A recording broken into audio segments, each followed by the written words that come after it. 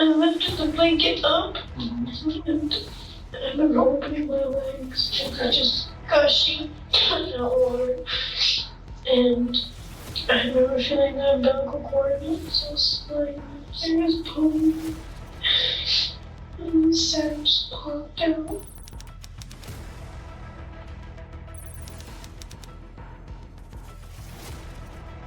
He would smack her with the belt, and the moment she would scream, he would take her and shove her into the water. I remember it hitting so hard one time you could hear it and crack on the floor. On the morning of October 29th, 2007, a fisherman from Galveston, Texas, discovered a container box, unaware of the horrors that were about to unfold. Inside were the badly decomposed remains of a 2-year-old girl. Because the body was unrecognizable, investigators gave her the nickname Baby Grace. They don't know Riley is Baby Grace. All right. Talk to me about that, please. As Riley's parents came forward to share their accounts, each of their bone-chilling revelations left detectives grappling with one haunting question. What could have driven this couple to commit such unspeakable acts against a helpless 2-year-old? You didn't know that baby was dead in that storeroom for 2 months? No, I did not. I swear to God. Kimberly had been in a relationship with Robert Thomas Sawyers, and at the age of 15, she became pregnant with their child, Riley Ann Sawyers. The couple lived with Robert's mother, Shirley, in Mentor, Ohio. Over time, their relationship began to deteriorate, yet they continued to live together. In 2006, Robert accused Kimberly of filed a domestic violence charge against her, leading him to move out of the home. While living with Robert, Kimberly was introduced to online gaming, where she met Royce Ziegler through the world of Warcraft. They gradually started dating, and after their first meeting, Kimberly decided to move in with Royce in Texas. In June 2007, they got married. However, they were unaware that their seemingly happy life would soon take a tragic turn. On October 29, 2007, after detectives made the harrowing discovery, they left no stone unturned in their search for the child's identity. The autopsy revealed that the body belonged to a young female, estimated to be between 2 to 5 years old. Lois Gibson, a forensic artist, was brought in to prepare a sketch estimating baby Grace's appearance, which was then released to the public. However, this turned out to be a turning point in this heartbreaking case. Cheryl, Riley's grandmother, recognized the sketch and reported to authorities that it resembled her granddaughter. This discovery gave detectives new hope in cracking the case. However, the biggest breakthrough was yet to come. On November 23, 2007, nearly 1 month after baby Grace was found, Kimberly arrived with her attorney to share some crucial details regarding the case. Now, Kimberly is about to share an unsettling tale. However, detectives have no idea this would turn out to be one of the most dreadful cases they have ever come across. Riley had some discipline issues, which I knew. Okay. I knew before I even left Ohio, I knew about that. When I moved down here, I was just getting to the point where she would sleep by herself. Okay. She had always been spoiled when we were living at Cheryl's house. Mm-hmm. Riley would be sleeping with Cheryl, would be sleeping with me. She wouldn't sleep in her crib. She wouldn't sleep in her bed. She slept with someone. So I was just starting to get her to sleep by herself, and be okay with it, not come and wake up and all that. I also knew because of the situation in Ohio, all the tension, too many people around, that she had some listening issues. She What kind of issues, babe? like following orders. Okay. Listening to us. All right. Not really saying please and thank you kind of thing. So, now I'm not trying to interrupt you, but are you saying that as a normal 2-year-old child, there was a little bit more of an issue than the terrible twos? Yeah, Okay, yeah. all right. Did that frustrate Royce? Yeah. It did? Mhm. Well then, let me just ask you this. Had you ever seen him spank her? Yes. I mean, he really kind of tried to stay out of it at first Okay. and say, hey, you're the mother, but look, you gotta do something. When we went to that realtor about the new house, that's when it really started with him. And I mean, What really started with him? we need to discipline Riley. Okay. Was she acting up when y'all were meeting with this person? Is that what this was about? Yes. Okay. And he became, I don't want to put words in your mouth, but was he becoming short with her, frustrated? Yes. He told me he even got a call from the guy at the real estate office saying, that 2-year-old was out of control. Okay. Running around, couldn't stay in one spot. Her mother couldn't do anything about it. And I mean, I was trying.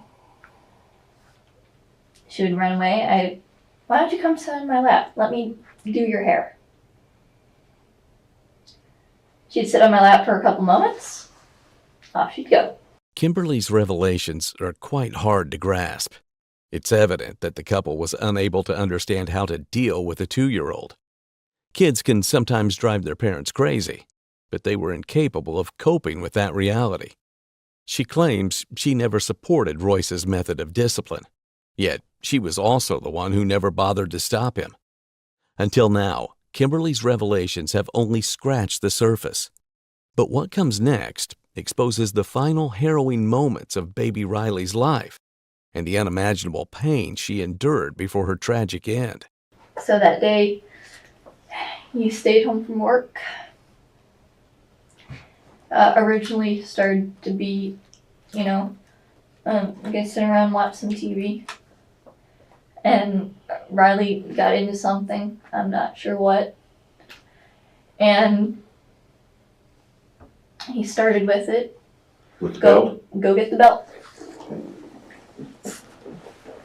I think it was, she said, I want. No, you say, please can I have? You don't say I want. You need to be polite and say please. And then, it just escalated from there. We tried, he's telling her, you don't say I want or I need. You ask for it and you say please. And he was trying to, he said, we need to break her. He used that term. Okay. He said, we need to break her and make her do that. And he said, look how well it worked with how she goes and stands in the corner. I don't know how it escalated into anything she did if it wasn't what he wanted her to say. She got a belt whooping. She screamed. She got a belt whooping. She got her head shoved into a pillow on her bed, or on the couch. Face down? Yeah. And then he started to. Now this is all happening on the same day. So he told me to go run some water in the bathtub. Some cold water in the bathtub. And I did, and he said, okay, the next time she screams, we're going to take her into the bathtub. And of course she's going to scream the way he was hitting her with that belt. I accidentally got in the way of it and it bruised me. Once or twice that day.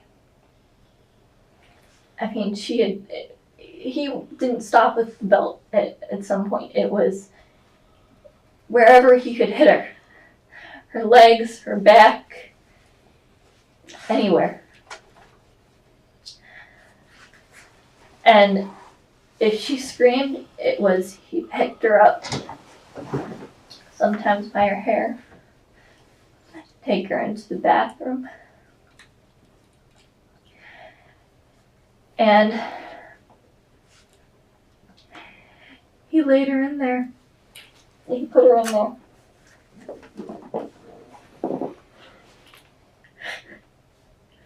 And she started to scream. Or he had her stand up and wanted her to say a certain phrase, like, "Can I have some milk, please?" And if she didn't say it, he would smack her with the belt. And the moment she would scream, he would take her and shove her into the water. Okay. You're doing fine. Okay? And this would just go on and on. And I mean, he wanted me to do it. He wanted me to shove her head underwater. At some point, he stopped it. He stopped it so he could give her some Tylenol and put ice on her bruises and have her lay on the ice packs. And we didn't have enough ice packs, and we had some freezy pops that he laid down on a blanket on the floor to let her lay on. And so it stopped. And he said, "We're just gonna, I think we've done enough for today, and we're just going to take care of her now. And the ice will help with get her bruises down and the Tylenol." And he had some biofreeze to make her numb that he put on. And I thought it was over. But for some reason, it started up again. Did she start crying again? I don't think so. I think Was she conscious? Yeah. She was awake. yeah, she was awake. And I mean, she was just trying to recover, and we had the ice on her, and we had given her the medicine. And I don't know, but he started it up again. He did? Yeah. Okay. But you don't understand why? You don't recall her crying or anything like that? No, Okay. I don't remember why it started again. Okay. But this time, I think it was even worse on her. Because he went and he switched out belts. This one he was using wasn't thick enough. And he took a thick leather one. He's now started using a thicker, okay. A thicker belt. It started up again. And it was even harder because it was a different belt. It was thicker. It hurt more. And he just kept hitting her if she didn't say what he wanted her to say. At this point it was, "Mommy asked you a question, you answer her with yes ma'am or no ma'am. I ask you a question, you answer me yes sir or no sir." And all he wanted her to say was, yes sir, yes sir, yes sir.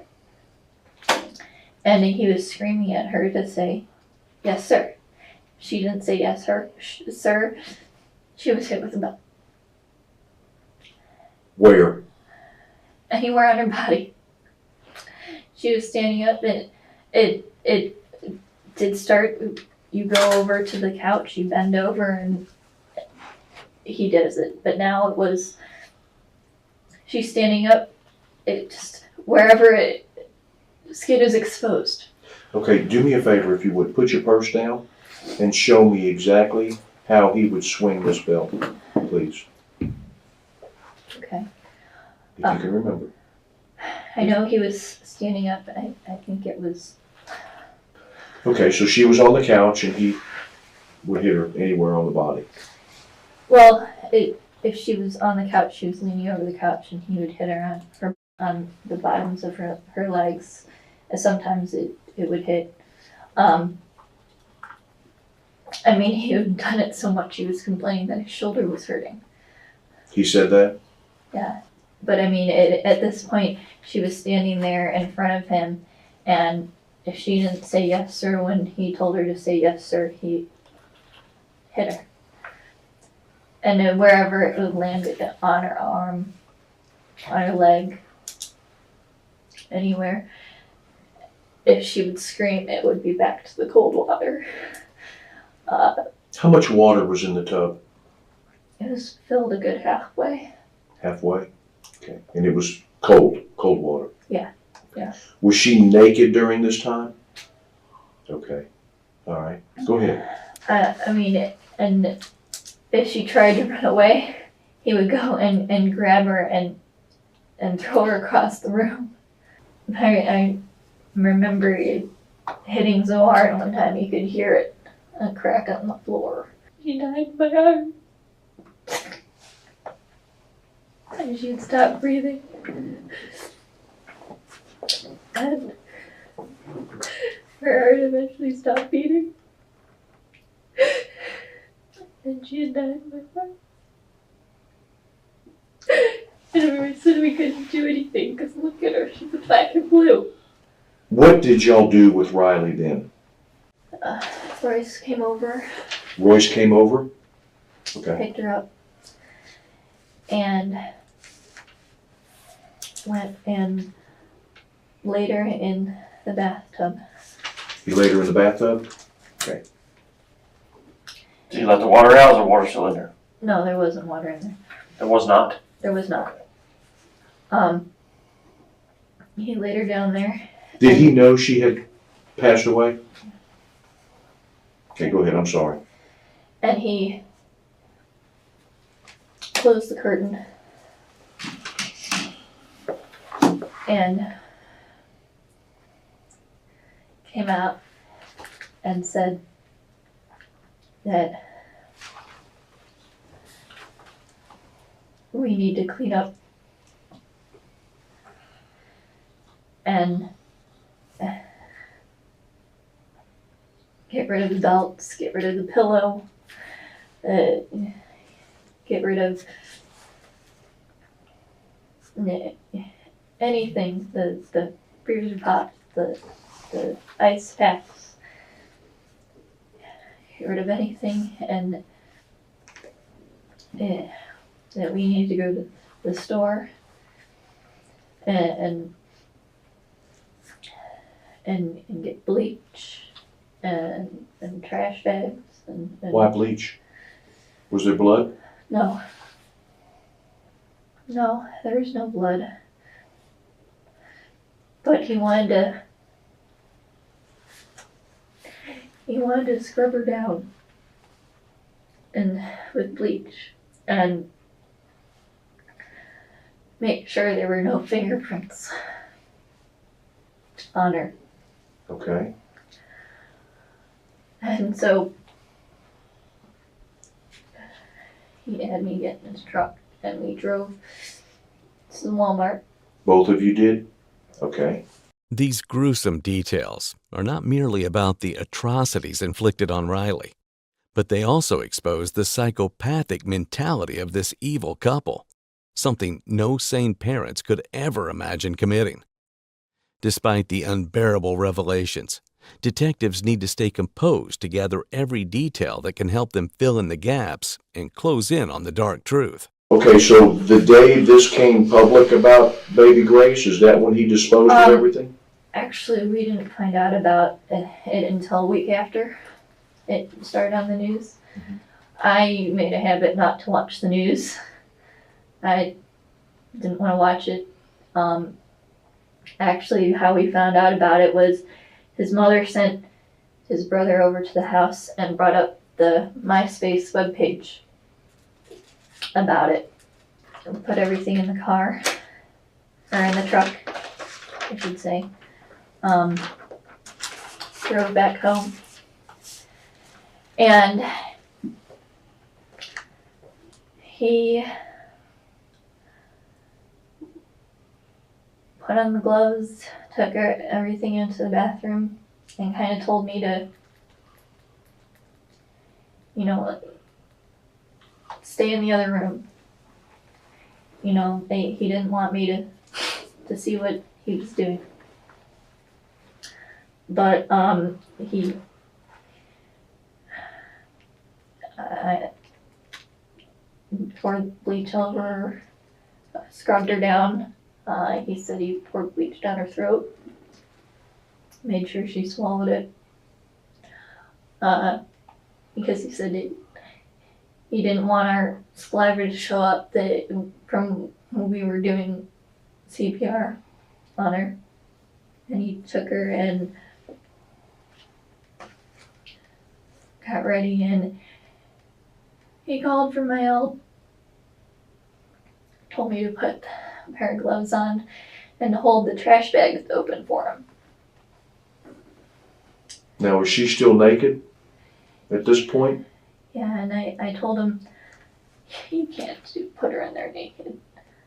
You have to let me get her some clothes. But he asked me to hold up in the garbage bag. And I held it open for him while he put her in there. And I couldn't look. I had to look away when he actually did it. He took and put her in there, in the container there. And he took it outside, took the box outside to the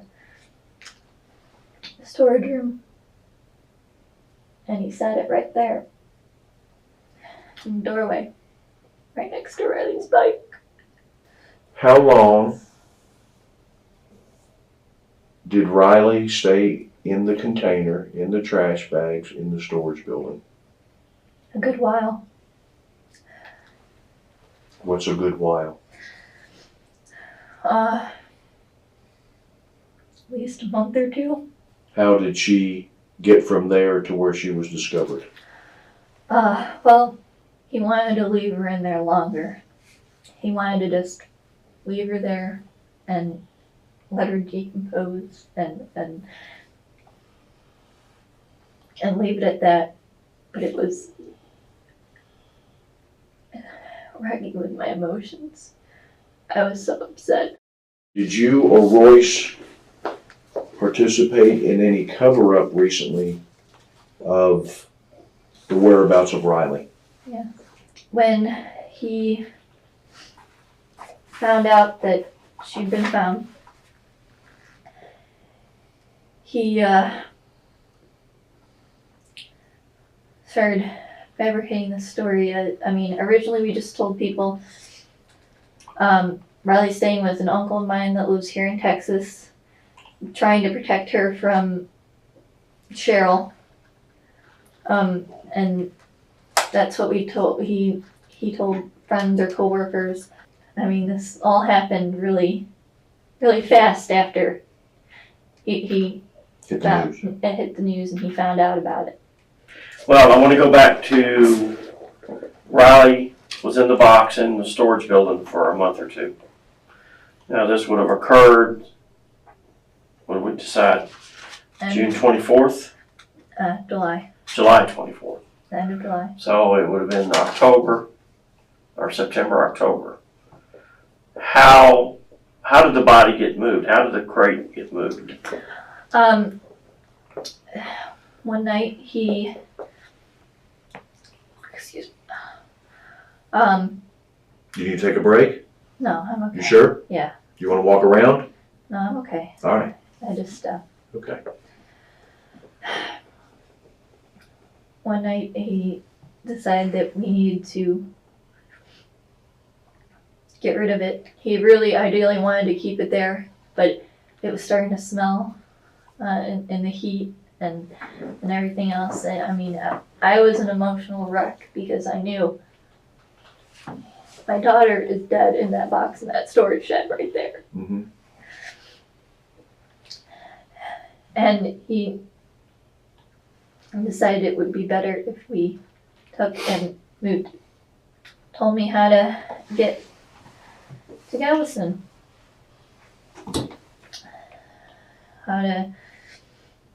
Told me where to go. And when we came, he told me to turn off the car, turn off all the lights. He got his gloves on and went and grabbed her out of the back of the truck and tossed her over the side, and you could see her float. Throughout the interrogation, Kimberly's demeanor doesn't go unnoticed. She appears remorseful, but it could be possibly due to her realization that she has been caught and eventually, now, has no way out. She allowed her daughter to endure immense pain simply out of fear of losing Royce. Meanwhile, this time has given Royce a chance to rethink his decision. The following day, Royce finally decides to step in to share his side of the story. However, the devastating details he is about to reveal will not only expose the monsters in human form, but will eventually leave detectives on a hunt to find whose version is the actual truth. What else was it that you wanted to talk to us about? The night beforehand, The night beforehand, what? there was an argument between me and Kim. I basically was giving Kim an ultimatum to fix the entire problem because I was sick and tired of going out in public and Riley was running amok. So when you're saying the night before, and you're talking about the night before Riley was killed? Is that what you're talking about? The night before, I told Kim, look, I can't stand this anymore. I can't take it. I'd rather just pack my bags and leave, and I'll give you the house, and I'll basically give you money every month, but I cannot deal with this situation. What situation? The situation with Riley always causing trouble when we go out in public, and then the whole custody issue with Cheryl. She was draining it down my neck, and my mom was basically on my case about, well, Riley needs discipline. I mean, I was basically getting it from everybody, even this realtor. I mean, he was telling me I should divorce Kim. Okay. So let me clarify something. What you're saying is the night before what?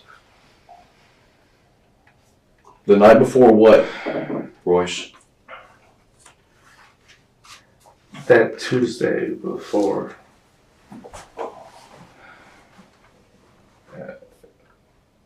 Things. What things, Royce? Accident. Dude, let me tell you something. You want to get this off your chest. I know you do. It's written all over your face, your demeanor. I mean, you're there. Let me ask you something. What will happen to me? What charges will I come up on? Right now, you're being charged with injury to a child and tampering with physical evidence. Okay? Is there a possibility that the charge can be raised on both you and Kimberly? Yes, the possibility is there. I'm not going to sit here and lie to you. What's the charges on Kim? Same thing as yours. Identical to yours. Y'all both have the same identical Same. charges and the same bonds. Same bond, same everything. She's in jail on the same exact thing you are. But listen, there's always three sides to a story. There's yours, there's hers, and then there's the truth right down the middle. And accidents happen. Royce, we know it was an accident. We know it. We know it was. You can tell us because we know already, okay? The Tuesday night before what happened, I basically gone to Kim, gave her the ultimatum. I was basically more leaning on just leaving. That was my goal. I was just going to leave. But she didn't want it, so I stuck around for her that night. I was like, all right, fine, I'll just go to bed. Next morning, woke up, I wasn't feeling so well, so I stayed home from work that day. And Kim and Riley woke up and they went out to do some errands. They came back. Next thing I know, I hear screaming. What time of the day was this? Do you remember? I was still in bed. I was groggy. I had just taken like NyQuil just to Feel better. Yeah. I was nauseated like hell that day. I mean, I couldn't, and I just stood in bed. And the rule that we made in the house is when Kim gets on the Riley or something, I'm not to be in the room because that way for Riley and Kim She to gets grow to that spend her bond. mom, sure. And that's the way it's always been. And next thing I know, Kim, I'm hearing standing in the corner, and I'm just leaving it at that, and I'm falling back in and out of sleep that day. So she was trying to put her in what? Timeout, basically. Mhm. Inside the house there, when y'all say she would put her in the corner, in what room is that going to be? Is that going to be in the living In room? her room. In her bedroom? And Riley's room. In Riley's room? Okay. Near the closet and the window, there's a corner. Okay. And usually I just put a chair there and make Riley sit there for about 5 minutes, and that's it. Yeah. But the case that Kim has is she sits her down in that chair or make her stand in that corner. And then as soon as Kim turns her back, she runs out. So, after some time, Kim reverted to the spanking approach. That started helping. It did start helping? Mm-hmm. Okay. I mean, we didn't have to do much, but one day when Cheryl called the week prior, for some reason, Riley heard Cheryl's voice and started yelling, "Grandma." And for clarification, Cheryl is going to be Riley's natural father, Rob's mother. Right. Is that correct? So it's going to be A Kim's lot of ex-mother. the problems we've had is because of Cheryl. Okay. The problems that you and Kim have had is because of Cheryl? Okay. I couldn't stand these court dates. I couldn't pay for flights going back and forth to You spend a lot of Ohio. money bringing her back and forth, didn't you? And I've always been just tired. I've always been working and coming home and sleeping. And that day I just didn't feel good. I just wanted to crawl up into the bed and just stay there. I keep hearing all this yelling and I try covering up my head with the pillows and all that. And so basically I just go outside for a little bit and I come back in. And next thing I know, I'm hearing, Royce. I go over there and perform CPR on her. And I start saying, look, I have a friend, let's take her to the ER. She wanted to do it, but she was scared. So I told her, look, I could take her to a friend's house and have the friend take her to the ER. But by the time the decision was made, it was too late. What time was that? I don't know. Was it afternoon, morning, It was in the night? afternoon, evening. Okay. But you never took Riley to the friend?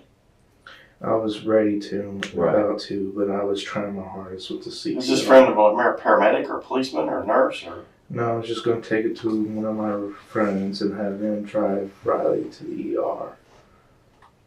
Was she breathing? Or she stopped breathing? She stopped breathing. I performed CPR, but when I got there, she wasn't breathing. Where was this in the house? The living room. What did you do then? I picked her up and I put her in the bathtub, and then I kind of just freaked out and then just waited around for a little bit. And I was contemplating calling the police at the time. Mhm. But Did you and her discuss this or calling the police? the thing is, I was afraid of what would happen. At what point did y'all take it out to a dirt road and try to bury it? How long from the time that she passed away until the time that y'all went out to dig the hole? I think like the next night or so. Okay. And it's what she decided, and then I didn't feel comfortable doing it. Okay. So I basically just left it at that. And then let her think about it and wait and decide. And then when did y'all come to Galveston? From that point? About 2 or 3 weeks. After the night of trying to dig the hole? Mm-hmm. Okay. And where did y'all go? She was driving, Right? and she just drove up. Yeah, you remember the highway cameras? Oh. Yeah. She was driving, that's right. But where did y'all go? I don't remember. I was passing out that night because I can't. After that whole incident, I just couldn't stand anything. So she just drove wherever and then parked it. She just drove wherever and parked it? Okay. Do you know how baby Riley got into the water? She told me to go get it out, and I took it out and dumped it into the water. Now, I want to go back because I'm still confused about the time she stayed at your house. The length of time. You're saying not very long, but even in talking to your mother last night, even she confirmed that she had gone over there and that there had been conversation about the smell. And that was sometime after that. The smell in the house. Before we had moved into the house, we had this bad smelling problem of ammonia in the house. And it just accumulated. It was making me sick. It was making Riley sick. It was making Kim sick. I mean, we were constantly always sick in that house. Can you explain to me how baby Grace wound up with bleach in her? When Kim Or was baby Riley? she closed the door and I just left. I couldn't even stand it because I was going to puke. Well, that doesn't answer my question. She had bleach inside of her body. Do you know how that got there? Wesley, come on. I'm telling you the truth, I don't know. I know that Kim got the bleach to clean her body with. And that's... Straight with me, please. I am being straight with you. Basically, that day, when we got back, Riley was already in the bathtub. Kim went into the bathroom to do what she was going to do. And I couldn't even stand it. My heart was pounding. I was nauseated. I couldn't stand it. I mean, I already had thought about taking a gun and just blowing my own brains out because of what had happened. What was the purpose of the bleach? She wanted the bleach to basically clean the body with. Despite attempting to minimize his role in this unthinkable crime, Royce had already dug a deep hole for himself, one that only deepened with each revelation. During the investigation, detectives decided to question Royce's stepmother, and she heard a disturbing detail. She revealed that Royce's father used to discipline him in a similar manner, which often involved, and it made it evident that Royce had unknowingly passed on his own trauma. Furthermore, after obtaining the search warrant for his computers, detectives uncovered harrowing details. The search history primarily included queries such as places to bury someone, how to decompose a body, and many other related topics. After the incident, Royce attempted to take his own life and left behind a note saying, "My wife is innocent of the sins that I committed," trying to take all the blame on himself. However, despite his efforts, both faced the grim consequences of their vicious actions. Also, the autopsy revealed that Riley's neck had suffered multiple hyperflexions, and her brain appeared pink, indicating she had suffered a subdural hemorrhage. In addition to this, she had also received 3 skull fractures. The place that was meant to be a haven for Riley tragically became the one where she endured unbearable pain and eventually lost her life at the hands of her horrible parents. The couple was arrested on charges of injuring a child and tampering with evidence. After years of unfathomable pain, all the people involved in this heart-wrenching case finally found closure. In May of 2009, Kimberly was found guilty of capital murder and was sentenced to life in prison without the possibility of parole. On November 6, 2009, Royce ultimately faced the same fate, as he was also convicted of capital murder. He was sentenced to life in prison without the possibility of parole. Quiet Colorado community rocked by a tragedy. 11-year-old Gannon Stout disappeared from his home. Gannon's stepmother, Letitia Stout, is charged with his murder. Stout allegedly killed her stepson and then drove his body across the country. Now, the jury will decide her fate. She has a tough road ahead. As a family searches for justice. She will pay 100% for this heinous thing she done. I can, however, say without hesitation that the facts in this case are the most horrific I have ever seen.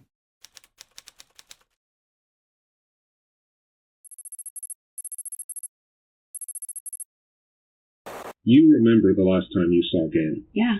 So tell me what you saw. Nothing negative. So tell me what you saw. I saw nothing negative. I saw nothing with Gannon. You're telling me nothing. You're saying nothing. Okay. Just tell me what you did see, the positive. Gannon was fine. Gannon. Where was he? Was he standing? No, you still tell me what I see. I'm just going to tell you. Okay, I'm sorry to interrupt. How Gannon was. Okay. Okay. Gannon was fine. Gannon, nothing was wrong with Gannon. Gannon was happy. Gannon is my favorite stepchild. My favorite. Letitia Stout was arrested on March 2, 2020 on suspicions of allegedly killing her stepson, Gannon Stout, who was 11 years old at the time of the crime. She talks so passionately about her Gannon, yet her search history is dubious to say the least. You would not have imagined such an endearing mother to also look up things like, "I hate my stepson." Least of all, you would not expect her to kill him. Movies and shows have long warned us about one relationship in particular. Whenever you hear the word step as a precursor to a social relationship, the assumption is often bad, like stepfather, stepmother, stepbrother, or stepsister. We naturally become skeptical without knowing the reason behind it. This happens because of people like Letitia Stout, who have forever twisted our perception in a horrid manner. However, we must not allow such despicable people to cloud our judgment and cause biases. Being a step-parent naturally does not conclude that they will treat their children badly. Letitia is nothing but one bad fruit in a very big basket. As you follow this case, you need to remember that she is the evil rarity of a case. But before we step into the interrogation, you will see her cunning reactions when she initially reported the crime.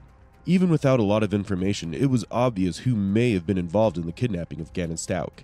On January 27, 2020, the first call was made to 911 after Letitia filed Gannon to be missing.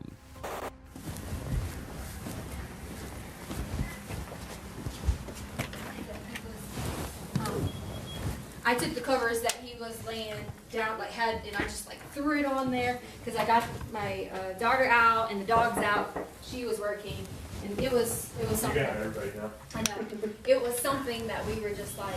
Did he take his bike? No. Okay, because somebody saw a little kid on a bike.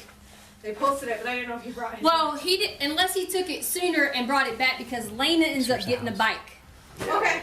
And rides the bike because hers had broke. When she ran into him, I say ran into him as in not physically, Right. but she somehow got his bike because hers wouldn't work. So he could have at one they were point. Here. Okay. Yeah. They were supposed to go What pick him color up is for the bike? dinner. Blue And he never and came black. home. They thought he was at his friend's house. He was like, Yeah.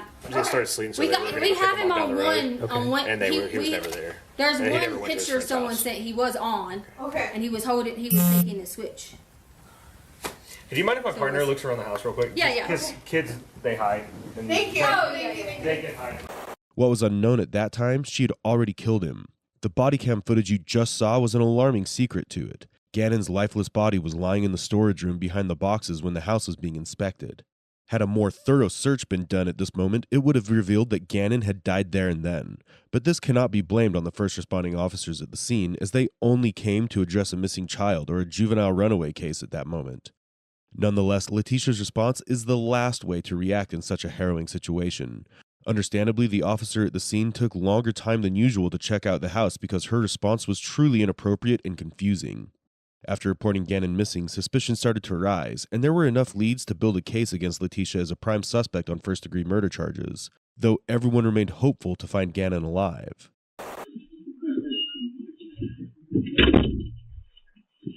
Oh, we are going to record this. This figure protection. Is everything working? So Letitia and John Grusing with the FBI met you in the mall parking lot. Do you know why you're here? Did they inform you, the officers, of why you're under arrest? I'm under arrest. Yes. For Gannon stops. A warrant was issued out of Colorado. Okay, but no, someone could have just called me and we didn't have to have like a big scene. I would have called you or whoever. Yeah, and apologize for that. Because of the nature of the warrant, it being a murder warrant, and that's what I'd like to talk with you about today. That's why we're not having a cast of thousands here and whatever, is we would like to get to the bottom of what happened there. I know that a lot of things have gone on with your life, a little bit of how this turns out. Okay, but because you were arrested, you're not free to leave. I need you to sign an advice of rights before we can talk. Well, I mean, so I'm getting charged with what now? So you were charged in a judge in Colorado Springs signed off. So the way this case worked was El Paso County got the original case. They didn't have enough manpower to work it. Okay. So they called the FBI. I'm part of for the FBI, an extension of the profiling unit, and I came in and assisted. And I've been helping for about the last 3 weeks. Okay. So our evidence response team, you've probably seen that on the news, has been doing some searches, etc. And then other FBI agents have been writing warrants. Okay.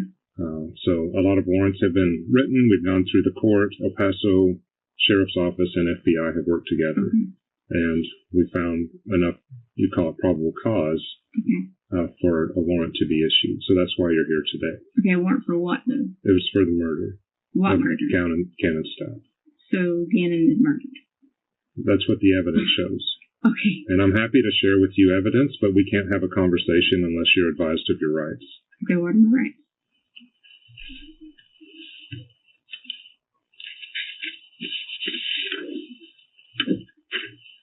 So this is an advice of rights form. I'll fill it out at the top. And you don't have to answer any question. Oh, I am. Okay, so I'm not going to force you to answer anything. If you want this interview to be done, it's done. So we're in South Carolina.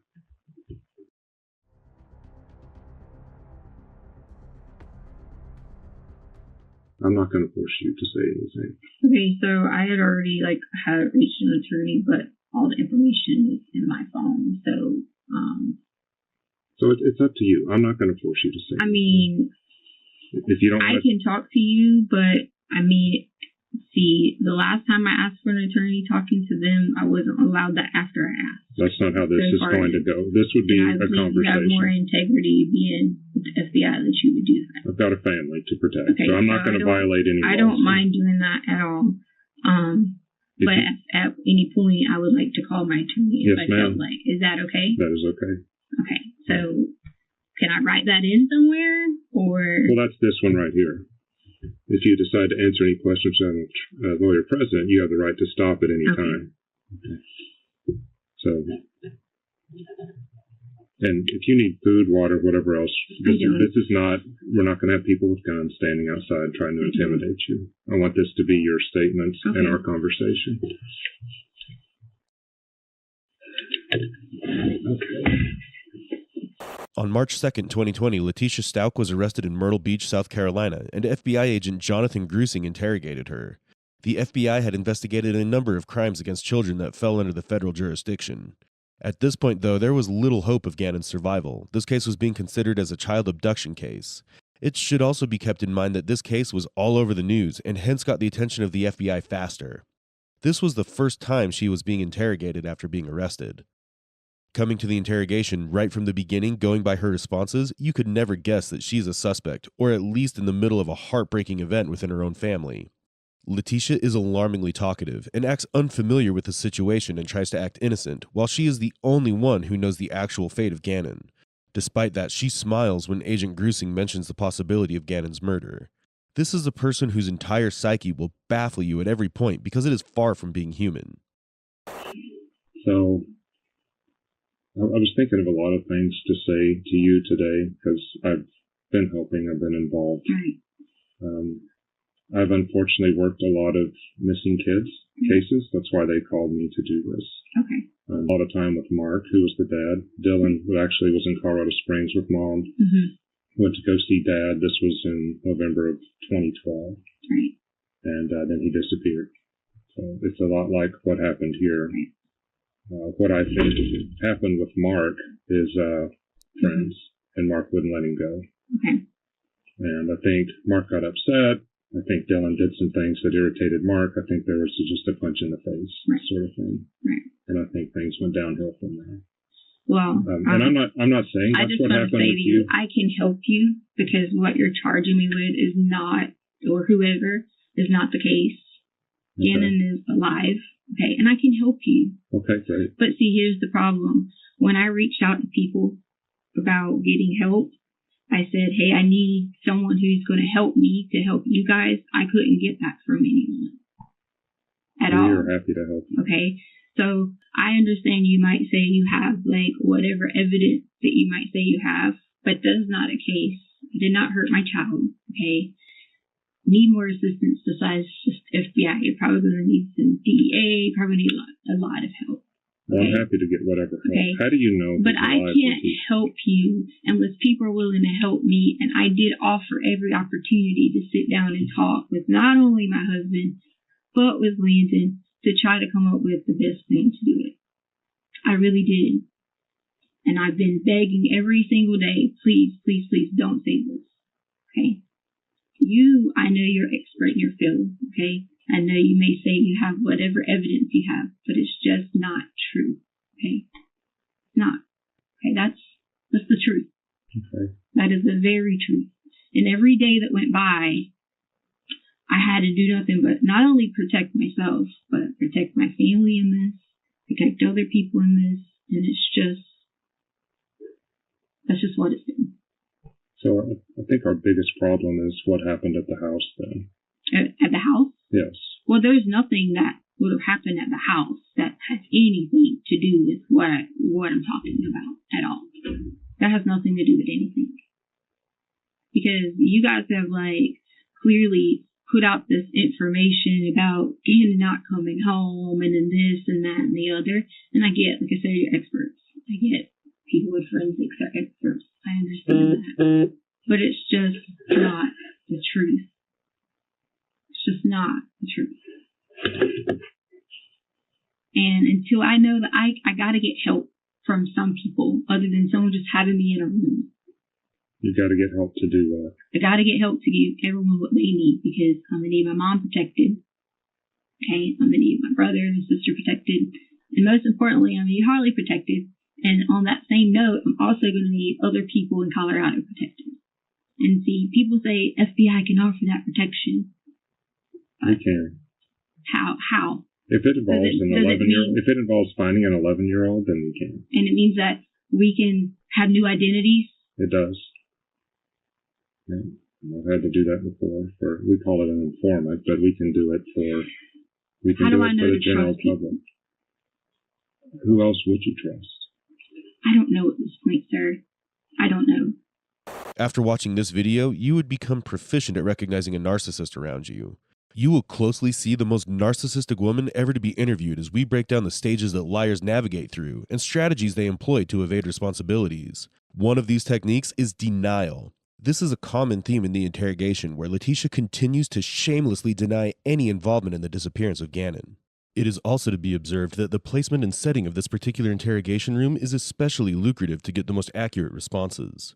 A known factor is that rooms with black-blue hues are used to induce psychological distress in the subject. The room is also small and can create a claustrophobic effect.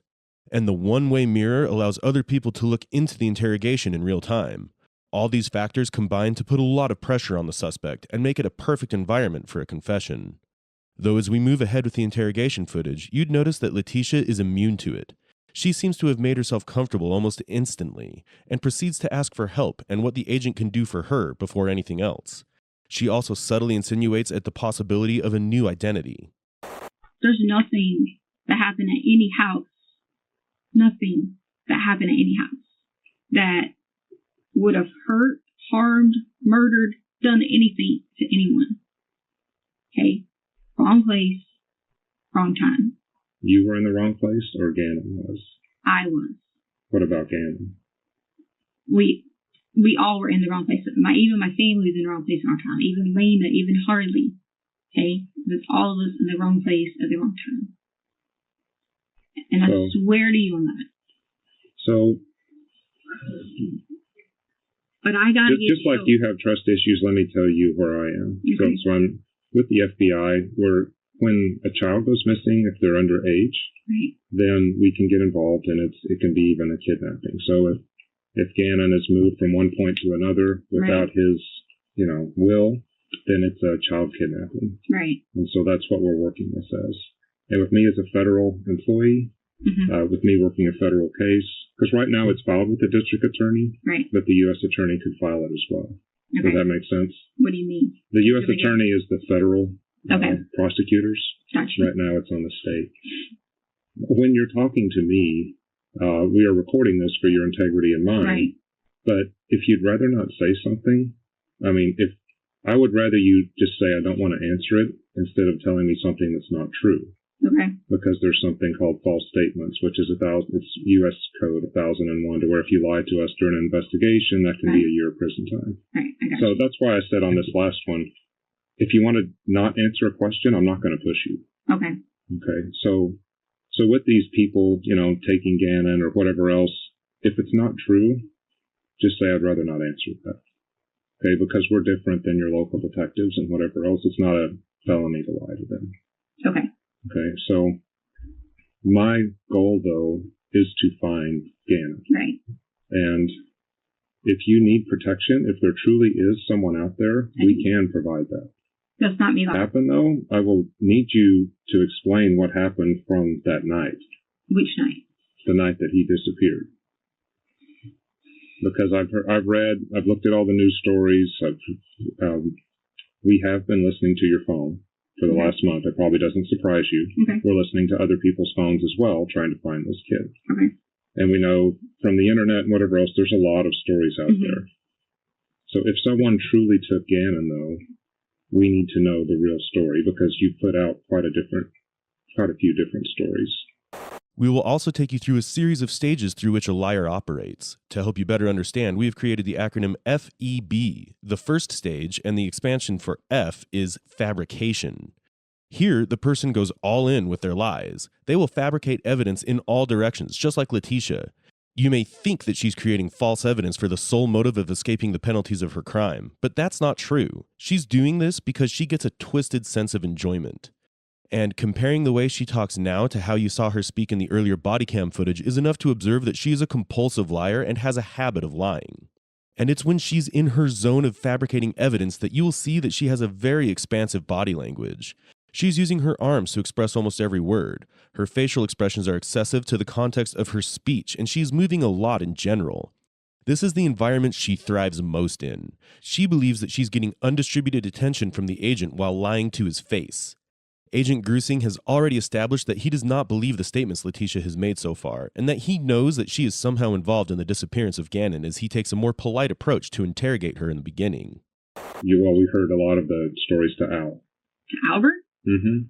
You mean like talking to him? Oh, okay. So let me just explain that to you, and you might think that's like super, like. I'm not going to judge you here, Letitia. Whatever. To him was the reason I already knew someone was listening to him. Mm-hmm. But because of him not ever like being like supportive, and I tried originally to talk to him when he first got there, that was the only reason I said those things to him, was just because I was out of anger and out of like hurt and not being able to have like support. It was nothing to do with like I'm sitting here going to tell you these things. That was just anger, stupidity to him.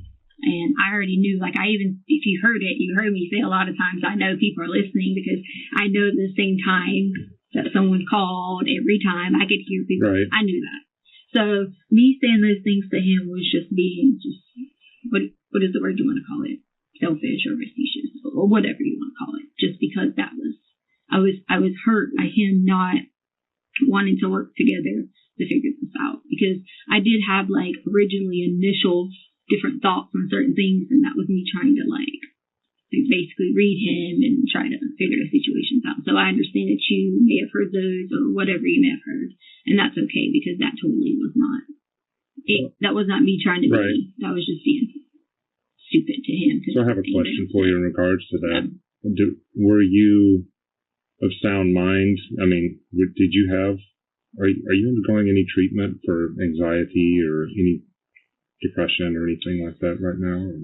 I mean, like, you mean, like, I've had anxiety since I was like 16, 17-ish maybe, but like, as far as like, undergoing like any kind of special treatment, or, you know, like sometimes I might have to take like a little Razapram or something like that. Right. But, I didn't see like counselors or like anything for any kind of like depression and then plus two, like right now, well, I'm sure if you already got medical records, I'm 8 weeks pregnant, so I can't take any kind of like, I mean, I wish I could, because then it would help a lot with anxiety, but I can't.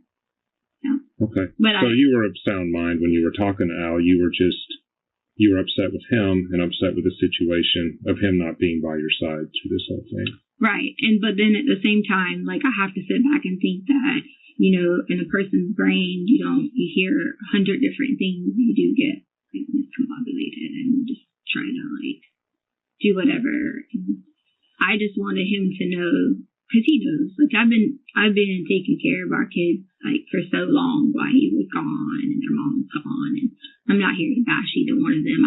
They had a lot of different separate situations going on that I've always taken care of the kids, and so there's been times I've protected them from so many people.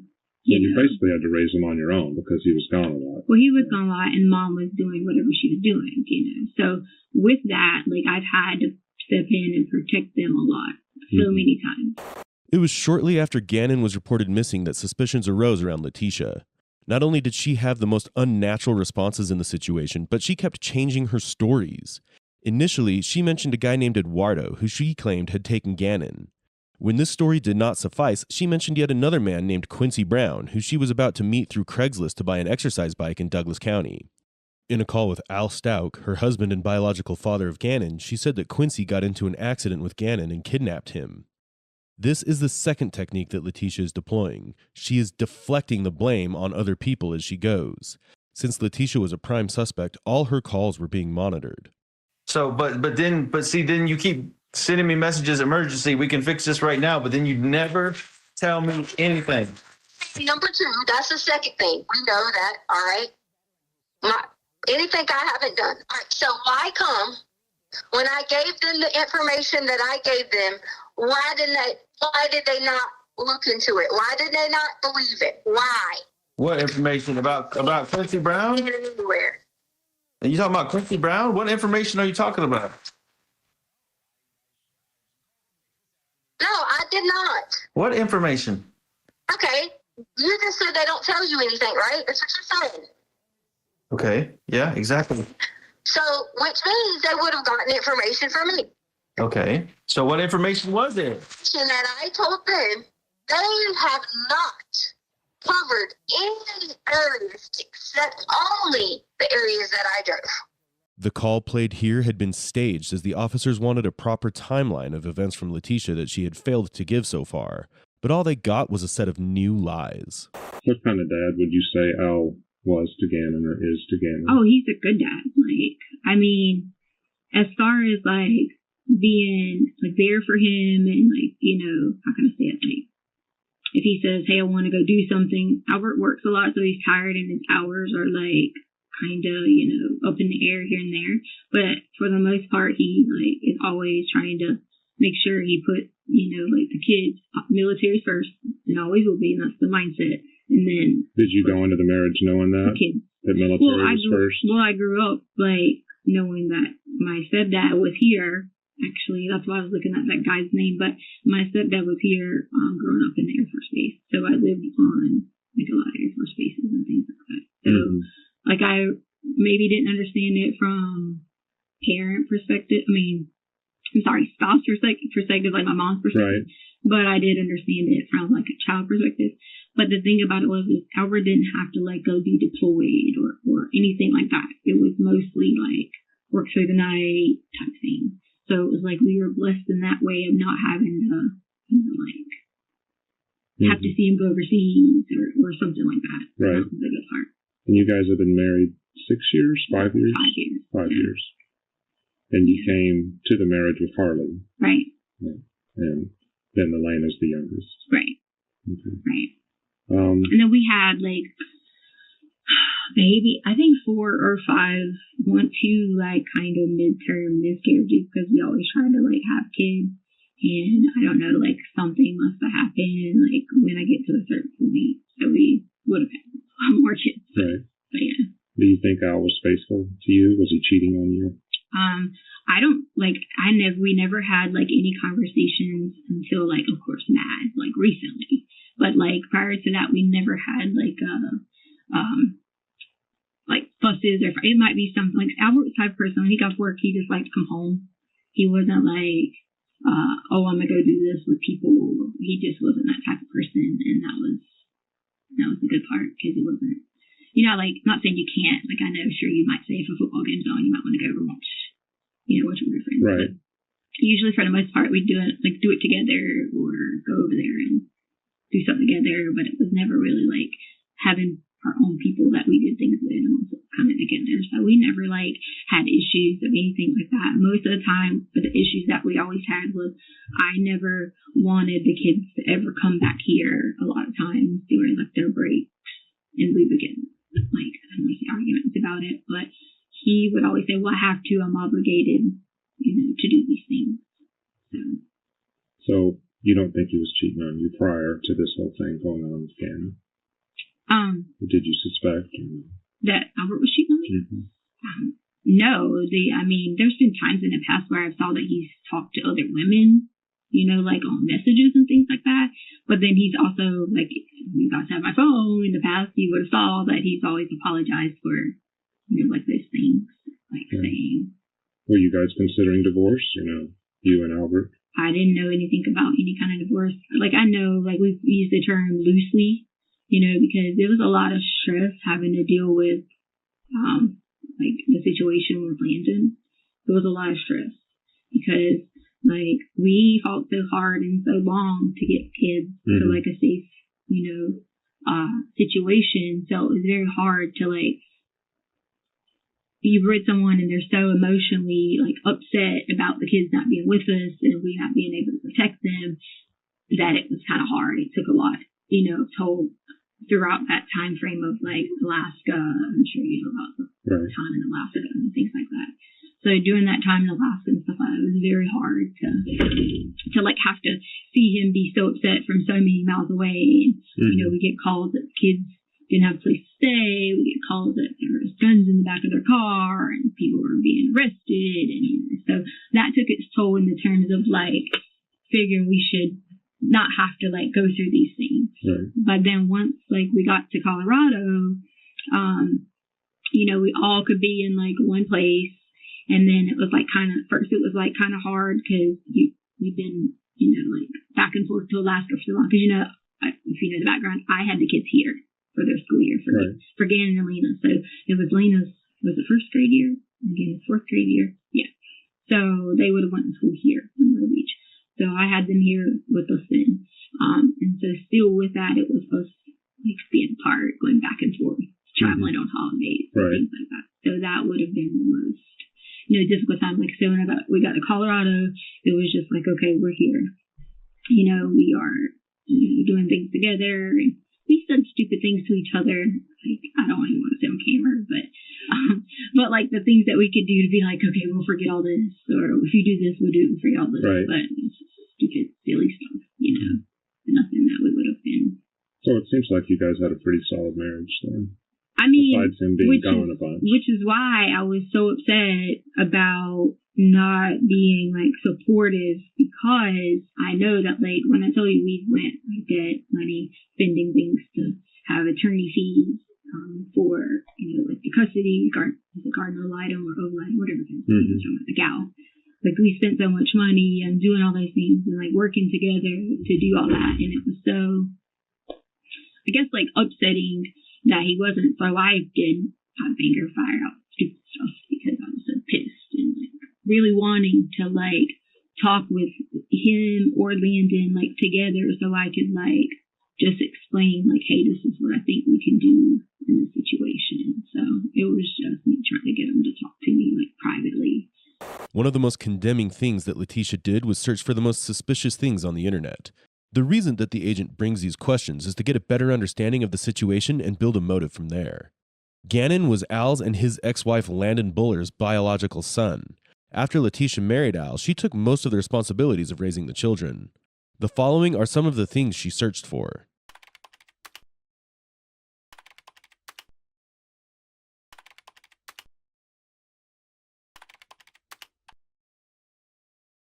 You can see how clearly frustrated Letitia was of the added responsibilities, and this may have been the motive of the killing. Another stressor that can be sensed from the searches is the talks of divorce at home. What about you or Al? I don't know anything other than what I told you about the lorazepam. But see, the thing about lorazepam was they might give it to me and I might not get it again for 6 months. And like, it might be 30 tablets, but it was only for like panic attacks or things like that. As far as Albert, I know he has the gout, so I know I don't even know what it's called. Right. I'm sure it's nothing that. But nothing that he could could mix up medications with or whatever in the morning. Take somebody else's meds or anything. Not that I'm aware. Now there's stuff in the counter from like probably old stuff, or like Harley had her wisdom teeth taken out. I think Albert did, but I'm pretty sure he might have been smart enough to get rid of that stuff. I'm not sure.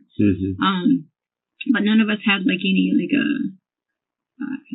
what you want to call hardcore drugs or anything like that. That's why I'm asking you that, because of the bath salts deal that he came up with. That was on the hike day, wasn't it? So the bath salt thing was just totally because they did this drug class at school, which is the same class that my 5th grade did too.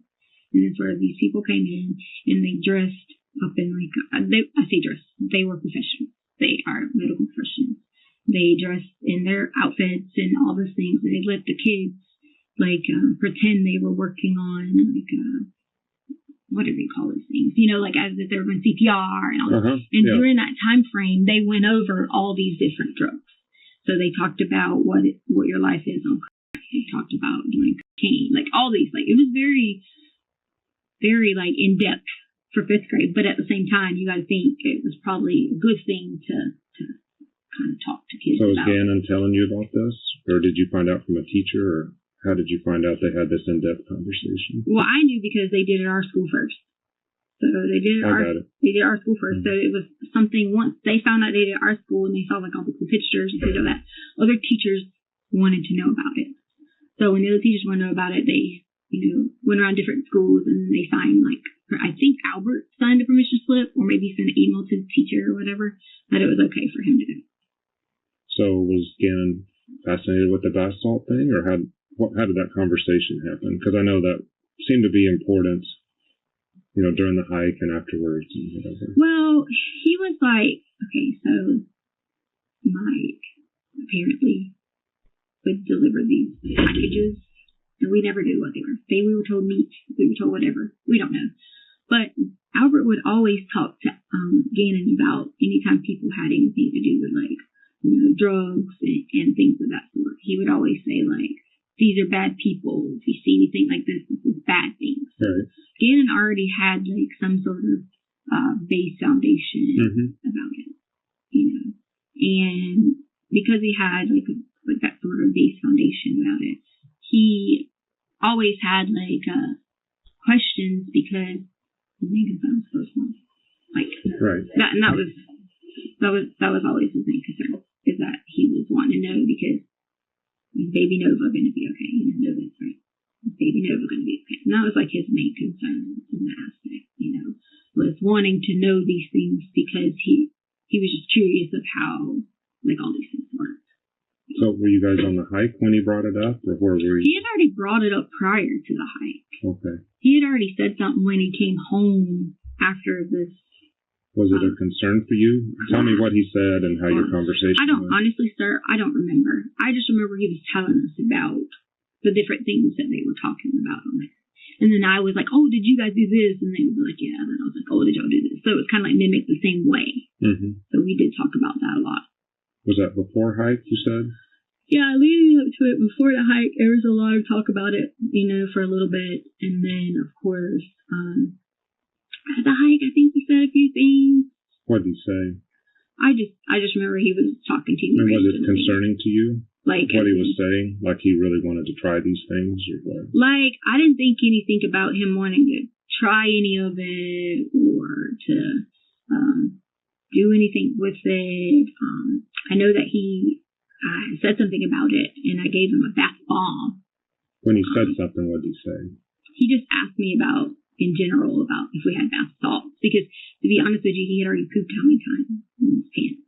So he said that after he pooped on the hike? He pooped a couple of times on the hike, yeah.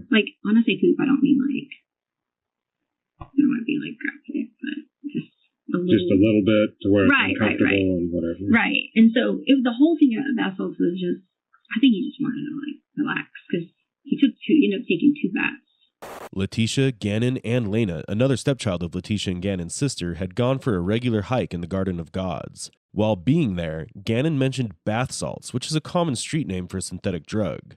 The whole point of the conversation was that in an awareness class about drugs in school, Gannon learned about this particular drug and told Letitia about it when he was talking about his day. In return, she confused this with bath bombs because she thought Gannon would need a bath. She had mentioned this unnecessary detail during that day with Al on text messages. It is believed by many analysts of the case that this was an attempt by Letitia to give the runaway boy a drug angle to make it more plausible. So that helps with the bath salts.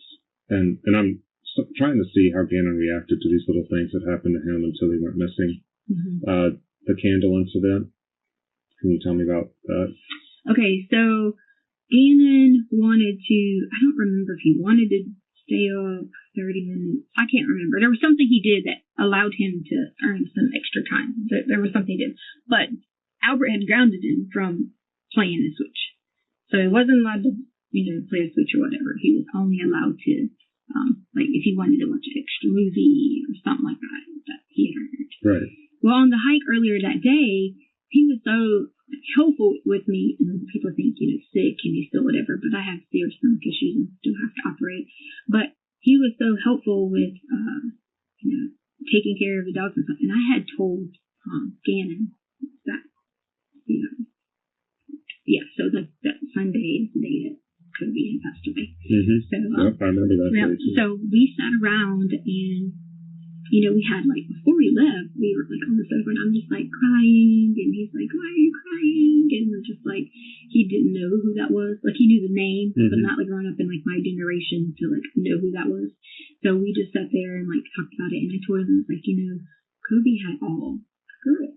And so again, I started relating in the terms of being oh, that's, like me, I have all sisters. And so, we were talking about that. And then in between some of those questions might have been certain questions that led to what he was asking me about what went on at school in that thing, in that talk. Right. And so that led into on the walk, on the hike that day, about what we had talked about. So then that evening, I don't remember what he did, but I remember I said he had 30 minutes to something extra.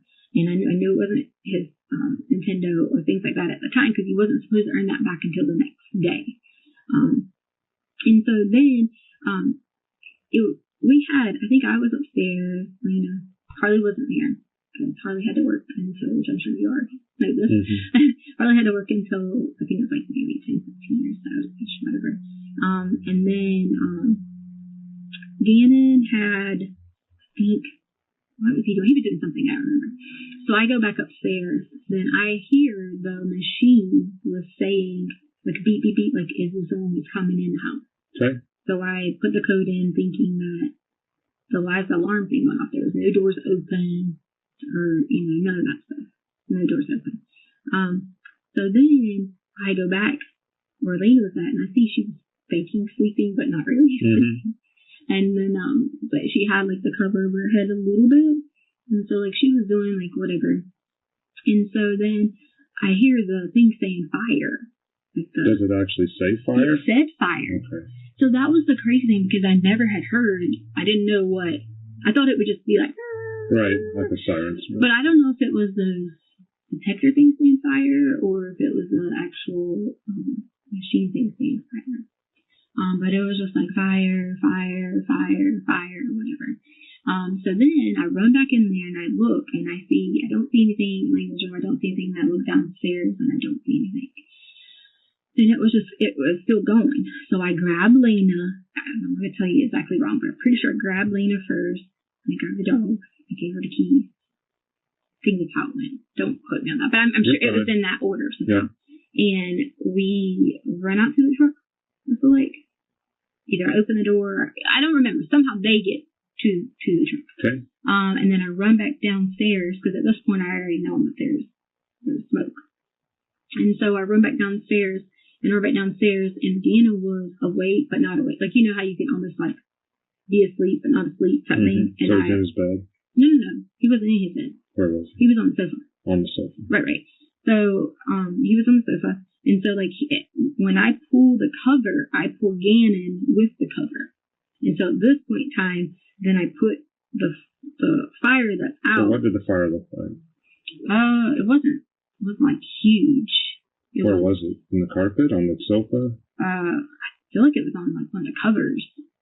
On the covers? Was the cover on the sofa though, or was it on the floor? I don't remember. I just remember it was in a small location. It wasn't a big enough fire to like. What color was it? Do you remember? Was it yellow, red, orange? I don't remember what color. It wasn't in a color to like. I mean, it wasn't a color. Because I think blue burns the hottest. Then you have stuff. If stuff gets involved in the fire, you have a yellowish or reddish color. I don't remember. Don't remember? I don't remember. Can you show me how tall it was? Like, do you remember? It wasn't tall.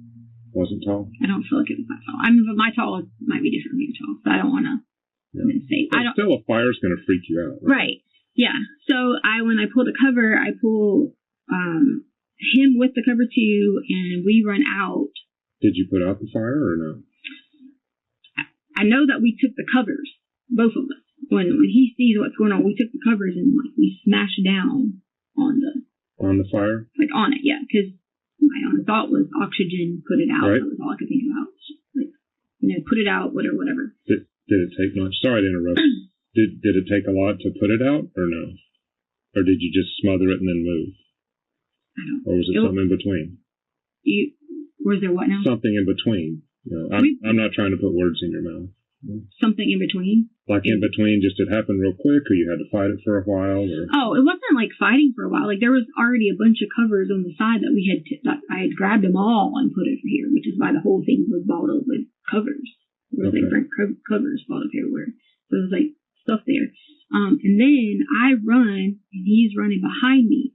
So as I'm running up, he like trips or whatever, but he's right behind me. Mm-hmm. So then I think I exit back out the garage, I feel like.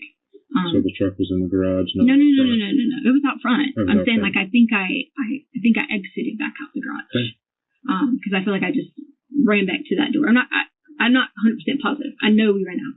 Then Ganna runs right out behind me. And when I turned around and I'm saying something to him because I'm like, hey, because in my mind I don't remember if I had gotten the dogs, even though I had already I'd grabbed the dogs. And so like I don't remember what we were saying, but we were all in a frantic, whatever. He jumps in the passenger side, and I'm in the driver's side of the truck. Okay. Lena is in the back, and at that point we drive off. So we drive off for like a minute maybe, and then we drive back, but there's no gas in the truck. So was anybody burned from that? So Gannon had Gannon had little burns on his arms from that, and then but at the time, see, Gannon always lays with like his either it's like his underwear on or like something like that. So at the time when we ran out, I feel like did he have a shirt? I don't remember if he grabbed a shirt or grabbed another cover when we ran out or whatever. But I knew that he had some burns on his arm, but I knew they weren't bad, like burns that were bad. They were just like if you peeled a little bit or whatever. Were they discolored though? Was his skin reddish, pinkish? What was it? Did you see it then or later? No, it was not till later that I really paid attention and should have been like, okay, well, because I did later on on it, which you can ask about later. But okay. So yeah, so like our arms, his arms, and then we get in the truck or whatever, and then we drive off. So then we come back, and so I'm of course, and like I text Harley, I text Albert, what had happened, and I said, this is what happened. I told Harley, this is what happened. Don't panic when you come home, because the house at this point in time we get back in smells like nothing but smoke. Mm-hmm. And so nothing but smoke at this point in time, and it was just like I couldn't get the smoke out. Even opening up the windows and all those things, I couldn't get the smoke out. So that was.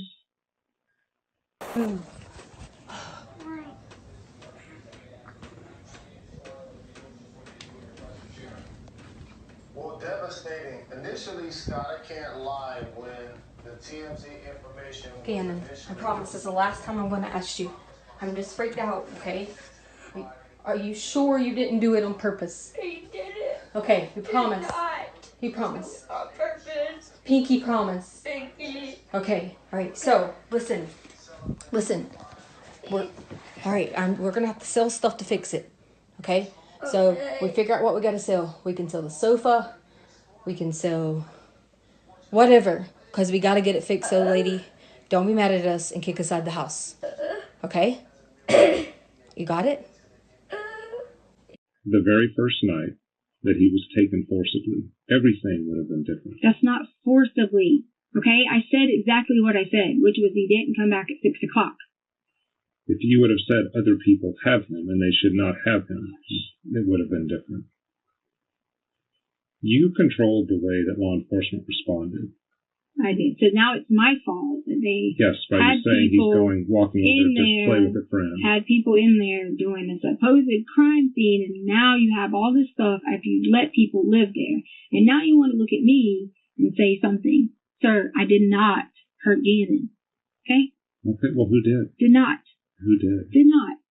Just like all of the other things. Why are you telling me you did not? I don't care if you did or not. I'm just telling you. Yes, you do care. No, your father, you would care. I care about Gannon. I don't care if you did it or not.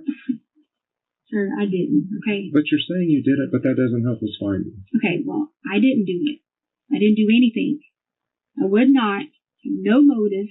No reason. I'm not asking you about to hurt our child. No reason. Who did? No reason. No reason. Why would you give us stories that go in other directions? I'm not, sir. You're not going to help me. You proved you were not going to help me. If you give us a story with no leads. Okay. Well, you proved you were not going to help me, so you did something. To hurt Gannon, innocent, loving, help me out more than any person in the household. More than Albert. More than anyone. Help me. I'm not saying Gannon's a bad kid. No, help me. Do you know how much you'd be helping me? With everything, pulling everybody else's slack. Who did it? Gannon. Yeah, and I think that's why this is so hard. No, it's not. You're right. It's hard, you're right. It's hard because I didn't hurt Gannon. That's why it's hard. So to not have him helping me, that is hard too. Very hard. Knowing that right now, sitting at home, Gannon knowing the situation, you know what Gannon would do? He would wait on me anything I would ask him just to make sure I was okay. Anything. I wouldn't doubt that. Oh, he would. Before even Albert would even do it, he would. If he was sitting here right now and needed anything from me to ask him to do anything, he would do. So there's no intention, motive, reasoning, nothing for Gannon. Nothing to hurt him in any kind of way. None. As the interrogation progresses, yet another technique is used by Letitia to evade responsibility. In the 7th technique of being defensive, we see that Letitia is completely irritated and backed into a corner. Did you know that people with high levels of narcissism tend to respond very defensively when their positive self-evaluations are threatened? So far, Letitia thought that she could get away with her crimes, but she's now seeing that it will not be possible anymore. So she tries to portray a very positive picture of hers and Gannon's relationship. Letitia genuinely wishes to go on the record because she does use her good relationship with Gannon as a defense later in her trials. Or information, or all these things. Yes. Your argument isn't going to work, Letitia. Argument about what? Your argument that somebody took him. You're not going to be able to tell that story. Okay. If you help us today find out where Gannon is, if you could, because I have 100% confidence that you can tell me exactly where you last left Gannon. Okay. Now you're accusing me. I'm just telling you what the research shows, what our investigation shows. I'm then glad listen. that you have research done. So. It will look much better for you. I didn't do anything. So what do you want me to look better at? I didn't do anything. Are you going to tell me right now that the last place you saw Gannon is really him getting into an Impala? Sir, I'm not going to say anything because you're not trying to help me. Finding Gannon would help you. Oh, yeah, I know. Don't you think that? Then tell me. Don't you think that? Don't you? I know it. Really don't think that? So tell me where he is and let me help you. I don't know where he is. Where did you last see him? I'm not, sir. I'm not. You prove that you are not going to help me. Okay, you did. Letitia is made to face the fact that she's the reason why the investigation has proceeded the way it has. From the beginning, she has been lying to the police and sending them in every direction to look for Gannon while she knew all this while where he was. She still had the audacity to question the agent about his mistakes in the process. He has rightfully shown her a mirror and how this is actually her fault.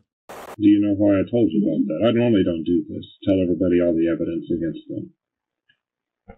Why do you think? I don't know. Because I think if you're to weigh this on, there's enough probable cause. A judge in Colorado Springs and El Paso has signed a probable cause warrant for first-degree murder. Okay. And all this evidence, and I'm telling you about the ones that I know about, and that's before you do, all the phone stuff, et cetera, and then versus you taking a chance that you're going to get off. I'm not taking a chance for nothing because I didn't do anything, sir. Okay, sir. If you say you didn't do anything, do you know what an innocent person would do? I have had plenty of innocent people sitting in your chair. Do you know what an innocent person would do? They would be freaking out. I know. You are not freaking out. Yeah, right. You think I haven't freaked out? I heard you freak out on the phone one time. You think I haven't freaked out for days? You can't judge the way I freak something out one way and another way. I have had the wrong person in a room like this before, and trust me, if they had any idea who did it, they would tell me. Okay, well, that makes no sense, and no jury will buy. No jury's going to buy that you sit here with an answer that somebody else took Gannon. That all this head wound and all this stuff happened in there. Do you think I don't know what I'm talking about? Sir, I never question anything. Well, you must, because you're taking a huge chance, Letitia. Sir, I'm not taking any chance. How are you not taking Because a chance? I know the man upstairs knows I did not do anything again. Well, he's not going to be on the jury. Okay. All right, we're not going to go there with that. We're not going to go there. We're going to sensible people who we're going to present evidence in front of. Let me tell you what. There's a higher power. There is. Higher power will make sure. I believe in the higher power as well. I'm glad you do, sir. That really makes me feel a lot better. It really does. I'm serious.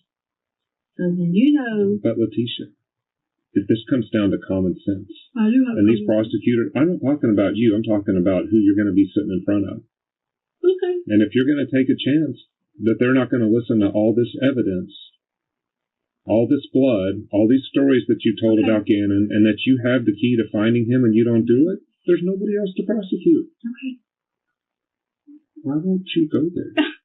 I'm not. Why am I? What else am I going to say? The easiest thing to tell me is the last time you saw Gannon. I've already talked to you I've already told you I did not hurt Gannon. Okay? But then what do I need to go through again the other things that might have happened to Gannon? You don't need to go Where through did you gently place Gannon? What? I don't know how to phrase it. What are you talking about? I don't know, because I don't know where he is. If you want me to use a different verb or whatever, I'm struggling. Now we enter the third stage of a functioning liar's breakdown, which is breach. If you look at the beginning of the video and look at Letitia now, her body language is the opposite of what she started with. She has started to get balled up in a corner. Her comfort zone of being in a position of actively lying has been breached. Not only has she realized that she will not be protected, but also that none of her new stories will be considered. The agent too has picked up a firmer tone, but this does not have the effect he wishes to see. She still blabbers about random events. However, she still has not shared any useful information. When I woke up this morning, I watched a story about Ron Miller. So he started this church and he ended up like getting talked down to, bullied online, treated like crap, accused of things he didn't do. And that's where he went to the accusations part. And so he went down this whole trail talking about how accusations and how this did to him and what he had to go through and all that. Okay. But in the end, he kept his faith in Jesus Christ. You know about the story of Paul, you know about Saul in the Bible. Okay, I can walk you through a lot in the Bible. If you know what I'm talking about. So he turned those accusations into just keeping steadfast and staying strong, and to believing God's going to do this and keeping whatever. Because, in the Bible, they persecuted a lot of Christians, right? A lot of them for things they didn't do right. Correct. But, there's a lot of stories where God made sure they were okay. So when I woke up this morning, I literally decided, God, you can take this and you can either A, bring Gannon home, bring him to the front step, drop him off, so that I can please never have to worry about this again. Right.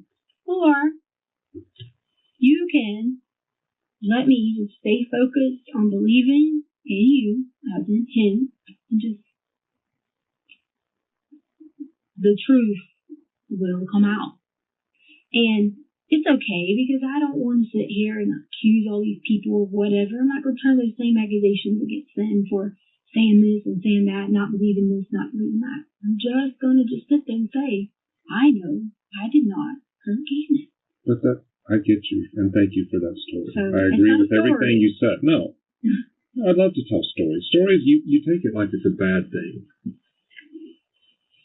So, I believe that the whole book you're talking about, the story about God in the Bible, involves sacrifice. Mm-hmm. Does it not? I did sacrifice. Greater love, what? Has what? No man than to what? Live on his life. Yeah. Yeah. And so we have I didn't think I know it, did you? No, I figured you did. I wouldn't. And this is not to embarrass you, because I know you are a God follower. Mm-hmm. And I went to Liberty University, so I was spending a lot of my time studying Christian. And that's why I don't get that if Gannon is alive, you would not sacrifice yourself for him right now. If you've studied that your entire life, I believe that. If my kid were alive, I promise you, right now, I would go step in front of a truck and let it hit me if that would bring him back home, so my wife could live with him, and so my sister, or his sister, could live with him. Since you've studied that your whole life, if Gannon were alive, you would sacrifice yourself for him. You're right. If I could get you to him, I definitely would. You could. And all this BS about you saying it's here, it's there, giving us names. Okay. You would not do that, Letitia. Sure. Letitia, you are not that type of person. If he were still around, you would not do that. Why would you even say that? Like, this is what drives me crazy. Because if Gannon's alive. Really, you were about to say it. You were really about to say it. I can't even believe that. Say wow. You said if Gannon was alive, you would do everything, including sacrificing yourself, to get us to him. That says he's not alive. Oh.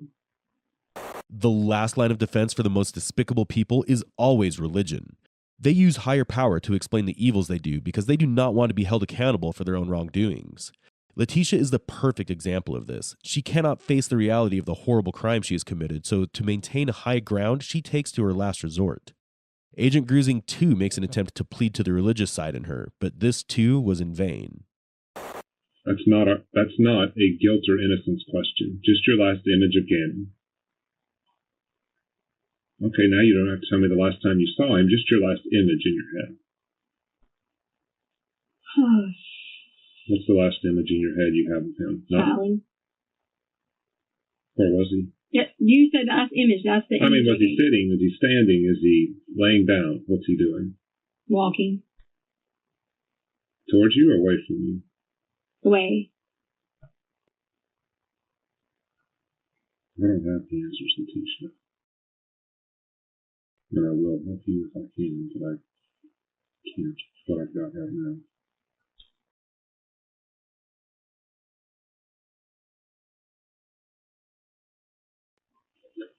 Well, I think we're done, Letitia. Okay. So, from here, like I said, you're going to have to go to whatever jail that holds you in. Colorado's got the warrant, so they're going to transport you in. Okay. Do you have anything else for me? I think we've talked for long enough today, but if you have something you want to say, I'll sit here for another 4 hours. All right. Well, where's the warrant? The warrant's in the system. It's in the NCIC is what they call it.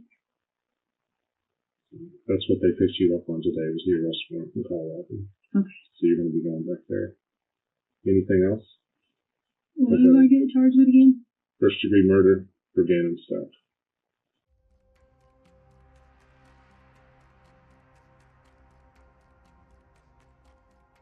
It becomes hard to remember what the point of the interrogation was. Letitia had completely and selfishly taken over the conversation, and it's easy to forget that there is an 11-year-old child missing. Despite what the evidence had cruelly suggested, there were many who were hanging on to hope, praying that Gannon would be found alive. The only person who could tell his whereabouts was Letitia.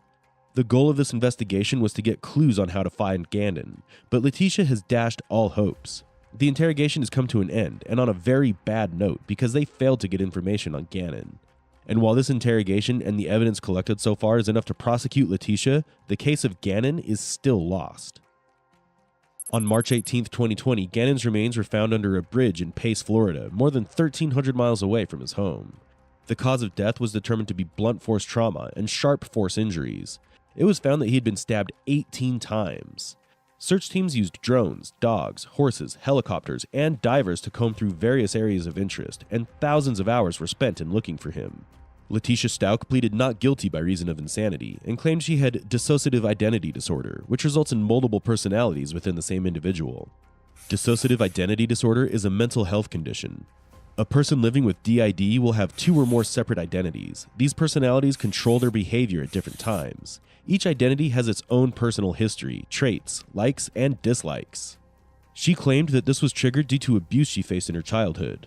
She also accused her husband of being involved in Gannon's death and alleged that he had connections to drug cartels and sex trafficking rings. However, she was found competent to stand trial by a state mental hospital, and her claims were dismissed by the court as unfounded.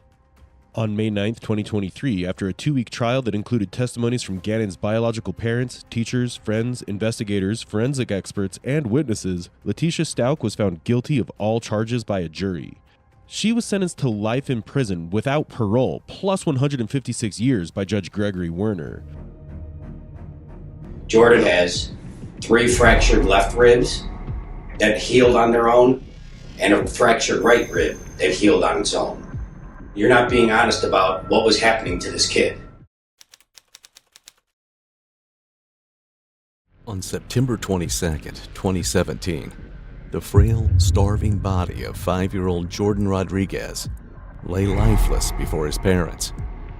His ribs crushed, his tiny frame beaten beyond recognition. They wrapped him in filthy blankets, stuffed him in garbage bags, and buried him in a vermin-infested grave.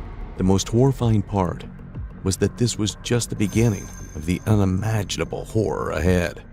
Jordan was beaten to death. A woman can't do a hit that much harder. Anybody can tell you that. some sort of discipline that he does to this child? No. Does he withhold food from him? No.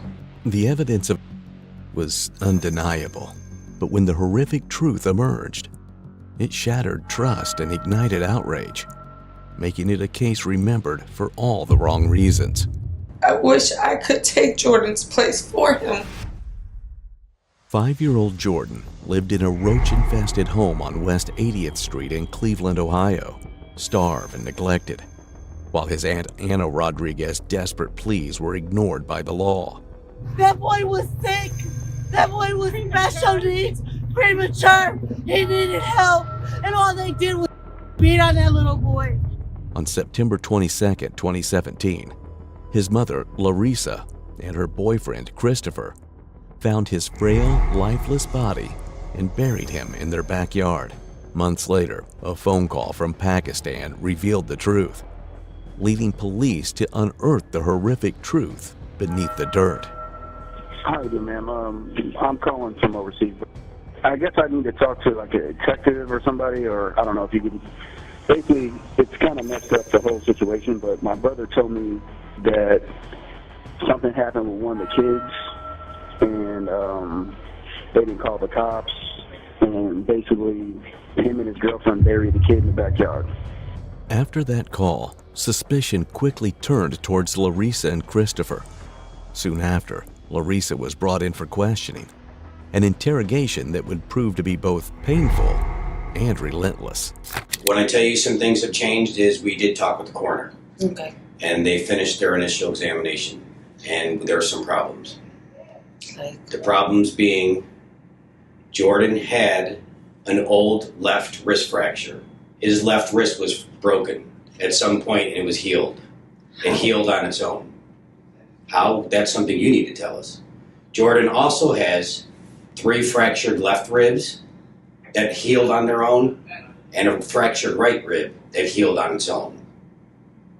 And these are all injuries that were healing on their own without medical help, which means he was in a lot of pain for a very long time, and you're not being honest about what was happening to this kid. See, what happened, I mean, I personally didn't, but I was scared myself, okay? Scared of? I think talking to my sisters yesterday actually opened up my eyes a little bit and made me realize I should not be the only one taking full blame for this. I never put my hands on my kids. You can ask any of them. And a lot of people used to tell me maybe that's why sometimes your kids don't listen. You know, sometimes I need to be more rough on them, but that's just not in me. To sit here and... I don't want to be that mother either. I just don't want to be that mother either. Right, I don't. I mean, I was like that when I was little. I can't be that type of mom to sit there and expect you, okay, my kid may do something wrong, but I see other discipline, you know, timeouts, you know, corner, you know, bedroom, you know, sometimes my Help Me Grow worker even seen it herself. You know, no matter how bad my little ones can act up, I never had that in me to hit my kids. But I think I was just so scared because I used to get my beat by Chris just because I defended my kids. My daughter, my oldest daughter, my oldest son can tell you, my older son had to pull a knife on him because he put his hands on me the way he did. How long were you and Chris together? About 2 years. Okay. And he was living with you from day one? Yeah. All right. Our understanding is that you were dating someone else who moved out and you met Chris online? I was with Jake. Okay. But Jake wasn't in the house for more than 2 weeks. Right. Since when and he I left first and then moved Chris came in.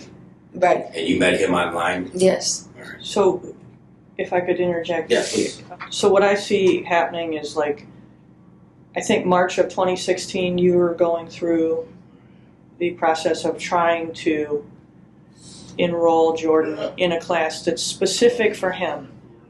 But is it Chris that doesn't want him to do this? Or is... Because what I'm reading... I did try to get him enrolled in school and stuff like that. Because what I read was Jordan would have benefited from an environment with children like him. Little Jordan, a child with developmental disabilities, needed constant care. But Larissa hid him from the world. She never sent him to school, locked him inside a roach-infested home, and lied that he'd moved away. With Christopher's help, she let him waste away in silence. Her crocodile tears mean nothing now. Detectives are about to uncover a story so cruel, it shatters the very idea of motherhood. Ever since day one, ever since everything happened, I wanted to reach out. I wanted to tell somebody. The day it happened, the first person I wanted to talk to was my counselor. I wanted to tell her what happened just because I was just so scared. I needed somebody to confide in. Okay. And I don't have that support. When you say the day that it happened, do you mean the same exact day? September 21st? Yes. Okay. I mean, I needed somebody to talk to. And in my heart, something told me that he did something to my son. You have to make the coffee here if you want something. Okay, thank you. In my heart, I just knew something was wrong. Mm-hmm. I just knew it. Like, okay, if he can hit on me and he can discipline my other kids, but he wouldn't discipline them like he did Jordan. How does he discipline Jordan? It was just different. I mean, as far as how you said the sock in the mouth, none of my kids got the sock in the mouth, only Jordan. And I used to sit there and tell him, don't do that. I used to get yelled at. My kids all can tell you I defended all my kids. And that's where a lot of me and his arguments came in, because I did defend my kids. And that's where he would put his hands on me. He even put a sock in my mouth when I tried to yell for help. I felt like I was stuck.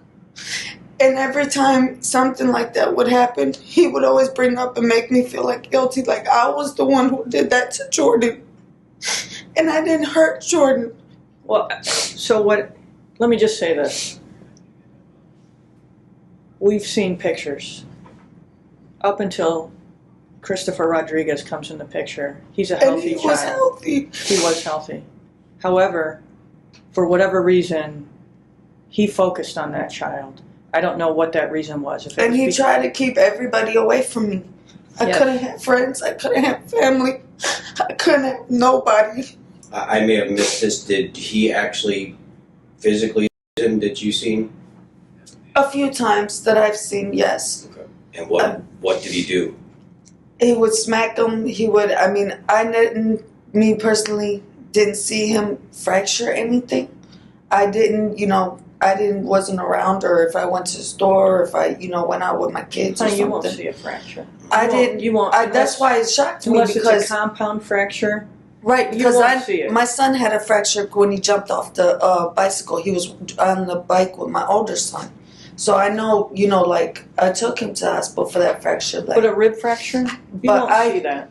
But see, I wish I would, it was just like Jordan trying to tell me something. When I told you that when he finally took his last breath, it was like he was mad. Like I seen in his face like he just wanted to tell me something. But I just didn't know what that something was. It's easy to find inconsistencies in Larissa's story. A mother of 9, she was investigated for 13 times over the years, dating back to 1999. Each case revealing the same horrors: starving children, filthy living conditions, and desperate cries for help that went unheard. Jordan, born premature and unable to speak, was her easiest victim to hide. While his siblings were removed, he was left to rot in silence, sick, hungry, and forgotten. His only crime was needing care. And the agonizing truth is, this isn't even half of what went on in that house. The real nightmare is still to come. So brutal that even detectives will feel disgusted. I'm going to steal one of these because you're starting to get to me. I'm sorry. Hey, and my sisters made me realize a lot. My sister, and I haven't talked to them in a year. And they said, why are you taking the blame for this guy? And I admit, in my past, that's part of one of my counseling. I've had bad relationships, and it's a pattern. Yeah. It's a pattern, and that was something me and my counselor was working on. And this just happened to be another one that just... Well, he might have been the worst one. Yeah. I think it was. You do know we're going to go talk to Chris. Have you talked to him at all during this time? No. Talked to him before you were put in jail? I talked to him. It was the same day you guys all came. I mean, not you guys, but when they came to the house, and to me, it just seemed like he didn't care. What did you tell him? Like, I told him he was in jail at the time. Yes, he called me about 6 o'clock that evening, because that's when he got supposedly off of work from in the work or whatever he did in the kitchen, and he's like, "What's going on?" I guess because the detectives went to talk to him, and when they went to talk to him, I guess they were asking him questions. He didn't specifically go into. He just wanted to know more about what happened on my side. What you said. Right. So when I sat there and I told him, and he was just like, he didn't seem like I was. You know, like I was scared. I was nervous. I'm, you know, shaking and spooked, and you know, he just seemed so calm. And you know, like. Did he tell you what to say, what you should say, what you shouldn't say? No. That's why when you guys came and say now he changed up his story to something about December 2nd, that's because he heard me say it over the phone. He didn't know anything about what I told the police. But so when we confront him with Jordan's injuries, is he going to tell us otherwise, that you're the one who did it? A woman can't do it hit that much harder. And you know what? Anybody can tell you that. And I say that. That's not true. I mean, he's a lot stronger than I am. And me personally, you can even ask my older son. My older son will tell you. No, Angel. Angel? My older son will be the one to, if anything, between my older son and my oldest daughter. Do you know how we would get a hold of Angel? I mean, do you know that number? Does he live on Wade Avenue with his dad? Or do they live someplace else in the first day? His dad moved.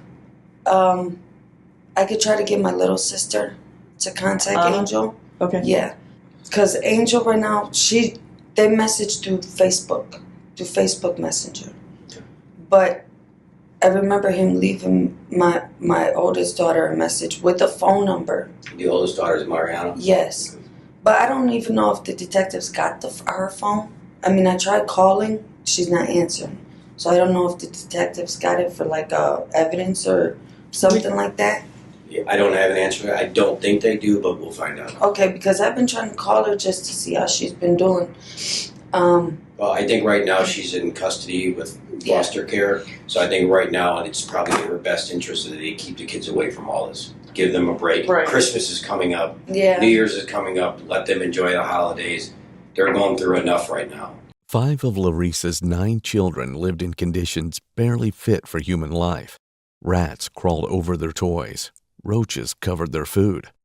And the stench of rot clung to every corner. Larissa did nothing to improve their situation. And Christopher, a man with a long history of violence and drug abuse, made matters worse. Together, they turned a home into a breeding ground for pain. A cesspool of cruelty disguised as family. And her pathetic sob story is shameful, to say the least. The sad part is that she will go all out with it soon. He's got a scar on his back because I did it. Self-defending myself. Because he went and literally choked me, put me in the kitchen, slammed me against stuff, had a knife in his hand. I found something, I don't know whether it was a screwdriver or something. I just grabbed something and just got him right in the head. Called the police out to the house? Somebody called? No, nobody. Nobody.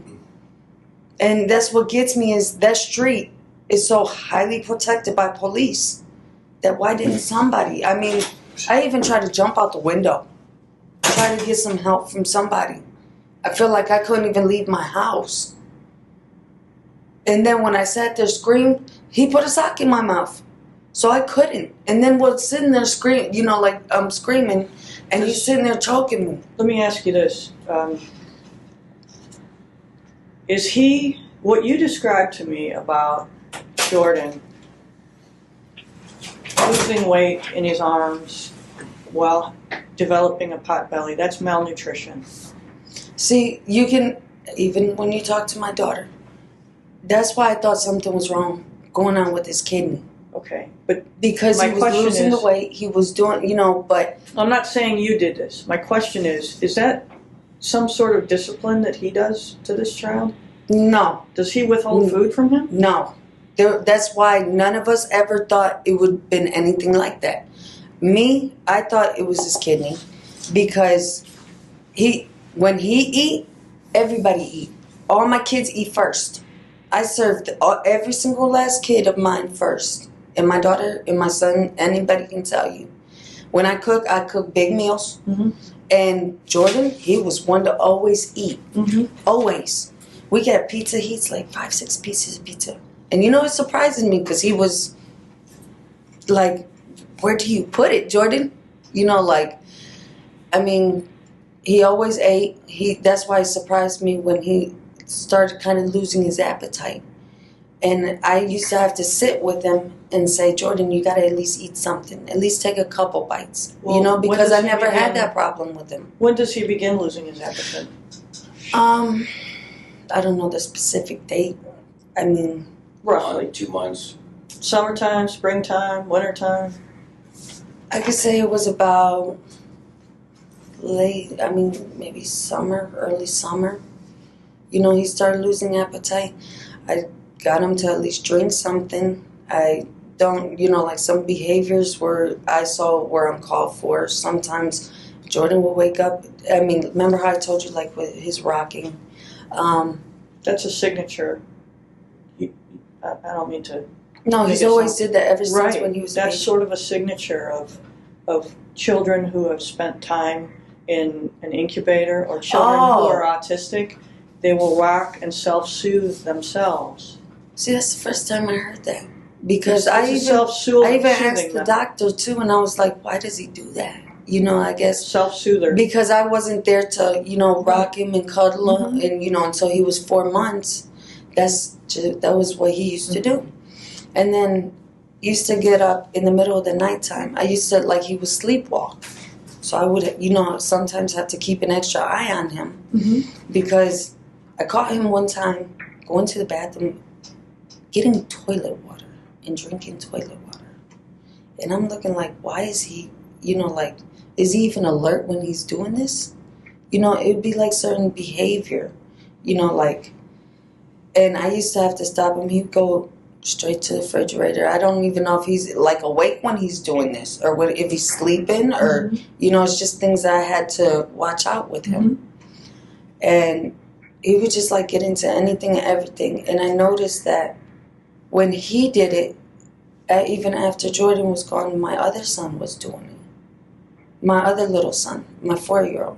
And I'm looking like, is it because he watched Jordan do it? Or why is he doing the same thing that Jordan was doing? It's a good question. I don't know. I mean, is it a behavioral thing?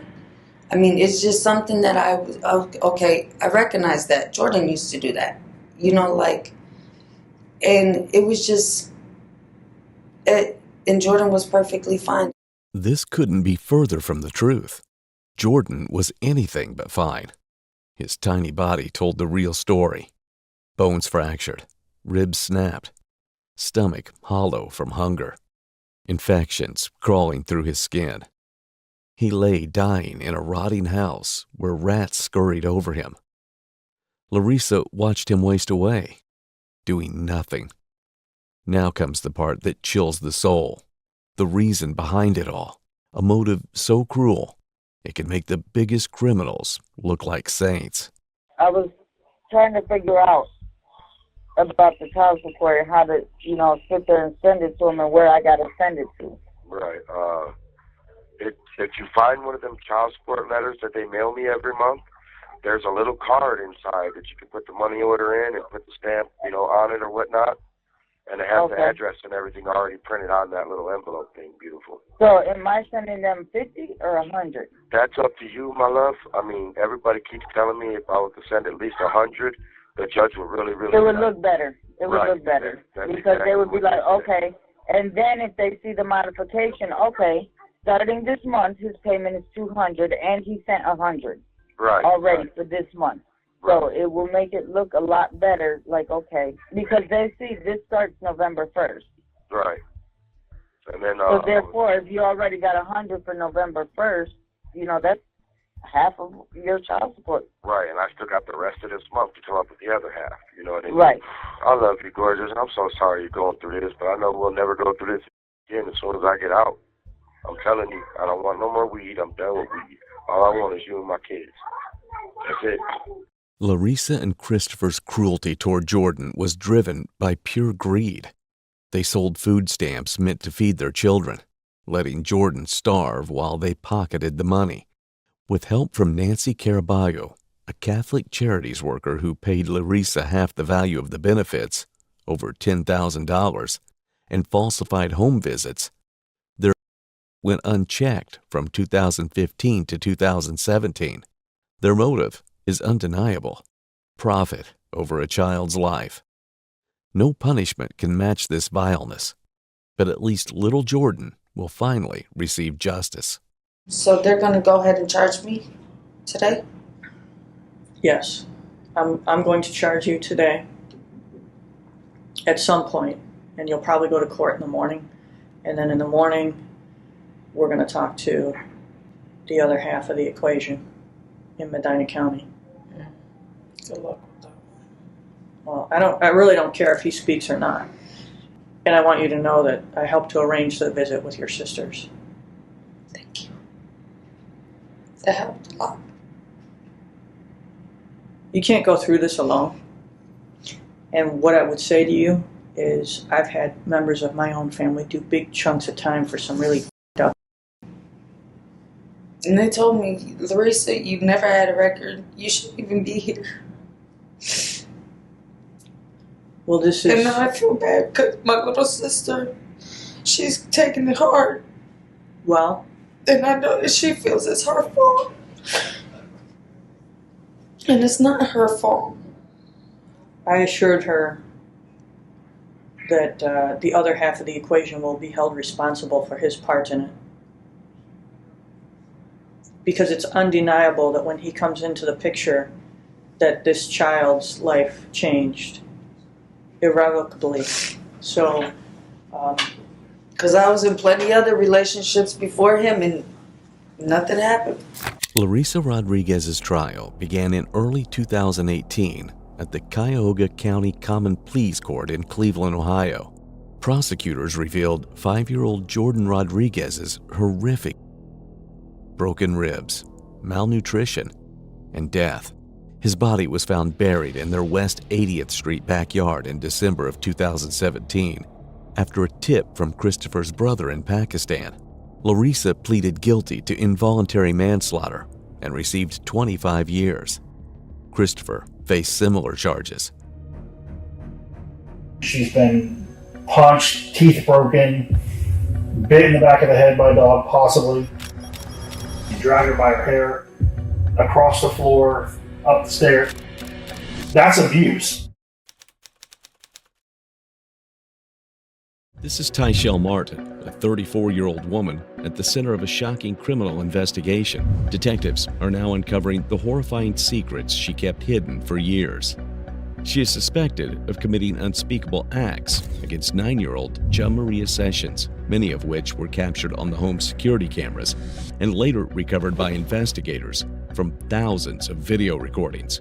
Is that what happened to her? What happened to that? Well, her gone. Despite the horrors already uncovered, Tyshell's darkest acts remain hidden. When footage and autopsy revealed John Maria's brutal suffering, it left seasoned detectives shaken. 2,820 photo or videos. I know that number because I've watched every one of them more than once. My child is not. She's separated and she's swollen. and she's not responding. On March 5th, 2024, Florida's Child Welfare Agency received a report of a possible abuse involving Jamaria Sessions' sister, Jalaya. A sergeant reviewed it, but closed the case within minutes. Over the following months, the violence inside the home escalated. On June 15th, 2024, security footage showed Tyshell ordering her Rottweiler to maul Jamaria, while she simultaneously kicked, dragged, and beat her, at one point threatening, "I'm fixing to kill her." On June 17th, 2024, Jamaria was found unresponsive. Her body was covered in bruises, burns, and dog bite marks, leading the medical examiner to rule it as a homicide. On August 28th, 2024, both Tyshell and Jamaria's father, Juan Sessions, were arrested, and interrogations soon exposed the depths of their cruelty. Do you need anything? Do you need a bathroom or drink water or anything before we get started? I have no moment. Okay. And I know this is an uncomfortable way to update you on this case, but as long as you want to and you're willing to talk to us, we'll give you a case update and then talk to you if you're willing to talk to us. I wanted to meet you. I've never met you, of course, you know that. And kind of talk to you woman to woman also, because I think you only talk to the dudes, and I think this case is a little more complicated than some people are giving it credit for. They're looking at it in a black and white medical sense, and I see a little bit more to it than that. Maybe not, but get your take on that if you're willing. I don't know. I see a young lady who's watching 5 kids, sometimes 6 kids, on her own, with no help from Juan, it looks like. I mean, he's working, he's going to school, I get that, so. I know one of your children is autistic, right, too. And everyone that I haven't talked to, but I've seen the interviews, say that Jamaria was, God rest her soul, quite a handful. She'd steal things and lie about things and lie about stealing things. And so anyway, I wonder if there's more to the story than just the black and white. You know, I mean, you can tell us if that's the case, if you're willing to. But you can wait on. Fix Mercer. So I don't have to regurgitate anything that you say to us. Yeah. I'm sorry though that you and your family are going through this, no matter what happens. I'm sure it's difficult one way or the other. I can't imagine. A lot of kids myself, and obviously you have several kids. And I didn't knock her, but I did have. I'll scoot over so you don't have to play tennis ball with your neck to look at both of us. We were chatting, but we didn't really get into anything. All right. Right now, you're the only person arrested, so we kind of want to hear your story. We think that there's more people involved in this that should be sitting in the chair you're sitting with, too. So, I want to hear from you. What happened? Honestly, I can't say how she passed away. When I found her, she was sleeping. All I can say is, she did receive whoopings. The girls told me that she fell that day when I was sleeping. I did not witness that fall.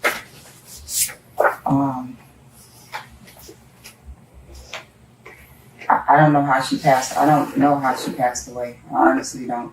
Okay. How did she get the pinch marks all over her body?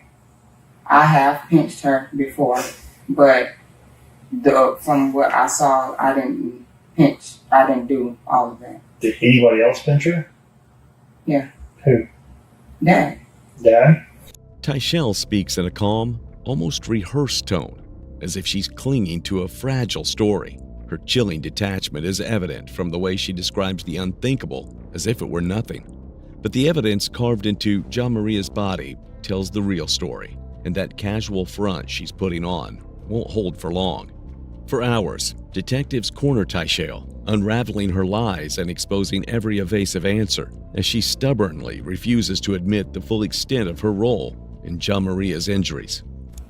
So what kind of abuse or what kind of discipline would LaJuan use on Jamaria? What you mean, like use? Like whoopings, would she timeouts? Like if she got in trouble. Like if she got in trouble for something, what would be the recourse that LaJuan would do? I mean, initially it'll start out with maybe having to run in place. That's a lot of things that he would tell her to do, or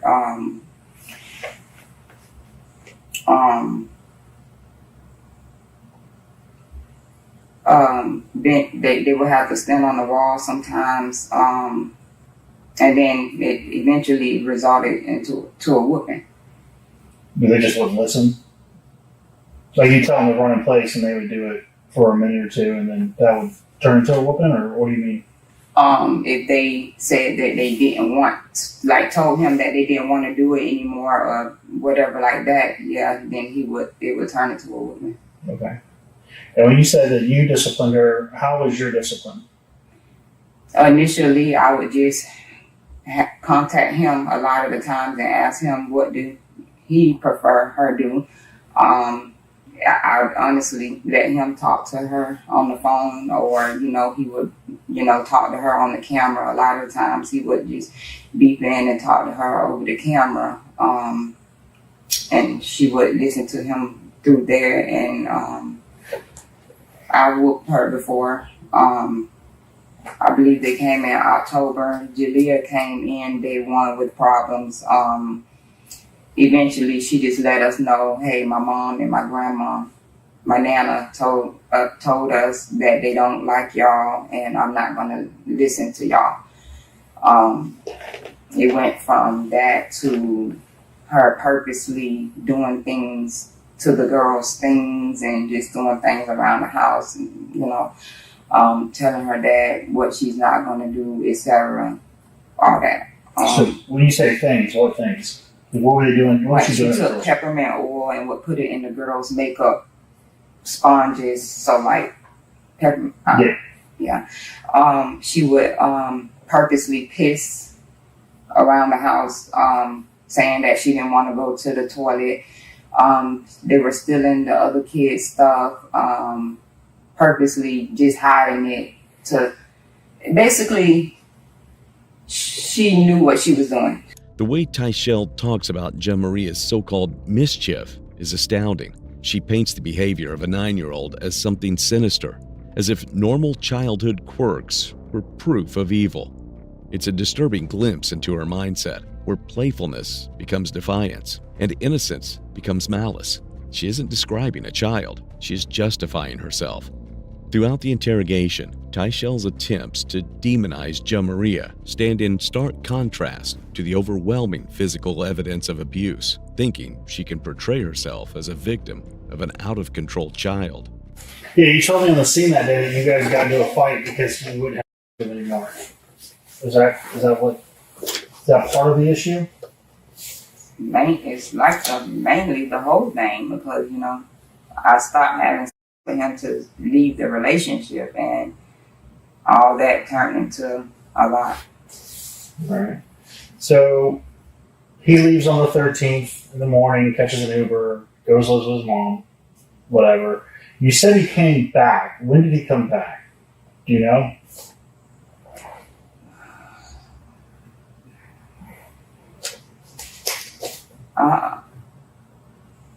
I don't know if that was the Friday night, I believe. What time do you know, roughly? It was like around 9-ish, maybe. And he showed up at 9 o'clock? Yeah. And what happened then? Well, how did you get there? Let's start there. How did you get there? I honestly don't know. That's what my daughter told me. She Okay. said. So you weren't home? No, I was home. I was sick, so I was in the bed a lot. Okay, so who answered the door? I don't know how he got in the house. Okay. Does he know the passcode to the doors? He does? Okay. All right. So what does he do while he's there? Home. He's just home? Like, what does he do while he's there? Like, does he just go to bed? Or Talking about that Friday. Yeah, that Friday night. Yeah, that's what I'm saying. My daughter saw him. Right, but what did he do? I was in the spare So you don't room. know? I wasn't around. I didn't want to be nowhere near him. You know how long he was there? No?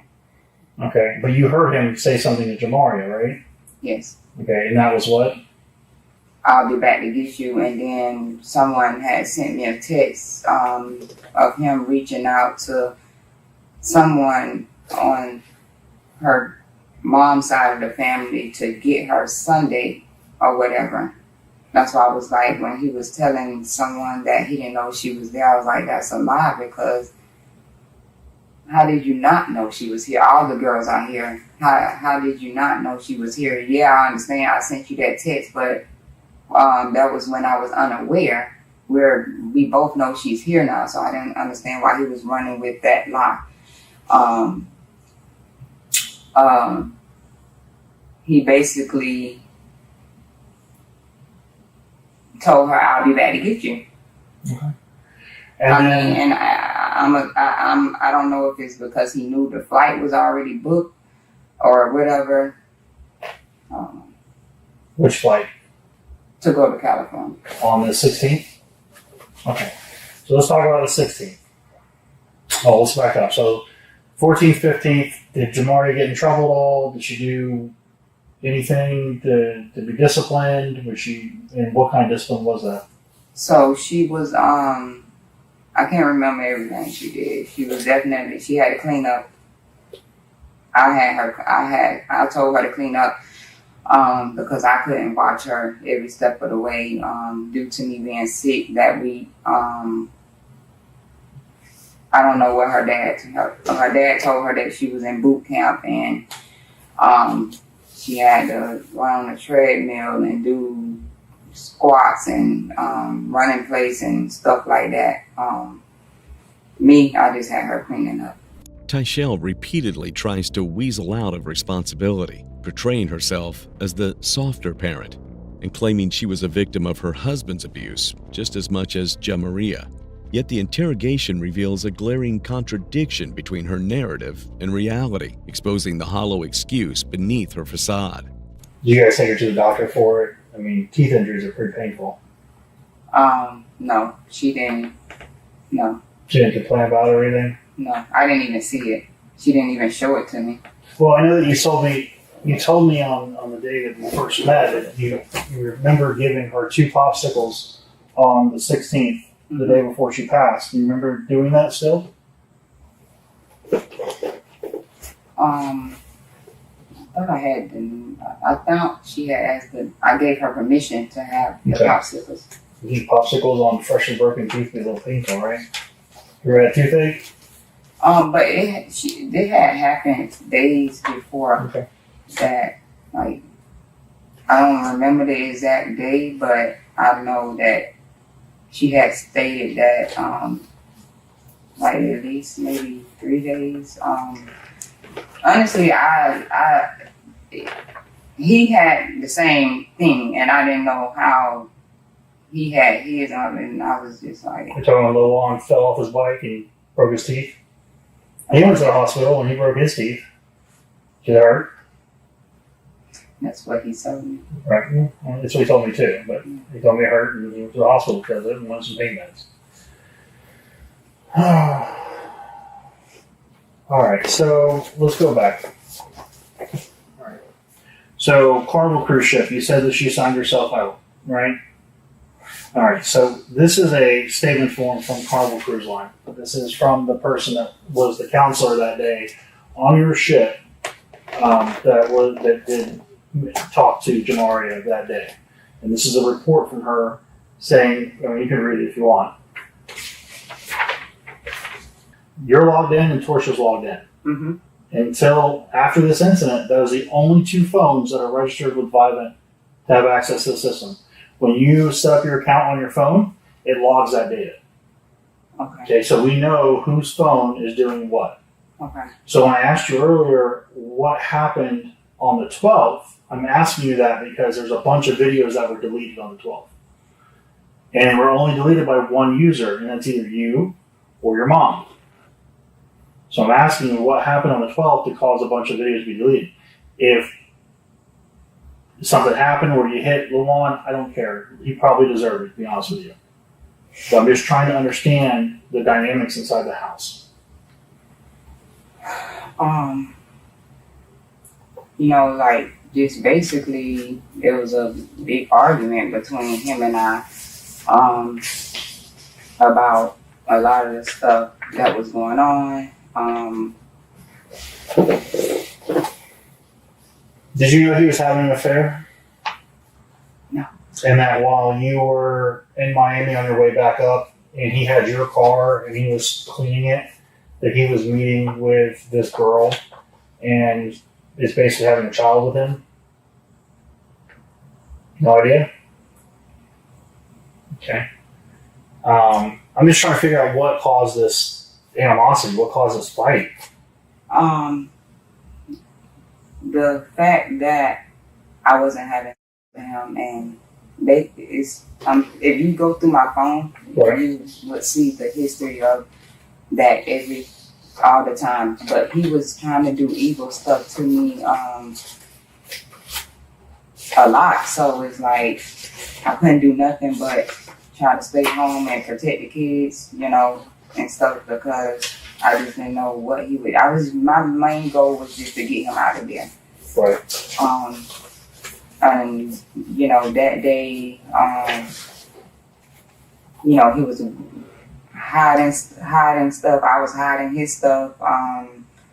Well, basically my stuff, his stuff, that because he had stole something from somebody, and I was trying to hide it to like show it for evidence, just in case he did something to me. And basically, I didn't want to be seen with that stuff. By now, the pattern is unmistakable. Cruelty dressed up as discipline, neglect excused as fatigue. Tyshale normalized brutality to the point it became forgettable, stripping Jamaria of dignity until all that remained was silence and blame. What comes next crosses a line even the darkest cases hadn't dared. Who do you recognize in those photos? Jamaria and myself. And what about Azaria? Oh, I didn't see it.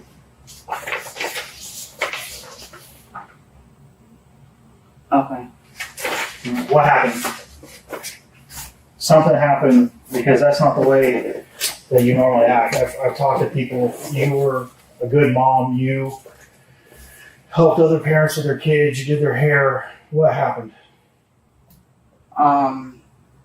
That day,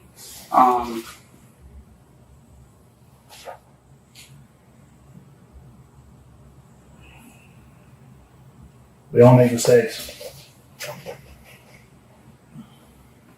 I don't know if that was the moment that they came to me saying that she was punching the pillow, or what that moment was about. I can't remember. What was going through your head?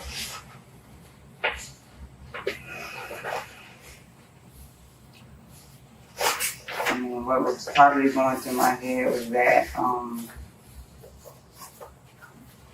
probably like,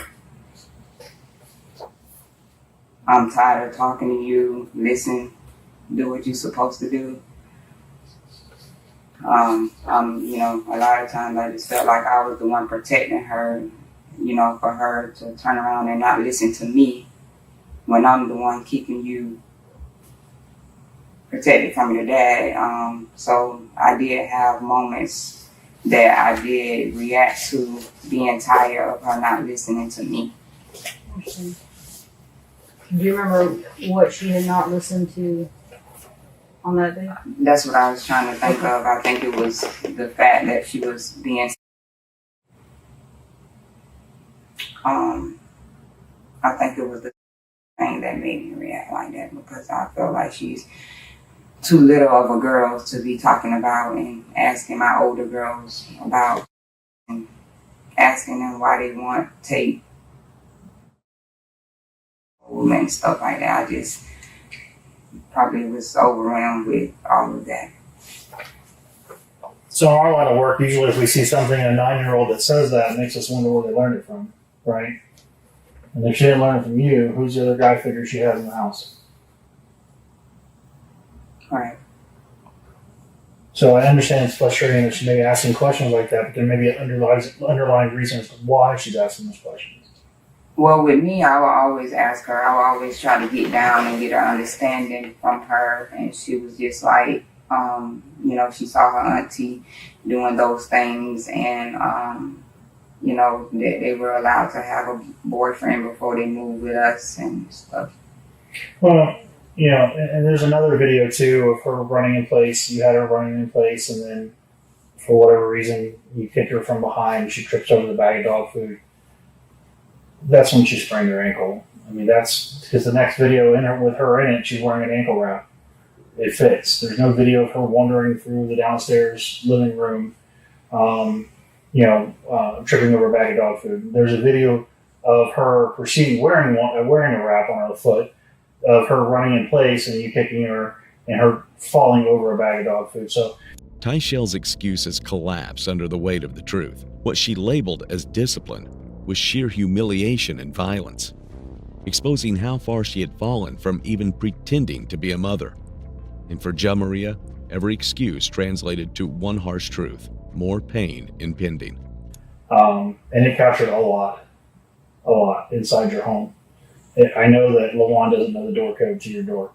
I know that because there's so many videos of him standing outside like an idiot, waiting on someone to open the door for him. But that was before we just got it. We just recently got it done, and he was the one that had to be there with the guy to program everything. I also know that he stood in front of your door on several occasions like an idiot, not knowing the code. I also know every time your doors were open and when they were closed. I have every video of every person that's been in your house, from the pest control guy that you canceled when your mom was there, to LaJuan, to Deshara's boyfriend and Denai's boyfriend they snuck in, from them smoking weed to them drinking alcohol. And I have all of that. Right. I mean, he told me that he's the one that set the code for the front door. The side door, he don't have the code for that. He didn't have the code for that. Spends a lot of time outside standing in front of the door looking like an idiot for someone that has a code. Maybe the chain was on the door. That's why I wanted to talk with you, though. You can see we spent 2.5 months figuring out what happened. We had videos, texts, reports from Carnival. I wanted to ask you why. And you're kind of disclosing some of that, what was going through your head, who else is involved. Are you the only person who should be sitting in that seat, or should someone else be? Is there a reason behind this? Just don't is there an think explanation? That it's nothing that I did physically that could have caused her death. That's just, I mean, I know what he told me, so that's what, I was leaning more towards, but... What he told you? Well, not me, but told her. He, basically let her know that he was going to kill her. So, I mean, I didn't know if that was a scare tactic or what, but I honestly... So what do you think nothing that could have caused her to die. What do you think LaJuan did? I don't know. Well, you see the marks on her. Right. Who caused those marks? You, LaJuan, someone else? I mean, I feel like LaJuan did. You feel like he did, or you know he didn't?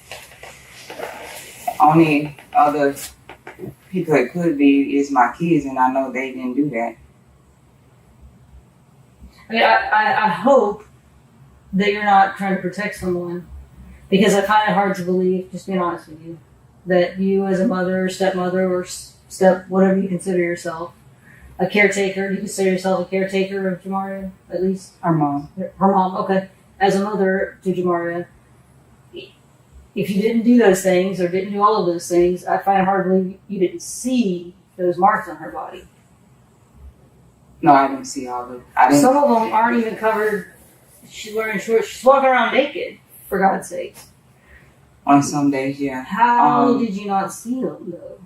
Because that week, we came back, I was sick. I was in the bed the majority of the time. Confronted with evidence she couldn't deny, Tyshell sits silent as every detail of her neglect is exposed. The videos, the marks on Jamaria's body, and the timeline of her choices combine to paint an unmistakable picture. Her refusal to acknowledge what everyone else can see shows not just her failure as a mother, but also her unwillingness to confront the harm she allowed. And just when it seems everything has been revealed, the interrogation is about to show just how far her denial really goes. So she died from her injuries. So it's kind of like it's kind of like death by 1,000 cuts. You ever heard of that? You get a little paper cut and it doesn't kill you, right? You get a lot of them. Well, then now your immune system's jacked up because it has to fix these things. It requires energy from your body, so you break down muscle, which breaks down proteins that go in your kidney. It's a whole thing, right? And then she has all these injuries that are staggered historically long. So she's been whipped, she's been pinched, she's been punched, teeth broken, bit in the back of the head by a dog, possibly. She has all these injuries that her little body is trying to fix, right? All at one time. It's a lot. And then she's not given nutrition. She's not given proper amounts of water. She's not given proper amounts of food. And we know this because during the autopsy, we empty their stomachs. We check their bladders. I know what color her urine is. Her urine looked like coffee. And she had so little fluids in her body that we barely didn't get enough blood because her body didn't have enough hydration. So we know she was dehydrated. We know she wasn't fed. And we know she has all these injuries that she's trying to recover from. I fed her literally every day on the cruise, every day since we... Here's what happens. When your body can't get food, it breaks down muscle. So I tell you not to starve yourself because you'll lose all your muscle mass. So your body breaks down this muscle to try to repair itself. Well, the problem is a lot of protein goes in the kidneys. Kidneys aren't built for that. They shut down. And then she dies. So literally preventable from one, not hitting the child like that, not making her exercise like that, not pinching her like that, not having her teeth broke, not having her dog bit, but hydration. The child died because she wasn't given water, enough water. That's why she died. And from her injury. But I did. I mean, like, there's no... she's never been deprived of no food. Like, everyone has full access to everything in the house. 2,820 photo or videos.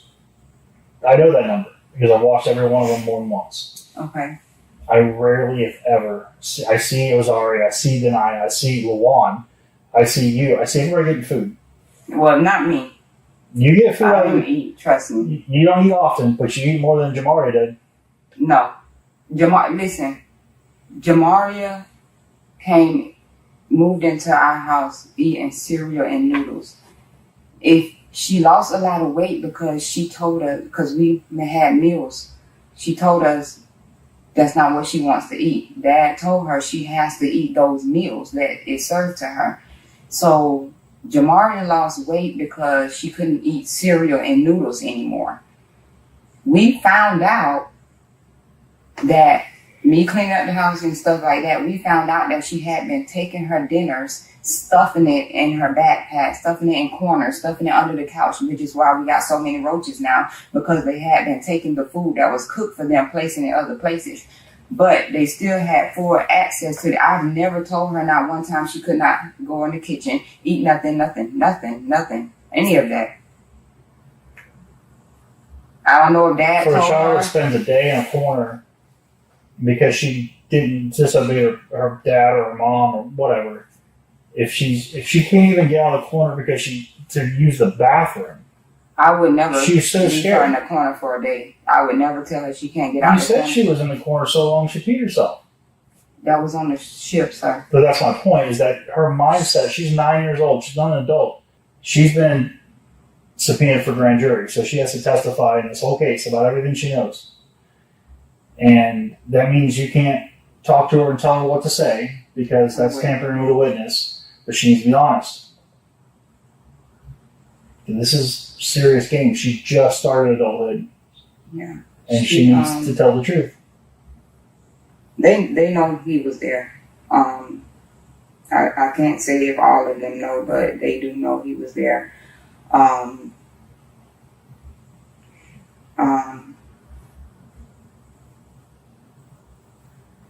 I just feel like he told me that, not told me, he told her this what would happen, and it happened.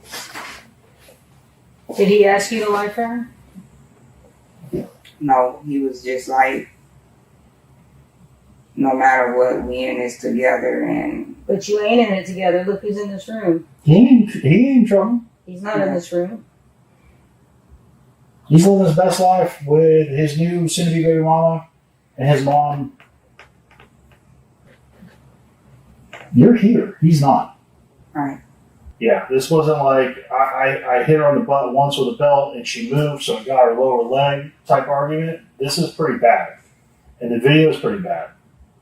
We don't have videos of Lawan doing that, whether it be because you deleted them, the ones of him, or he was smart enough not to do it on video. But as far as spending so much time with you, asking you, because your kids have already told us no, what, if anything, he had to do with it? Because he ain't going to throw himself in front of the bus for you, I'll tell you that. Here's the reality. But Azaria knows the truth. She stood there, right, when this happened. She watched the whole thing go down. She even moves over so she can watch it continue, which is sad. The other part of this is Denia's upstairs at the top of the stairs. At the same time this is all going on downstairs, so Denia hears it.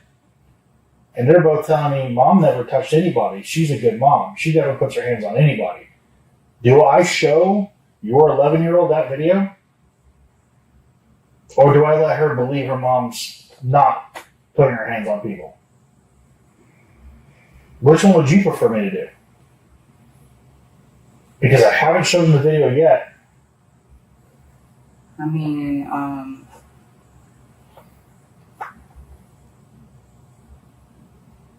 they know they know that was us. They know that happened.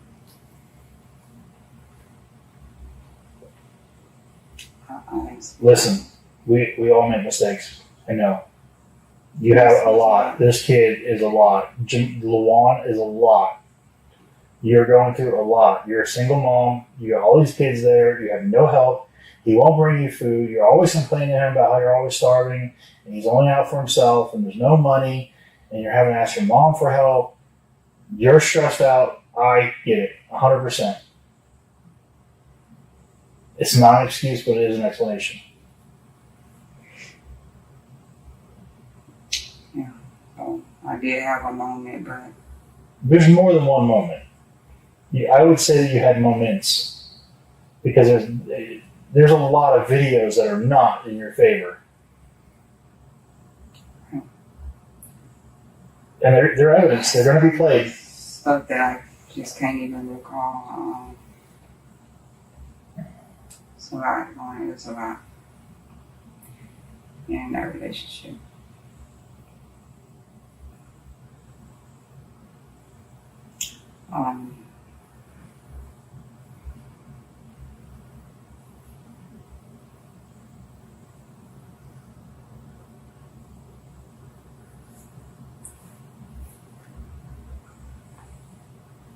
So just from that alone, that was enough to kill her? If a mosquito lands on you and it's sucking your blood, and you have two choices. You can move your arm, make it fly away, or smack your arm and kill it. That quick of a decision is premeditation. The truth sits heavy in the room. Tyshell in the video doesn't flinch. She kicks, stops, and drags a helpless child with the same calm detachment that fills the interrogation room. She denies everything, yet in her every movement, she reveals it all. And just when it seems her cruelty has been fully exposed, the next moments will uncover a darkness even harder to face. You're sitting there between two cops where he can't touch you and you're afraid of him. Not saying that's your fault, that's his fault, but I'm just pointing it out to you so that you see it. Because even now, like, I'm in jail, I'll be in jail and he still has full control over my child. So it's like, even now, he would, I don't know. So help put him in jail if that's where he belongs. You do what you can. Honestly. To be honest, obviously you want to make something up, but no, be honest. I wouldn't. Encourage your family to be honest if they know information. that can help. We don't want anybody to make anything up. Because it's a crime to lie, right? Yeah. And we will charge them if they're lying. Right. So we need to have something that they say and something we can prove it with. Yeah. You see, we have a lot of information, so we likely would know if someone's making something up. Right. We don't want that. Right. We don't want anybody to do that. We've had enough of that. I wouldn't want anyone to do it either. I appreciate you talking to us and being honest with us. I know that's hard, I'm sure. You'll feel better. I'm sorry that you're going through this. Your family's going through Yeah, me too. this. You swear everything you told us today is truth? Yes, ma'am. But so me talking to my mom right now, nothing. That's not going to change nothing. No, we can't. The judge signed the warrant. There's nothing we can do about that. The only thing that's going to change, though, is hold people that are accountable. Right? So Lawan needs to be sitting in this room as well, or in the jail as well. You don't need to go down on this ship by yourself. And that's what's happening, is you're going down by yourself. So you want him to be living the life, walking around, doing whatever he wants to do, while you're sitting here for him? Then he won't start talking to us. Tell us the truth. I gave your daughter, Denia, so many opportunities to tell the damn truth. She's a horrible liar. Yes. She knows about but they definitely know about the abuse towards myself and the kids. You know that. I don't if know. they say everything was fine, there was no issues, they don't know nothing about nothing. If you was going to have a bond and all that, so Okay. are you going to have a bond? So she has no bond tonight. She goes to first appearance, and the judge can do whatever he wants to do with bond. All right. Love you. I need the shower. Can you just give me 2 numbers real quick? Can I do what? We have the Can Sean's you give me phone. Chris' number? Yeah. I don't have his number. Pumpkin. You want me to? Okay. If you give us the numbers, we'll write them down real quick. I'm saying call Pumpkin real quick. Hurry up. Well, just do this. I'll give you her phone number. It'll give her time to find Pumpkin's phone number, and then she'll give it to you. That work? Does that work, ma'am? Are you going to call me back? Yeah, she'll call you back. Okay. It'll be a little bit, but she'll call you back and just have that number for her. Okay. All right? Thank you. Okay. Bye.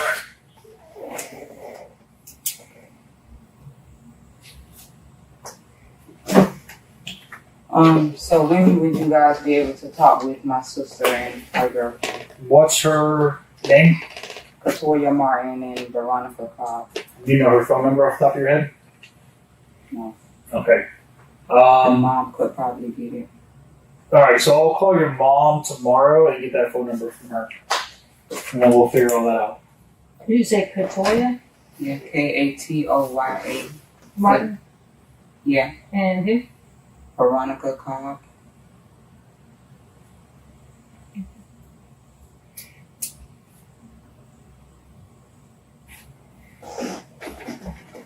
And they what information did they have again? I'm sorry. Witnesses of the abuse. Okay.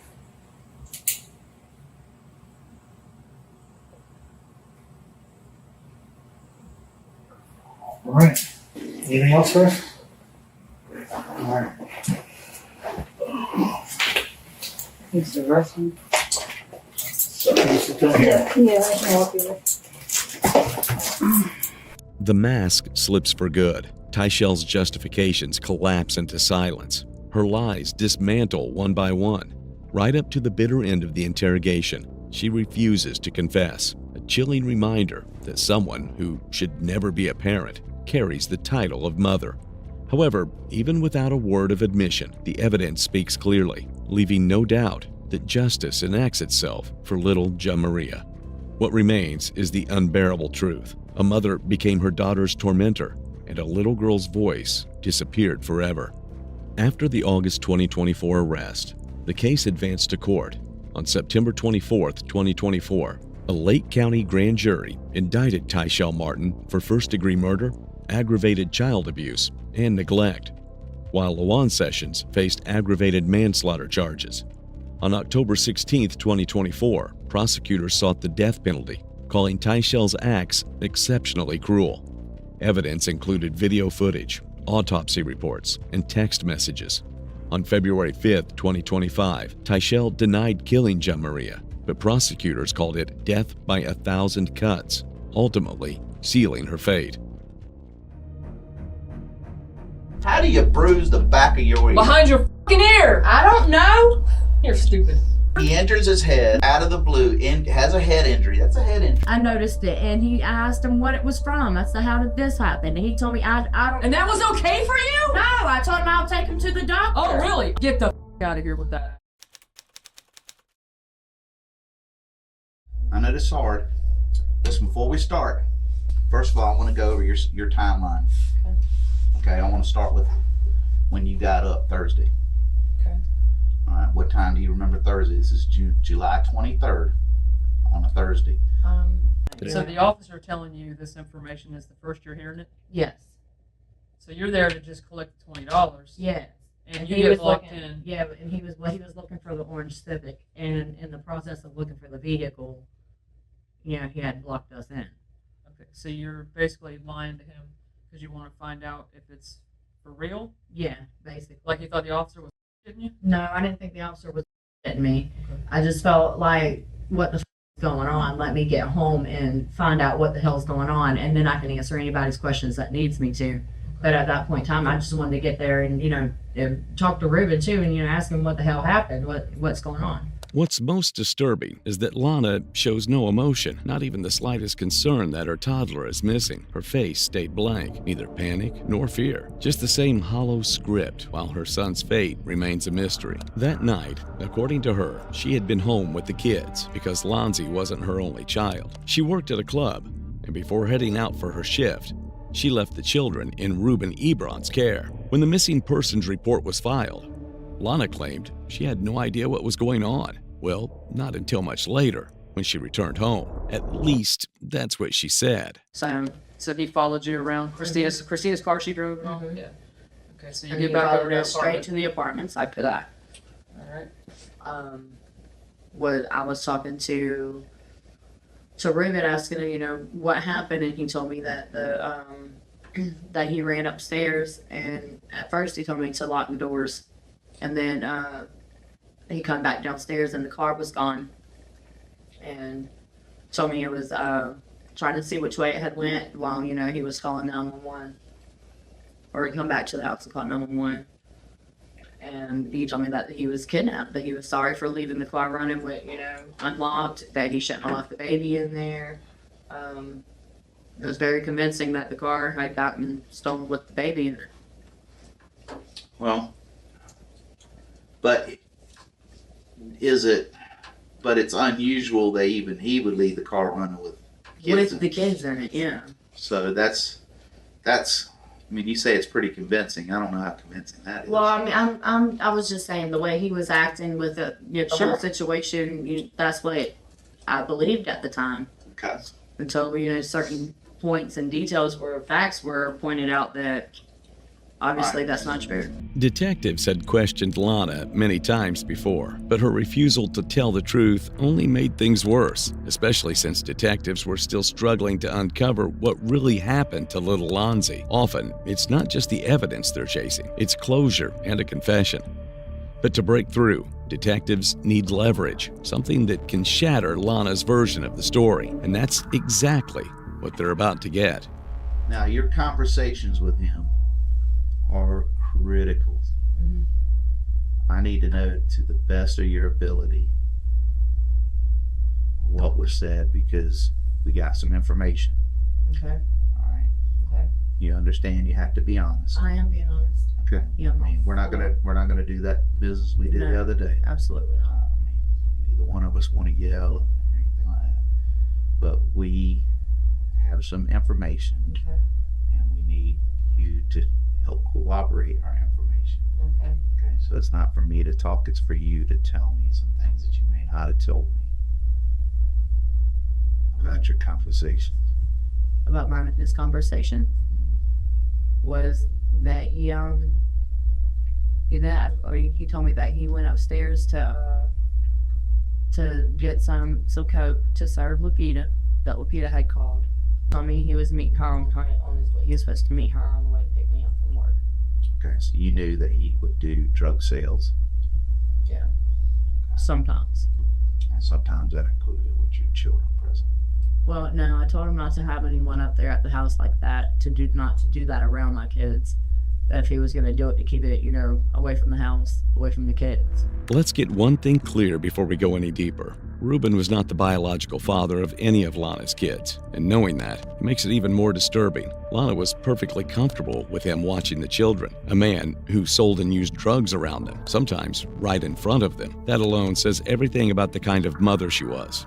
No better than Michelle Martin's, if not worse. So, I wasn't supposed to be doing it in front of him. So what do you remember more of the conversation?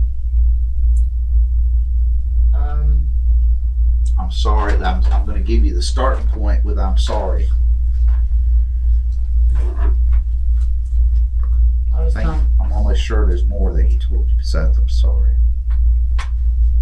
No, he told me that he was sorry about everything happening like this, and I'm telling him what's happening, about what's happening. Yeah, what's happening. What happened? And yeah, so what happened? He just told me that that was so stupid. I'm sorry, for leaving the car running. At the house, he's still telling me that the car got took. He didn't know how he let this happen. He's sorry, and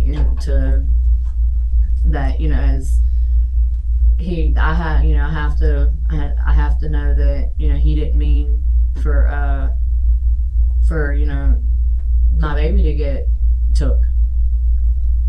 That's what he's telling me, and that he loves me, and told me that he was sorry, that was stupid of him. He was telling me, but look at all the times we've left the car running. I remember him saying that, and you're telling me that didn't happen. As the saying goes, no matter how big or small, every killer makes mistakes. And in Lana's case, it's no different. In every previous interrogation, she painted herself as a devoted mother, one who would never leave her children alone in the car. But now, her own words are dismantling that very image. Whether she catches her own slip-up or the detectives tear it wide open is what we're about to witness. He said that y'all did that routinely with the kids. He didn't like it, but that's what was done. Do you know that to be true or not true? What, that he said that? No, I know he said that, but I'm talking about, did he actually do it? I know what he's saying. No, but I want to know if he did. I never leave my kids in the car, and okay. He don't either. We always take them out. Okay, so when he said that was a lie. We don't never leave them in there with the car running. We don't leave them in there at all. We get out of the car and we take them with us. So what does that mean he's doing? Lying. What do you think happened? What do I think happened? Right. I think that he wasn't watching him well when something happened to him.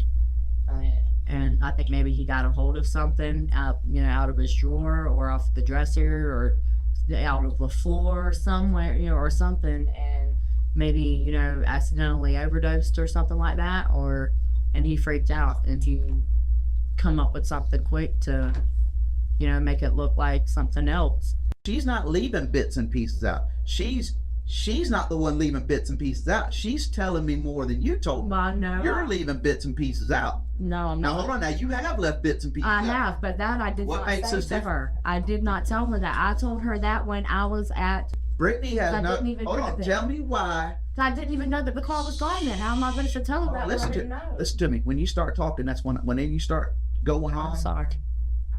Past the question gets me worried. I'm sorry. Because this is a repeat of the other night. You did this and you were lying through your teeth. I'm not lying to you. Okay, well, Brittany's not lying. I can tell you that.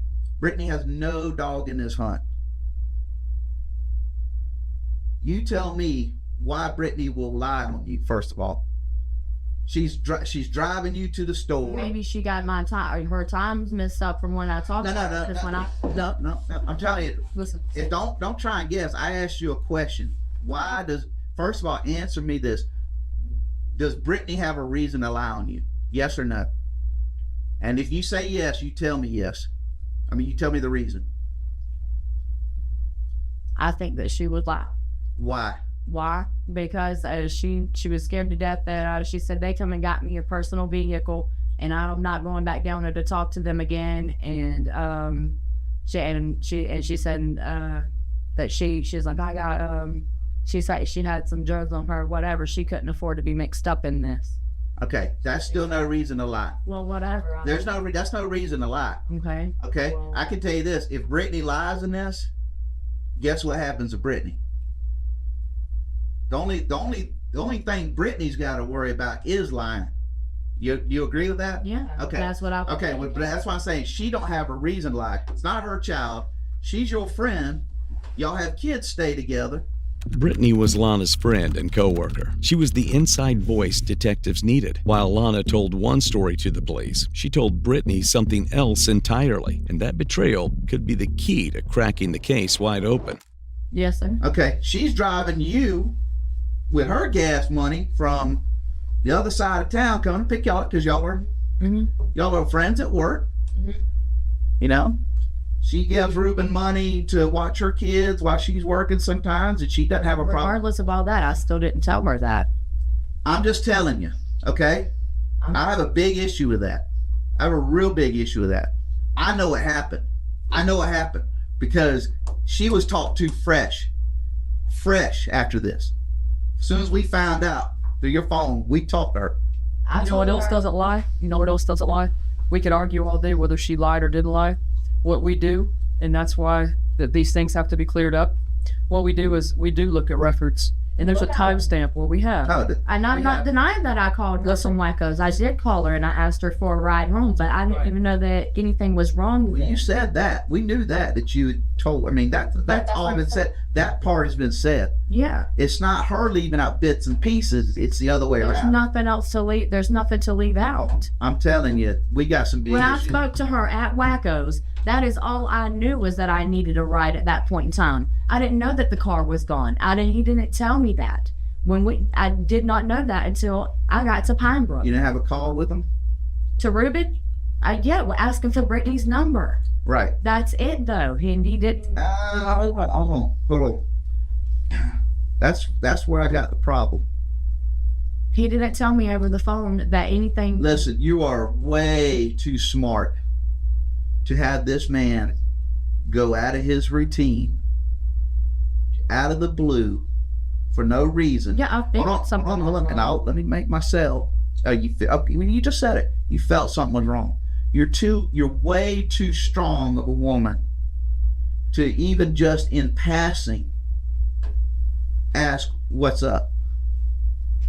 Whether it's your car up or something, you're gonna ask. And that's a completely valid question. Given Lana's tone and attitude during this interrogation, it's absurd to believe that she wouldn't have called Ruben out the moment her car went missing, unless she had planned it all with him. However, this is just the beginning. Things are about to take a much darker turn for Lana.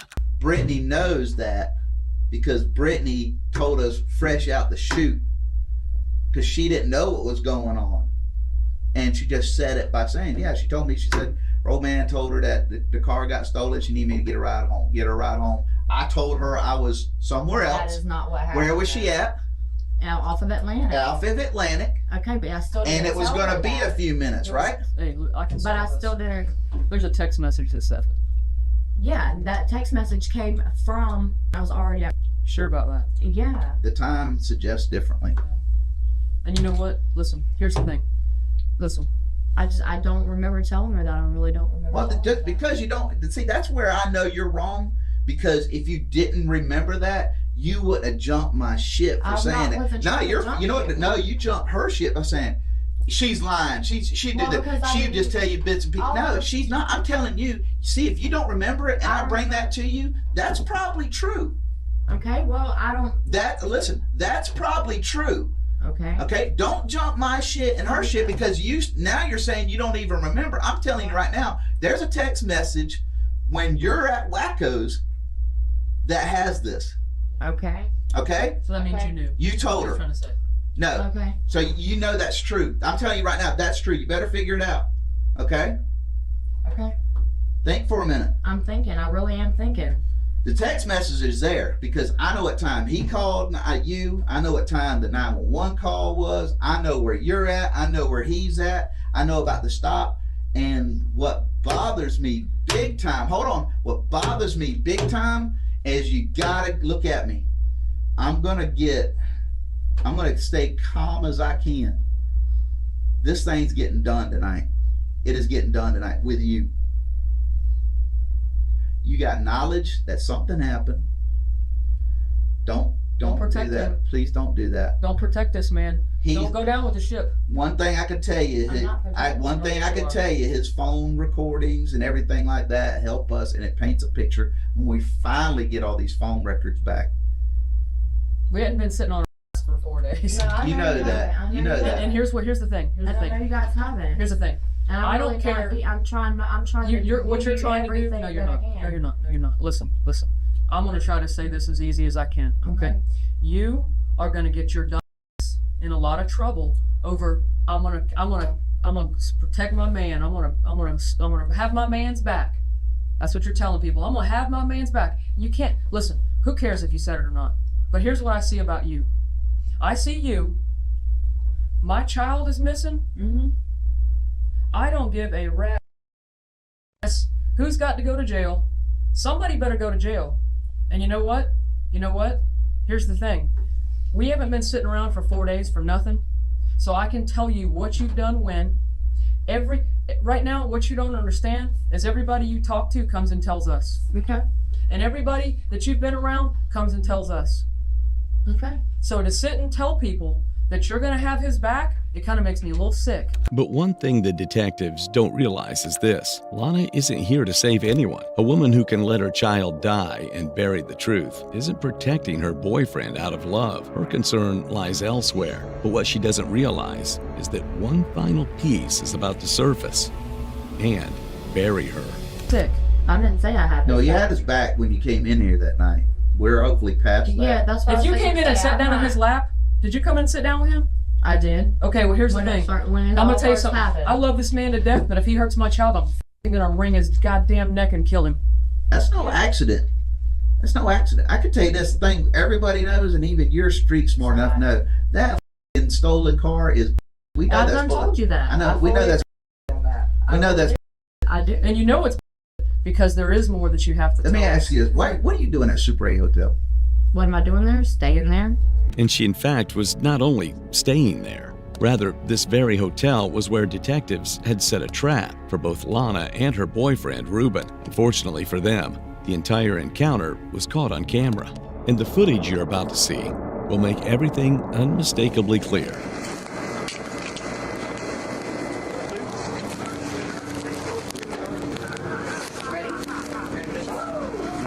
Second, just have me do that. 3 down, 1 to go. Come on, man, join the circle. We're ready to be a square. We just need one more corner, man. Are you okay? Yeah, he made me, and he was like, here, bro. He said, I need to make sure everything's good. That don't hurt. No. Is it the same spot, though? Or? I can't hear you. You ain't never done it? I've done it, but not this strong.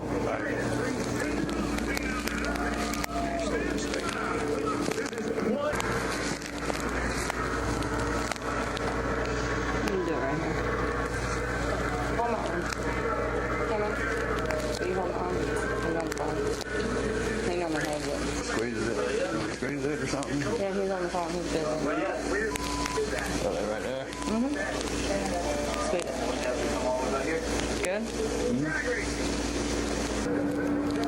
Oh, Lord. Chris.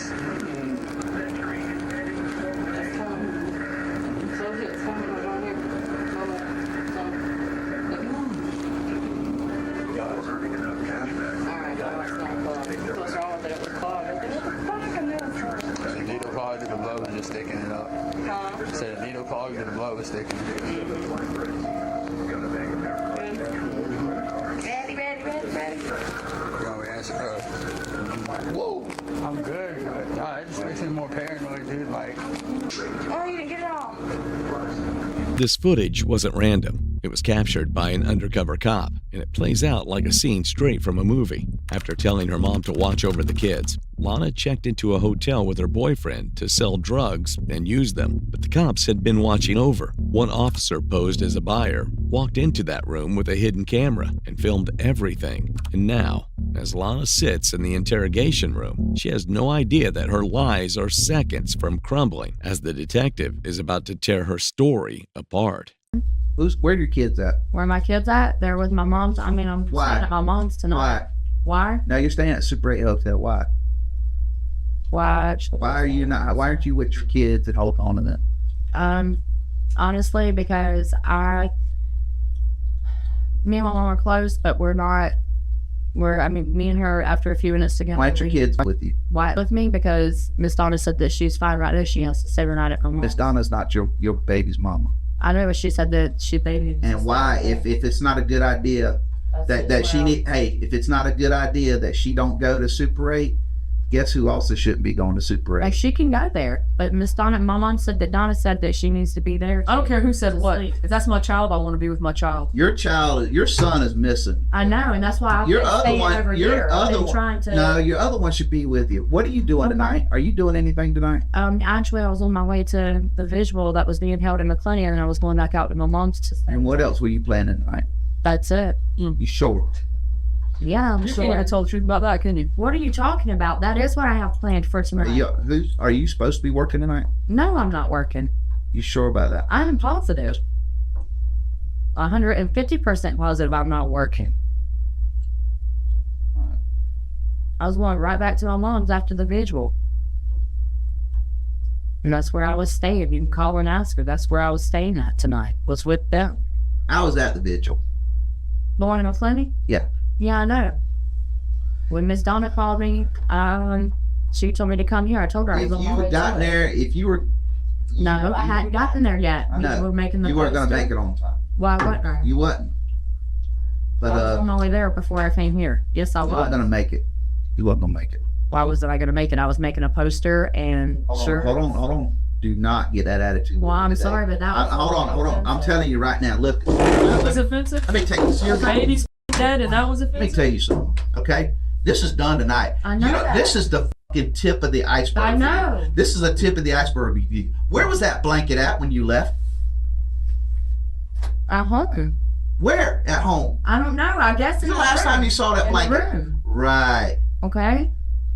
Well, if that... It's closing in. What? You're going to find out where that blanket was. Where? No, I'm sorry. I don't even have to tell you that. We know who that blanket was with.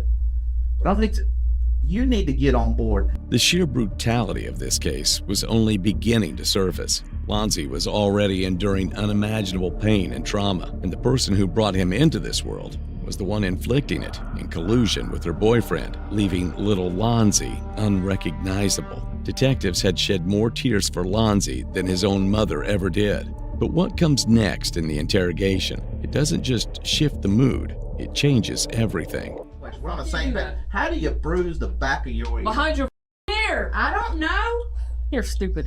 I'm not stupid. Oh, I'm you being are. honest with you. You're trying. I come home and the bruise was already there. I asked him When where. did you see it? Like Tuesday or what? Like Tuesday, I noticed it, and I asked him what it was from. I said, "How did this happen?" And he told me, "I don't." And that was okay for you? No, I told him I'll take him to the doctor. Oh, really? I don't know how you just hurt my kid, but you can stay around and we can. He said he didn't. Get the out of here with that. That's really wrong. He didn't tell me that he did anything to him. He didn't have to. Did you think the thing jumped out of the goddamn sky? No, but my baby also is. I mean, he's a baby. He's throwing up. Behind his ear? He enters his head. No, but I didn't. He unknowingly, out of the blue, has a head injury. That's a head injury. It's yeah. Right here? I'm talking about right here.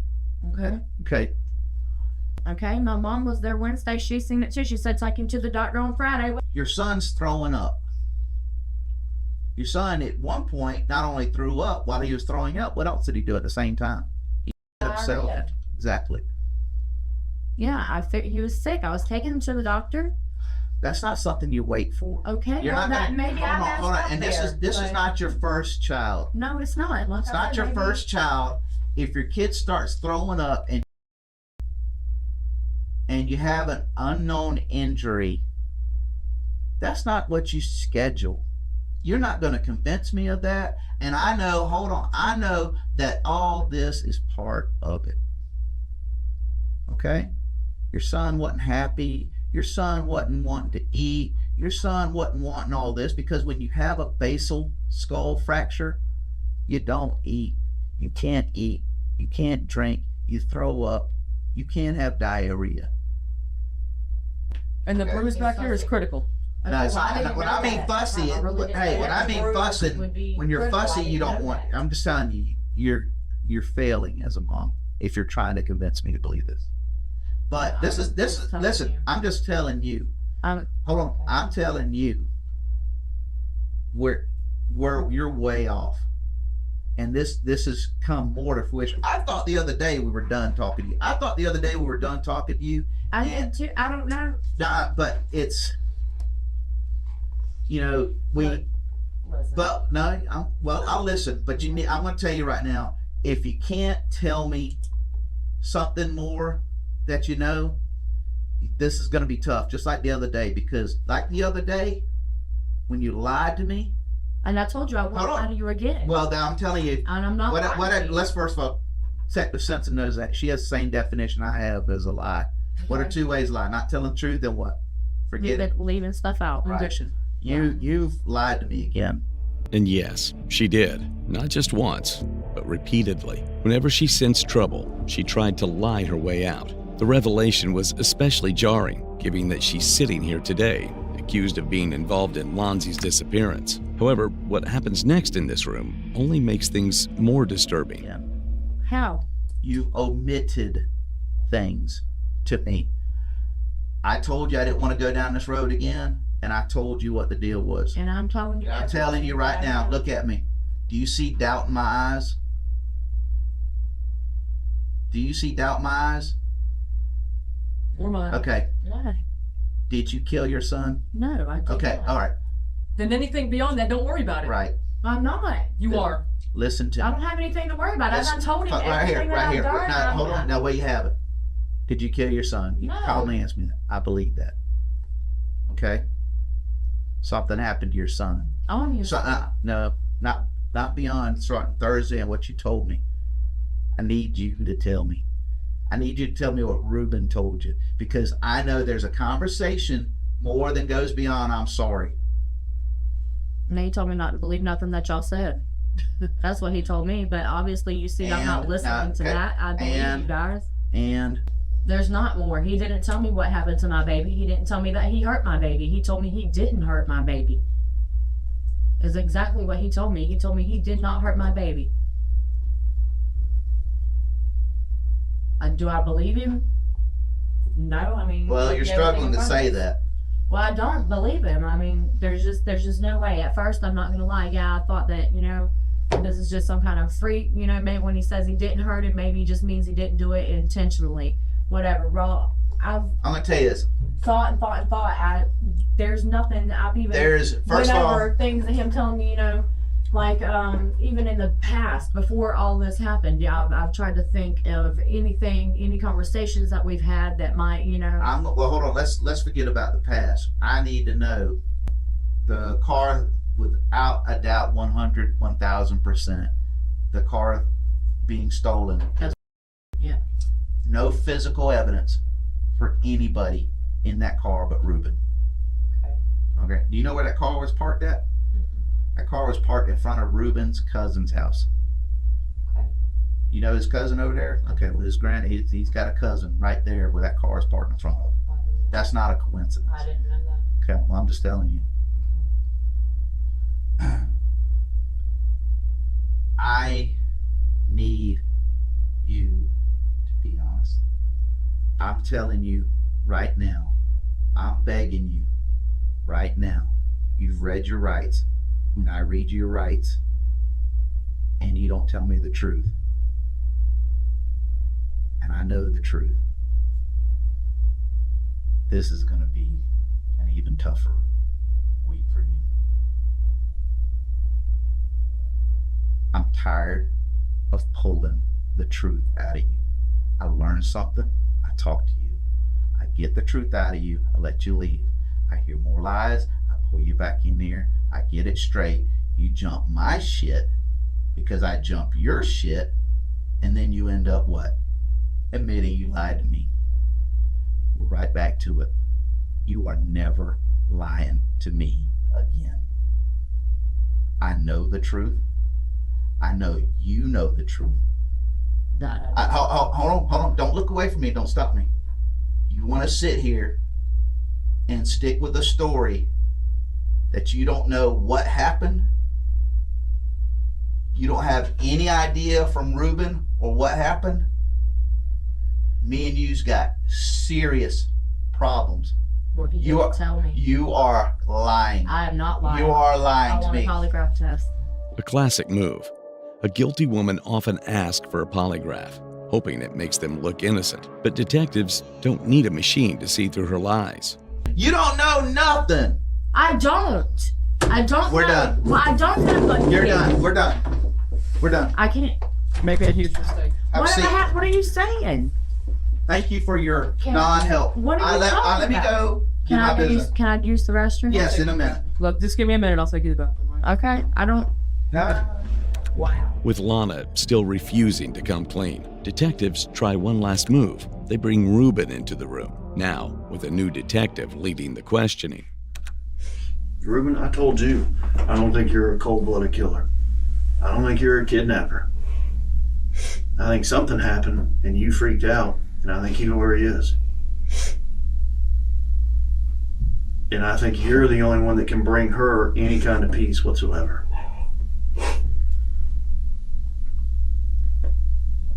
But if you're not willing to do that, that's on you, man.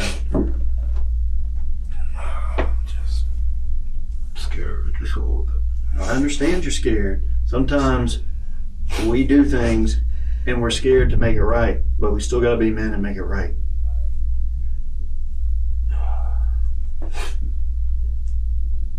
I can't bring her peace. You're the only one that can. No. No.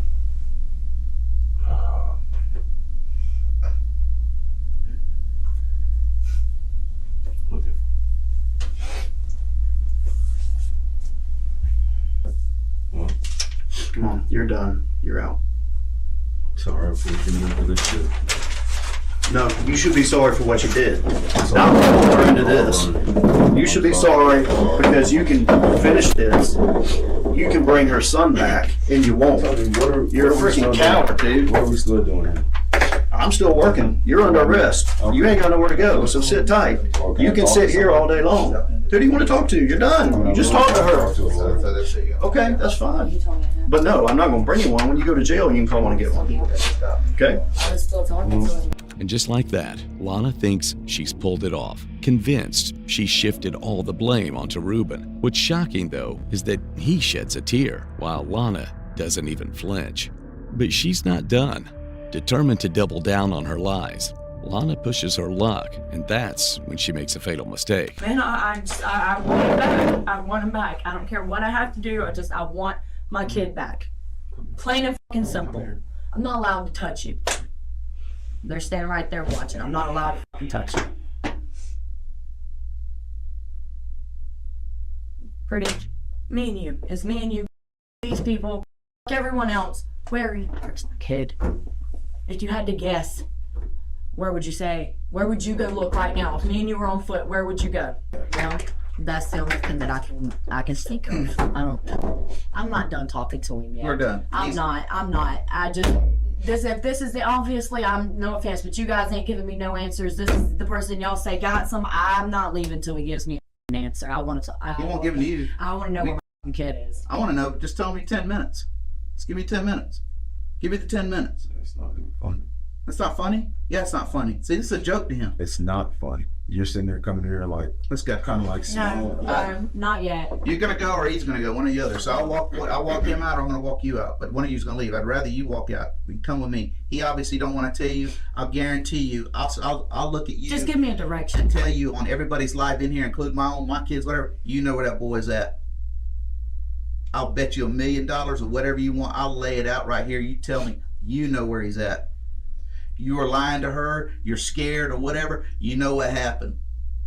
We're done with this. She's out of here. You had a chance to tell her in your own words what happened or what is. Now you're just going to let her go. This is the only thing right here that's going to support you through this whole transition. Just know. Okay, this is a transition. This is a day in your life that is changing you forever. Both of you. Okay? Nasty as it sounds, whatever. If there is something that you up with, made mistakes, whatever, I'm the only fucking person that can push that. I'm the only person that can push that to do whatever to you, Ruben. Just let me know something, and I don't give a about the rest of it. Just my kid. That's it. Just my kid. What's his name? What? Little kid? That's who he is. Let's name him, okay? He's not your kid. He's your son. And that is truly heartbreaking. Every case we cover on this channel isn't just about crime. It's about the silent cries of the victims and their families. One of those victims was 21-month-old Lonzie Barton, a bright, innocent kid, far too kind for this world. He didn't deserve the pain he endured. He didn't deserve to be buried in the woods, his tiny body reduced to remains. And he certainly didn't deserve a mother who stood by the man responsible for her son's death, a mother who couldn't even bring herself to say her son's name. It is disheartening because, once again, the world lost a child who should still be here. On January 10th, 2016, 6 months after his disappearance, Lonzie Barton's skeletal remains were found in a wooded area off Interstate 295. The autopsy revealed 2 skull fractures and 5 broken ribs. William Reuben Ebron finally led police to the spot after months of lies and cover-ups. By then, the actual cause of death couldn't be determined, but the truth was clear. Lonzie died under their care, and both Reuben and Lana tried to bury the truth along with his body. In court, neither could explain why a toddler ended up discarded like trash.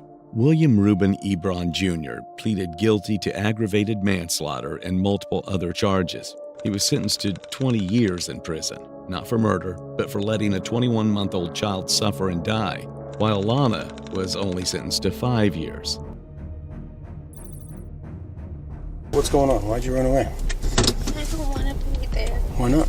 She's scared. Sometimes she locks us in a closet. For how long? The longest I've been here has been like 4 days. 4 days? On a warm afternoon in Piedmont, Oklahoma, on March 5, 2024, police discovered a 14-year-old girl in the backyard of a residence. Her trembling voice exposed years of torment under foster mother Tina Ramirez. But when police stepped inside the home, they uncovered a house of horrors beyond imagination. These kids have run away 7 times from you? How is any reasonable person supposed to think you're not starving these kids? Mental abuse? I would say yes. Physical abuse? No. After hearing her chilling account, officers moved fast, closing in on her foster home. Clear on located now. I will call and cancel. Okay, I'm just gonna go around this building. What's going on? Why'd you run away? I don't want to be there. Why not? She's scared. She's scary? Who? The one who takes care of us. What's her name? Tina. Is that your mom? Yeah. What's scary about her? I'm scared to get in trouble because she goes to the extreme. She goes very far when she gets into trouble. Like what? What happens when you get in trouble? Sometimes she locks us in a closet. Locks you in a closet? For how long?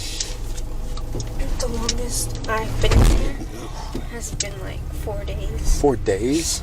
This year, I threw a Halloween party for the kids. It was really cool. I bought a bunch of Halloween decor, and I bought a projector, a huge 84-inch projector, because I bought the screen. But I had bought a projector Black Friday the year before. I hadn't used it yet, so I did like cool stuff, decorated cupcakes, cool candies, and then set that up for them.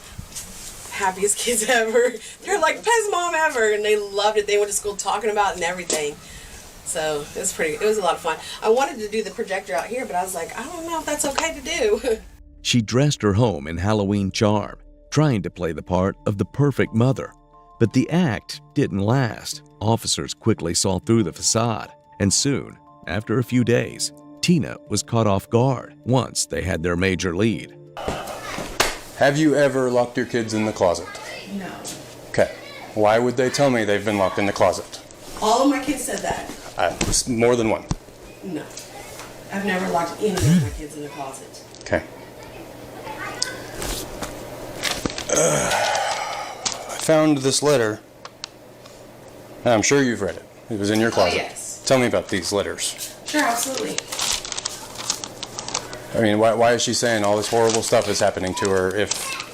She does that. It's how she vents. Right. I mean, is it the truth? I mean, those are old. I wouldn't know. Like, She's talking about being beat up. She's talking about having scissors to her throat. Talking about pulling you off of her and you telling her you would have killed her. That's when we had an altercation. Right. We had an altercation. With scissors? No, there was no scissors. She was coming at me. Okay. But we can't pull it off because she was holding my hair. Okay. Right? And yeah, that did happen. That did happen, yes. When detectives first questioned Tina Ramirez about the disturbing closet claims, she insists she's a devoted, loving mother. It's shocking to see Tina be so calm and composed while casually accepting the horror she had inflicted on the innocent children. And just from that, investigators sense a deeper truth is hiding. Piece by piece, they uncover evidence that exposes a chilling reality, each denial unraveling like a thread from a fraying tapestry. How do you discipline these kids? I mean, I know we talked about it earlier. Do you hit them? No. Do you hit them? No. Ever? No. I've had altercations before. Yeah. There's been more than one. There's a time she ripped my necklace off of me, okay? And I held her. Tantrums, kick and punch. Yeah. I had to hold her down. Okay. Okay. Other than that, no. Typically, what does dinner look like here? I don't cook every single night, but dinner, the kids will do either, most of the time the little ones like pizza, Hot Pockets, chicken nuggets, peanut butter and jelly. The big girls. Jade, you want a flashlight? Like, I just did beans. If you need it, I don't know. I just did beans the other day. Mornings. The little ones eat at school, but the big ones, I'm getting up late and I ain't getting the time to work and everything. I make sure they get milk, and not cereal. Tell me about this. Okay. Tina continues to deny any form of abuse, brushing off violent outbursts as simple misunderstandings. But her story falters when detectives ask about her children's meals, and she conveniently forgets to mention how she had taken away their drinks. What she calls discipline now appears as cruelty. Detectives soon discover that the kids had been quietly hiding scraps of food, something normal for any child. But in this home, it was their only way to survive. As they probe deeper, her carefully constructed world begins to crumble, and what they will find next will expose the full extent of her callousness. She writes stuff like this all the time, sir. You can talk to her about this. She does this all the time. She'll tell you. So why'd you keep this one like it's important? I didn't keep because it's It was in your closet. I mean, I kept, with all your important papers. I kept all of these to show her and remind her, but I haven't got these out in forever, sir. I'm being honest, like... I don't think you are. I'm scared. Well, probably because you've been your kids. No, I Look how skinny they are. You tell me you feed those kids. I do. Enough. I wouldn't say enough. They like to eat noodles. What kid can get fat off of noodles? My kids. I feed my kids noodles all the time. They're fatter than hell. At least not skin and bones like They this. eat noodles and crackers with it. And spaghetti and meatballs and Hot Pockets and pizza and hot dogs and all kinds of nutritious things. Those kids are malnutritioned, Tina. Well, I give them canned vegetables. Does that count? That's healthy, Apples. Soon, detectives uncover evidence so harrowing it shakes everyone in the room. Behind closed doors, the unimaginable trauma the children endured comes into sharp focus, revealing the horrors Tina tried so desperately to hide. I know, but here I am, and they don't have bedrooms, and they had cereal for dinner. Well, that's what they wanted. They got the choice, the option, and they have the choice of that. That's what they wanted. It's always what they want. What do you want? I'm not cooking tonight. If they want cereal, they get cereal. If they want a bologna and cheese sandwich, sir, they get it. Ask all of them. That was their option tonight. I'm not sure what she wanted. I said, what do you want? There's beans from last night that I cooked. She was just saying, who's going to get to eat the beans now? She loves my cooking. My kids love my cooking. Dear God, I think she's going to kill me. I didn't do anything. You and I both know that. I have been talking to you, praying, and trying to be polite, helpful, and respectful.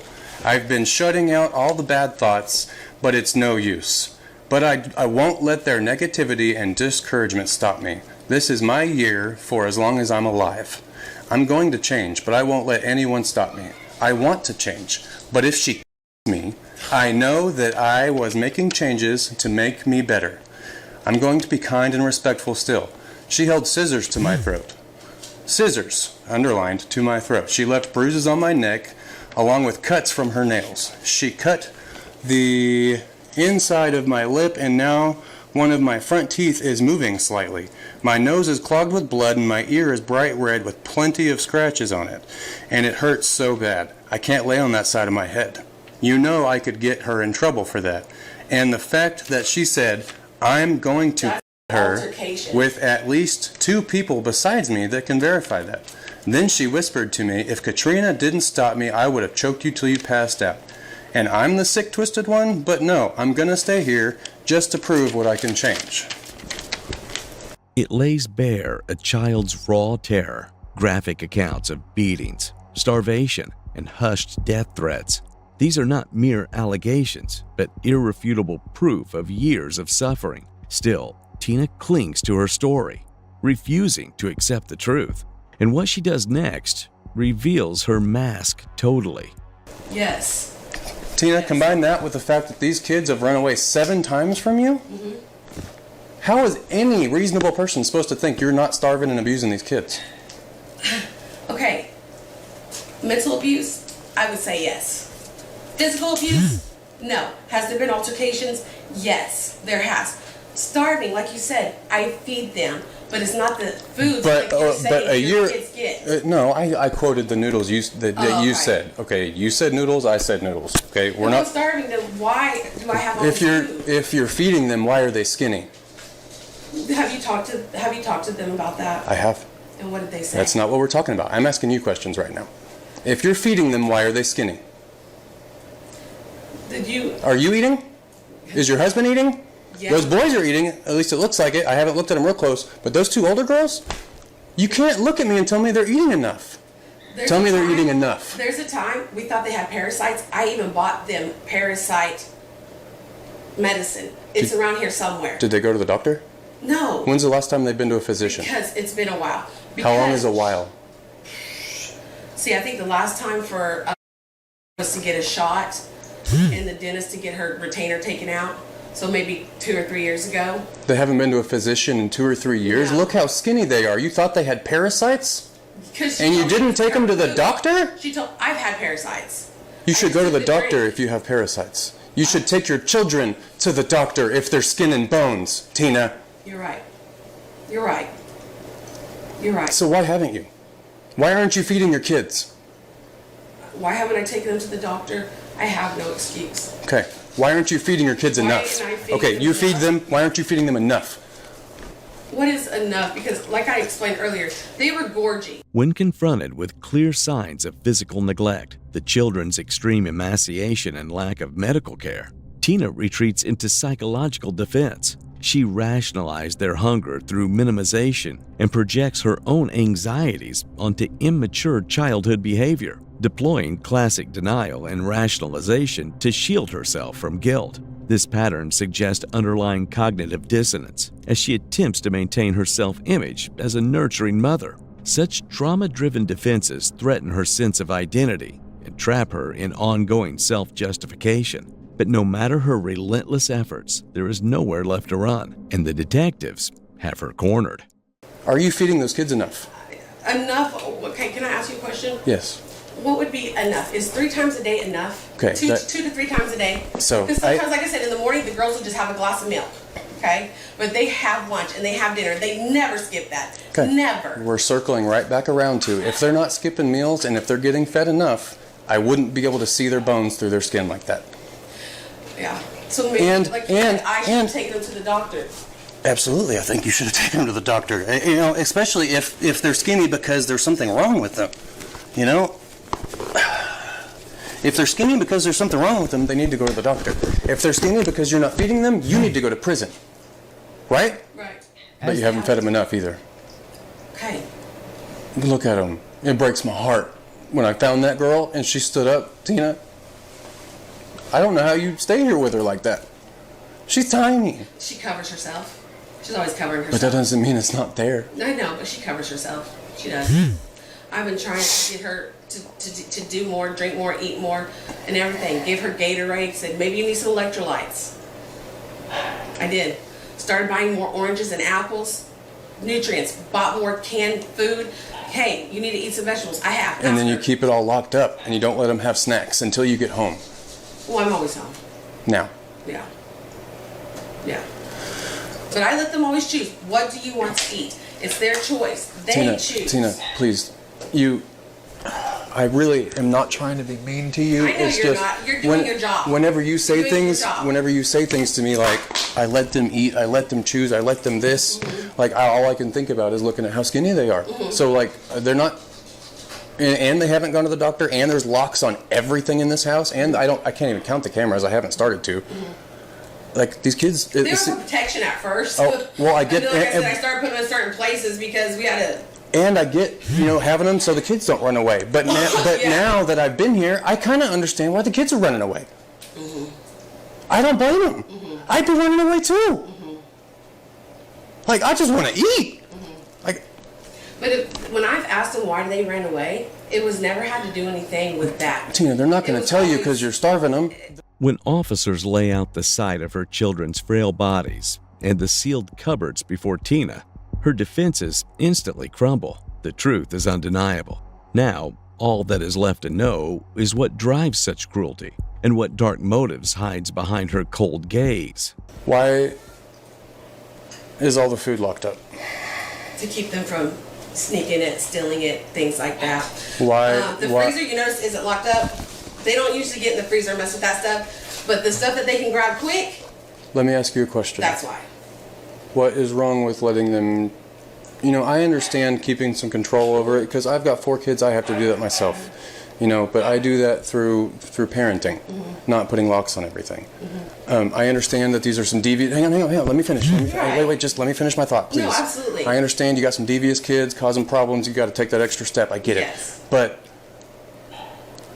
like, their cameras, locks, they're running away constantly. They're writing letters, because they're out of options. They don't know what else to do anymore. Like, they're expressing their feelings on paper because they've got no one to talk to because they don't go to school and they don't go to counseling and they don't go to the doctor and all they do is sit around here and get starved. And what am I supposed to tell anybody that asks me why you shouldn't go to prison? What do I tell somebody, Tina? Because I just didn't feel like taking them to the doctor? No. You've got $60,000, $80,000 cars in the garage, but you can't afford enough food, so you lock it up. Let's reconvene tomorrow because I'm getting frustrated and that's unprofessional, and I apologize for that. Actually, you know what? You're doing your job. Thank you. You're doing your job. Thank you, Tina. You're absolutely welcome. And you said my sister was on her way? Jade, sister's yes, coming? ma'am, I'm sorry. Okay, we're not going to leave. We're just going to quit this interview so I can calm down. You're okay. I appreciate you speaking with me. No, I and appreciate you. I'm going to let you know, you have been very nice throughout this whole process. something like this can be very uncomfortable, all of it from the beginning. And since you walked in my door, you have made this process comfortable. I'm glad. You're doing your job, Right. okay? That's your job. Serve and protect, right? I can't be mad at that, all right? Her job, same thing. Serve and protect, right? I understand. I do. Okay. It looks bad. It does. It's because it is bad, Tina. It does. It doesn't look bad. It is bad. Yeah. The police are here doing a search warrant, and DHS is taking your kids. I know. It's bad. And that's you know what, I'll tell you something. Those two older ones have been taken from DHS. I know. And not they're only from their bio parents, but a foster. and they're terrified. Foster. They've been taken out of foster care before because that foster home got investigated, and then the third home that they didn't want them, so they felt not wanted. And now the fourth home. And How do they feel here? I hate that. And so these kids have run away over and over again, but it's wild, and I didn't think we would have this conversation because it's not normal for us to have this conversation, but it's crazy. These kids want to run away, but they're also scared of me to take them away. They don't want to be here, but they're scared to end up with some worse foster family. They've told me the reason they don't want to be here because they're tired of hurting everybody. They're tired of hurting. How are they hurting you? Eating too much? No. Just putting me through the things that they have put me through. What did they put you through? Like, I told you she scratched my car. She got mad. She got angry. She's a child. Faced with mounting evidence, Tina scrambles for excuses, unaware that detectives had already detained her husband, Anthony, hours before her counsel arrived. Investigators needed to see if his testimony aligned with the facts, a revelation that could turn the case on its head. What Anthony revealed wasn't just another detail. It was the missing piece that exposed the dark dynamics in their home and reshaped the entire investigation.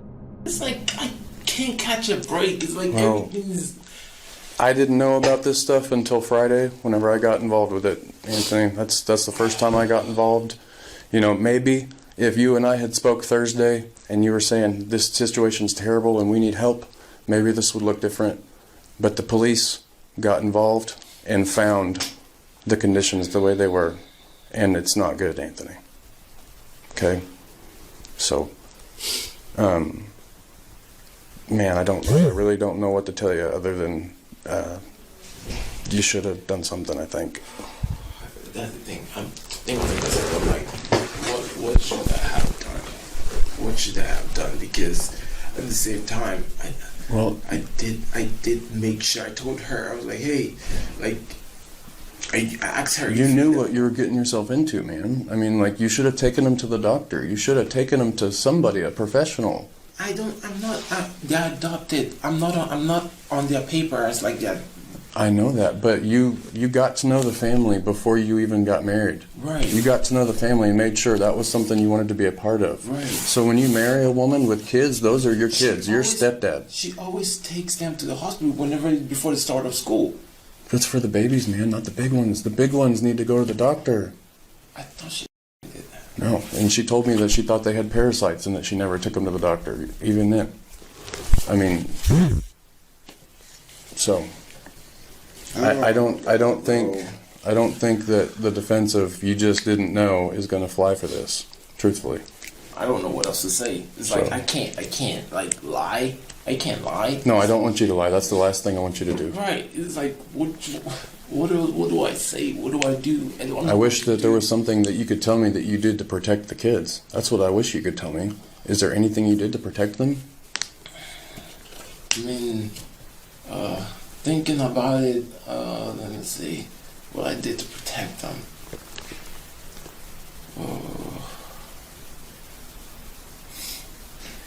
You know, if I'm just trying to think hard. Anything that I did to protect them.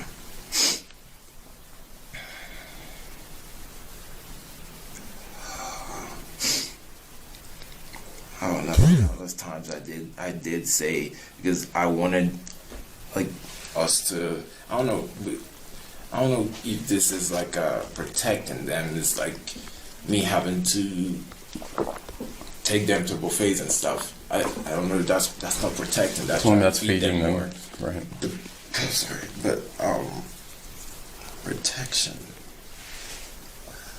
Talking to them? Yeah. No, that's not. So you said you took them to buffets, but you also said Tina primarily took care of them at home. Did you ever prepare meals for the family? I did.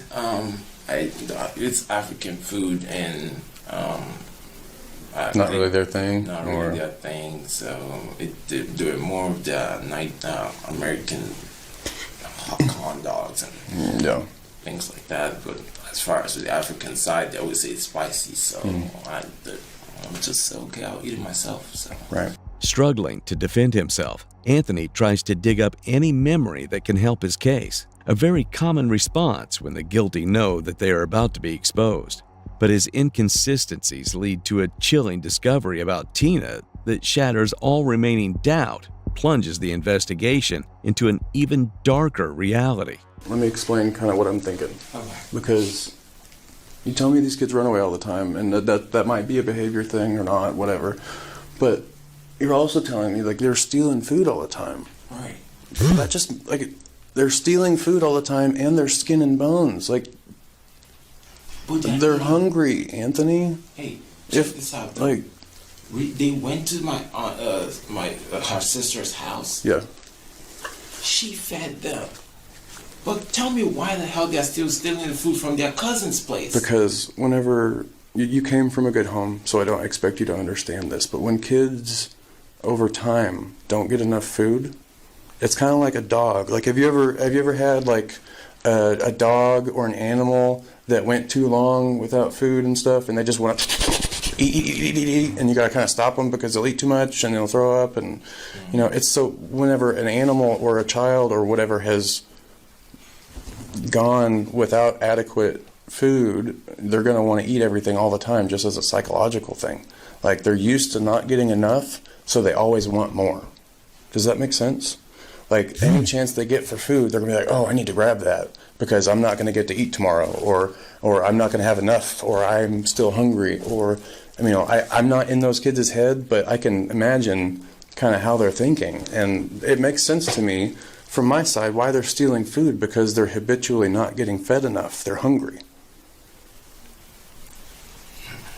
Does that concept make sense to you? I guess I don't know. It's just, I don't know, man.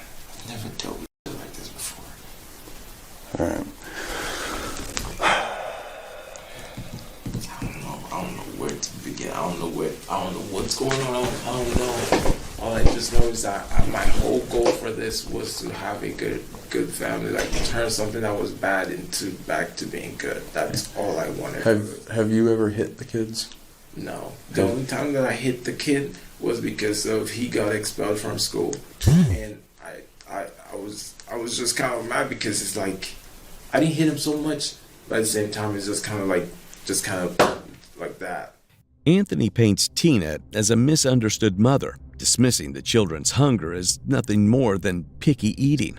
But that calm defense only fuels detectives' doubts. Across the U.S., foster care programs, such as Title IV-E and Title IV-B, were established to protect children, providing subsidies for food, housing, and therapy. Yet some exploit these systems, pocketing funds while neglecting the very children they're meant to protect. Detectives start to see through the facade. Tina and Anthony's image of loving parents begins to crumble, revealing a woman driven by control and greed, not love. They've heard enough from Anthony, but what happens next inside Tina's home will seal her fate and bury the last piece of her lie for good. Oh, I guess I do need to ask you a couple more questions. Yes. Several of your kids confirmed that you have tased one of these kids with that taser. No, as I was telling her earlier, we do that, right? Yeah. And we even do it with the dogs. So physically, no, I've not. Like, how close have you put it to the kids? One time I got real close on accident because we were playing around. But as far as, no. Okay, then the bzz game, like, how close are you? Oh, not that close. I know, but you're not telling me a distance, Oh. like with inches? I think 6 inches is what you just showed Yeah, me. we pop it. Like, oh, it's like, did you find it? I did. Yeah, it's little. It don't hit them. With mounting evidence, Tina Ramirez is finally arrested, facing a reckoning she can't outrun. Her mask of compassion shattered, revealing a woman ruled by control and ego. The truth is out, and there's no escaping what comes next. The trial of Tina Ramirez and Anthony Abiziaco is ongoing, with both facing charges of child and neglect for mistreating 5 children. Ramirez faces 2 counts of neglect and 4 counts of abuse, while Abiziaco faces charges related to enabling the abuse. A preliminary hearing for Ramirez was scheduled for April 12, 2024. However, no updates have been made available as of the upload of this video. As for the children, they are currently in the care of DHS, with their grandmother, Shelley Yates, seeking custody. I remember pulling some umbilical cord out of me. I remember hearing him cry. And I remember just looking at him, and he was just so tiny. This is 21-year-old Bianca D'Souza recounting the tragic death of her newborn. I don't know that the shorts could do it by itself. I think there was something else. Did he stop crying while he was between your legs? Yes, that's what killed him. On May 2nd, 2022, Bianca's mother, Nicole, returned home from work at 4:56 p.m., only to make the most horrifying discovery in front of her. She found her daughter lying next to a dead baby. In sheer panic, she called 911. My daughter just was born for the baby. Okay, how old is your daughter? Was she full term?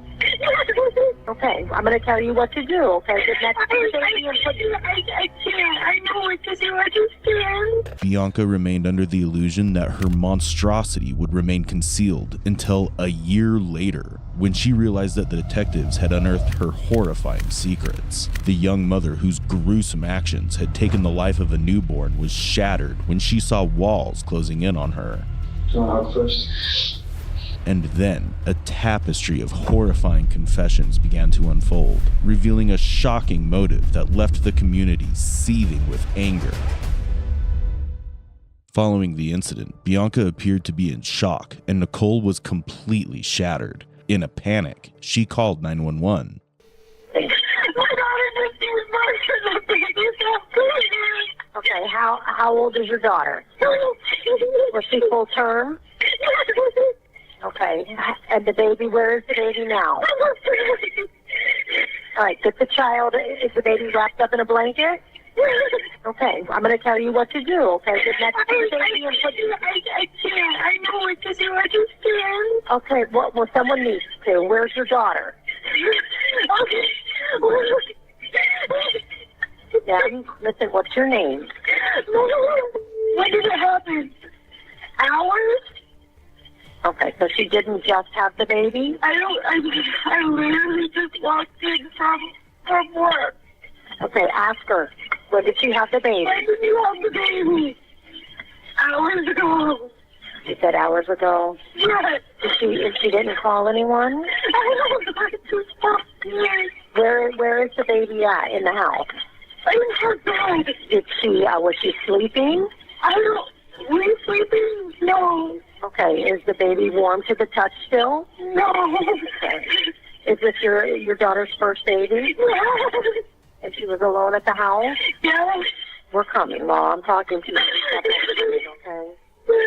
Everyone believed that the child had left the world due to lack of timely medical attention, until the medical reports suggested otherwise. The complexity of the case took almost a year for the forensic team to finally label it a homicide. Investigation and further review of the report went on for over a year, ultimately uncovering the disturbing secrets tied to none other than Bianca.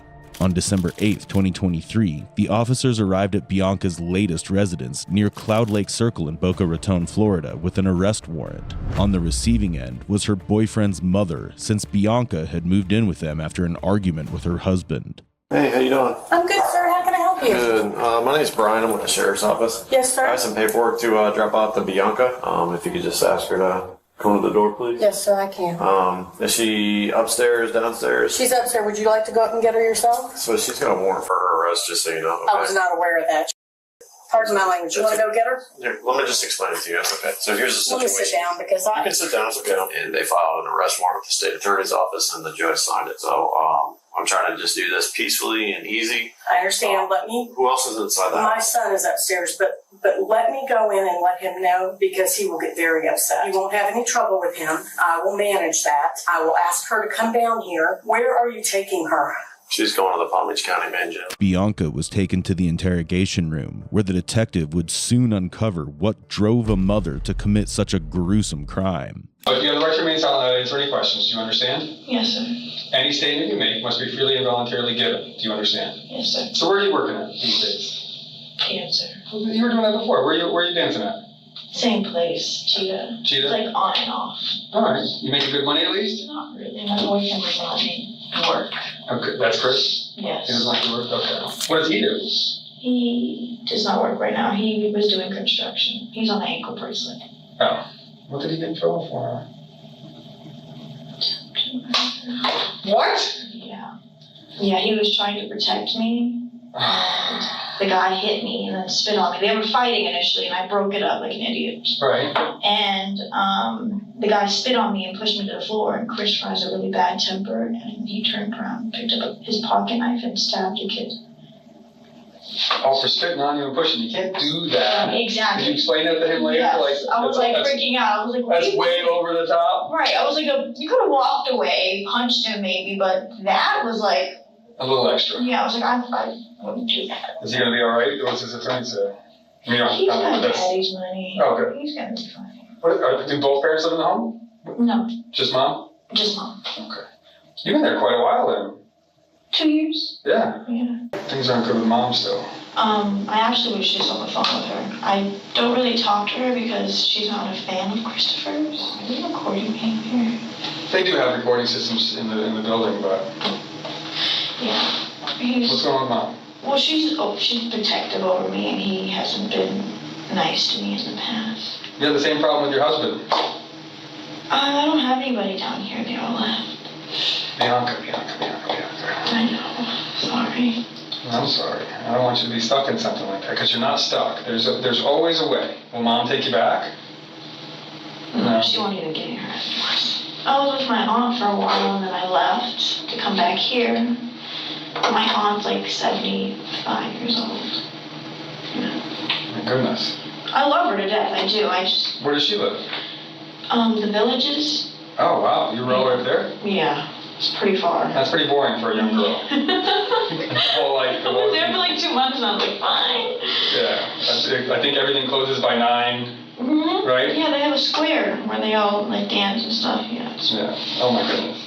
I can like feel she kind of like blames me for everything still. So I just don't talk about it. Instead of directly addressing the incident, the detective attempts to build rapport, hoping Bianca will open up. This technique often works with suspects seeking sympathy, and in this case, it proves critical. The detective gains her trust, ultimately uncovering the reason behind the unimaginably horrifying way she took the baby's life. But I would like to kind of, since it's been a while and things you're fresh and you seem to be really together, which is great. Right. Yes. It appears, I know you're upset. Right. But you appear to be a lot stronger than you were. Really? I don't remember at all.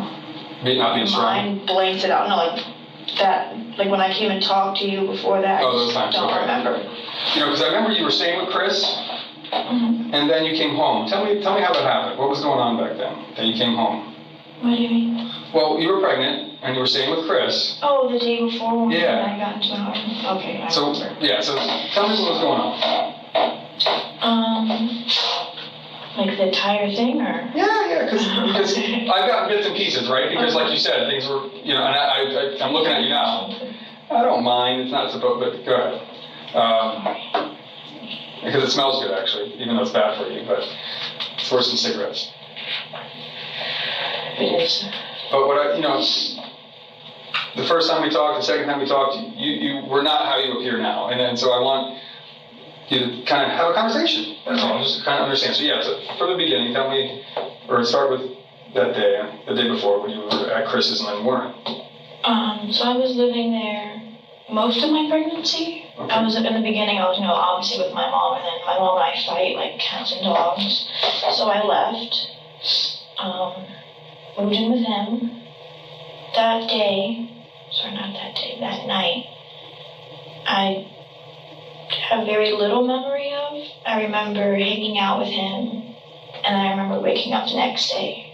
He told me the next day, "You had 6 seizures last night in your sleep. 3 of them I was here for. 3 of them he went to the hospital because apparently he kicked a bottle and cut his foot open, went to the hospital, and his mother told him that I had another 3 seizures.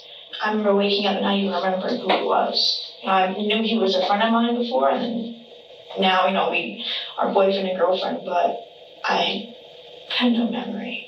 And so I was talking to him, and he was upset that I didn't remember a lot, and he kept asking me questions over and over. And I was like, I'm sick of this, I'm gonna go home. And I remember driving home, knocking on my mom's door, which I never really do. And she kind of just stared at me, just like, because it's happened a lot before, and she just looked at me and was like, go to your room. So I went to my room, and I remember just sitting there, what it seems like hours.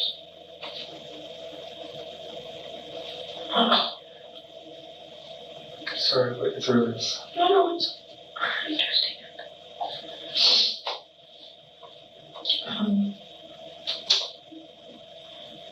And I remember laying down on my bed, and my phone kept going off.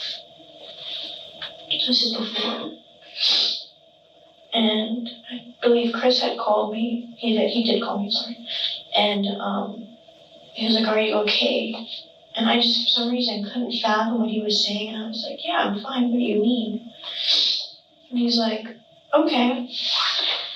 And he was like, do you remember me? And I was like, I'm sorry, we're friends. I'm at my mom's house. And he was like, okay. Hung up the phone. And, my friends were calling me because Christopher had called my girlfriends and told them that I had, seizures. And they knew I was pregnant. And they were blowing me up, and I just wasn't answering. And I remember getting a cramp, I think, a really sharp pain. And I remember punching the wall behind me. The detective learns that Bianca had a difficult relationship with her mother. Instead of offering support, Nicole abandoned her when she was just a few months pregnant, forcing her to move in with her boyfriend. In a post-incident interview, Nicole even labeled Bianca as irresponsible, blaming her for the baby's death, further intensifying the suspicions against her. But what follows are the chilling, never-before-heard details of the baby's death, revealed by his heartless mother, Bianca. I remember pulling his umbilical cord out, and I just didn't know what to do for some reason. I'm sorry.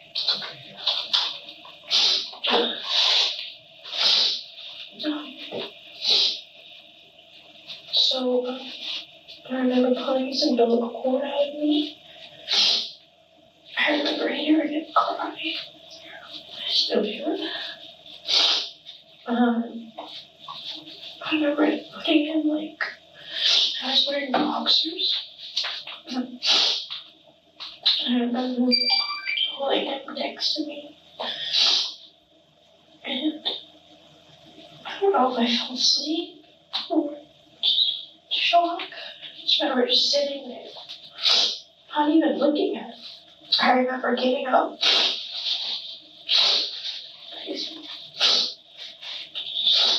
I remember getting up, getting in the shower. My mother called me while I was in the shower. She FaceTimed me, a regular called me, and asked me if she was going to take me to the C-section the next day because I was supposed to be induced because I broke my pelvis in a car accident a couple years ago. So Everyone thought I couldn't give birth. She was on the phone with me. I honestly don't even remember being on the phone with her. Oh my God. Do you remember calling them? Do you remember calling and you just remember what you guys talked about? I remember her saying, "Am I going to bring you tomorrow to be induced?" I don't even remember responding. I remember her just saying, "Okay, I'll be home soon." When she came home, she asked me if I wanted to go out to eat. And I remember she kept asking me over and over. I just kept getting mad because I kept saying yes. And then I just was just sitting there. And she eventually got frustrated and left the house. I remember her coming home and screaming in my face, "What's going on?" And I was like, "I don't know." I remember her calling the ambulance and her handing me the phone. I just literally asked her, "What do I say?" No idea what to say. While they were on the phone. It did get warm in here all of a sudden.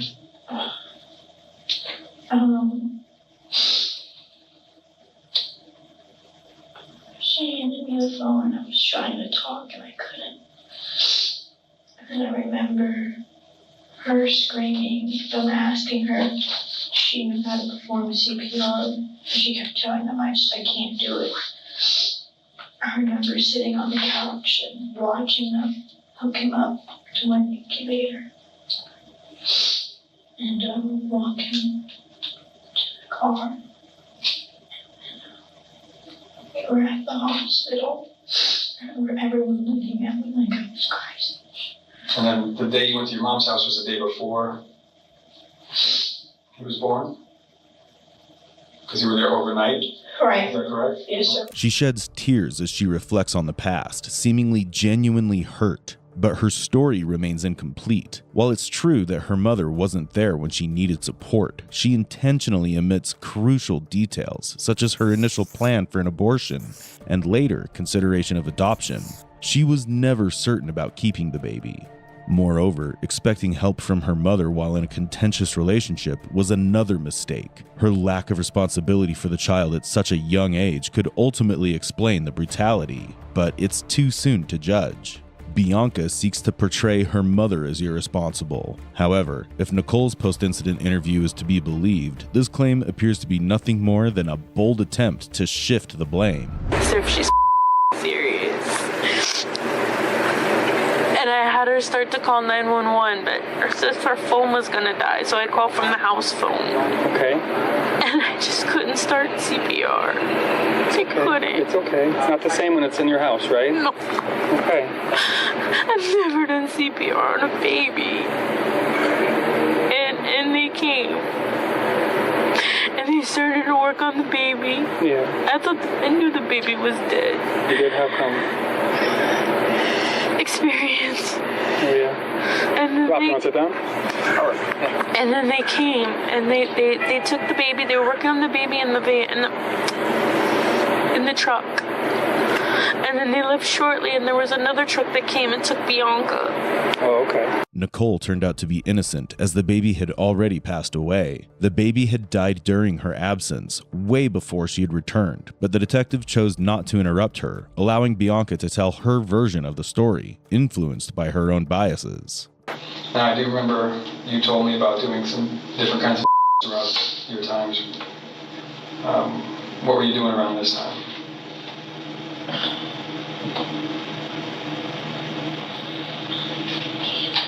I can't say it out loud.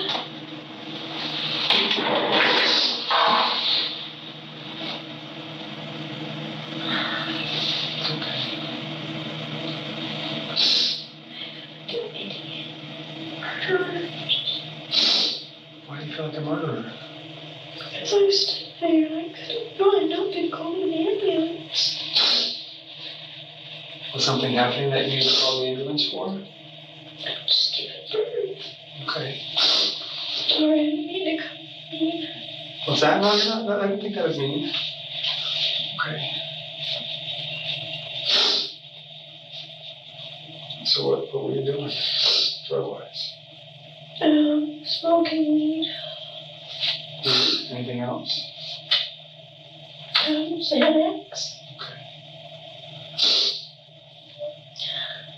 And when had you taken Xanax? I believe the night before. That night before he was born? No, I'm sorry, a couple of nights before. And when did you smoke the marijuana? I don't remember. Was it at Mom's? No, I would never do that. She would murder me. Did you take any of the drugs at Mom's while you were there? No. I've never been drugs in our house. Do you take any kind of oxys at the time? Yes. What kind of oxys? Were the oxycodone, oxycontin, oxymorphone? Oxycontin? And when would you have taken that?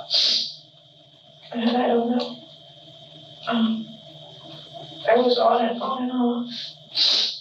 Were you prescribed or just taking it? No, I was prescribed. Okay. Prescribed it after my car accident, and then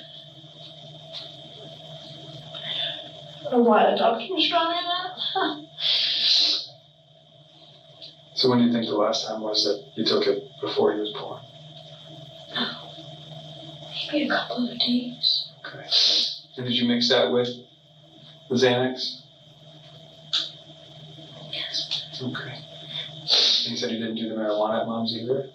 No, sir. All right.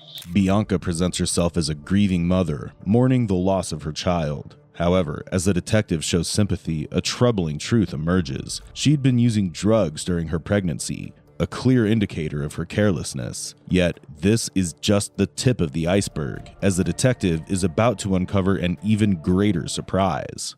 Walk me through, so that night, you're home at Mom's. What time did you go to bed? I was up all night. How come? I've always been insomniac. You sleep during the day usually? Yes, sir. Sorry. Okay. So when you came to Mom's, did you sleep during the day while she was at work? I don't remember, honestly. Okay. I remember, staring at my ceiling for hours. I think I was up the entire time. Because I remember when I got to the hospital, I slept for 3 days. Okay. So that night, overnight, before he was born, you were laying on your bed? Yes, sir. I was on my bed the entire time. Okay. And when you said you punched the wall, when did you punch the wall? While I was giving birth. Oh, okay. So what time did that start? I don't know. I wasn't looking at my phone. During the day. So daytime? Yes, sir. And so how do you know it was daytime? It was light outside. Oh, okay. That makes sense. That's a good way to know. All right. So was it just you in the house? Yes, sir. Okay. So your bed, here's the wall. This is your bed, right? And you got a window here and a window here? Yes, sir. All right. So which way, this is you. Here's your head. Which way were you laying? Against the window that's behind me. So and my vanity's on my left. So if this is your head is here against this window? Because the door to your room is here, right? Yes, sir. Okay. So your head is here. And you got a dresser here, don't you? A big long one? Yes, and then my vanity was on my left. Yeah. And then, came? Yeah, I did that. Well, not when you were there. While you were at the hospital. How bad was that pain, those cramps? Was it really bad? On a scale of 1 to 10, where were we at? 10. 10. And did they happen for a long time or a short time? You said afternoon, so was it a short time? Okay. And what did you do when you felt those cramps? Just laid there. Okay. And when did you punch the wall? Because the wall didn't do anything to you. When did you punch the wall? When I was pushing. Okay. When did you start pushing? I don't know. I wasn't looking at it. No, I know, but when you said that you felt the cramps, you said it wasn't for a long time. So how long, from the time you started feeling the pain and the cramps, did you start pushing? I remember I got a short pain, and then I got up, went to the bathroom, peed, went back to the room, laid there. I remember it kind of felt like I had to poop. Mm-hmm. So I'm sitting there when you have to poop really bad, cramping. And I was just sitting there trying to hold it in. I remember punching the wall and giving birth. Start pushing at that point? Okay. So you're holding it and holding it, and all of a sudden you punch the wall and start pushing? And how long did the pushing take? No.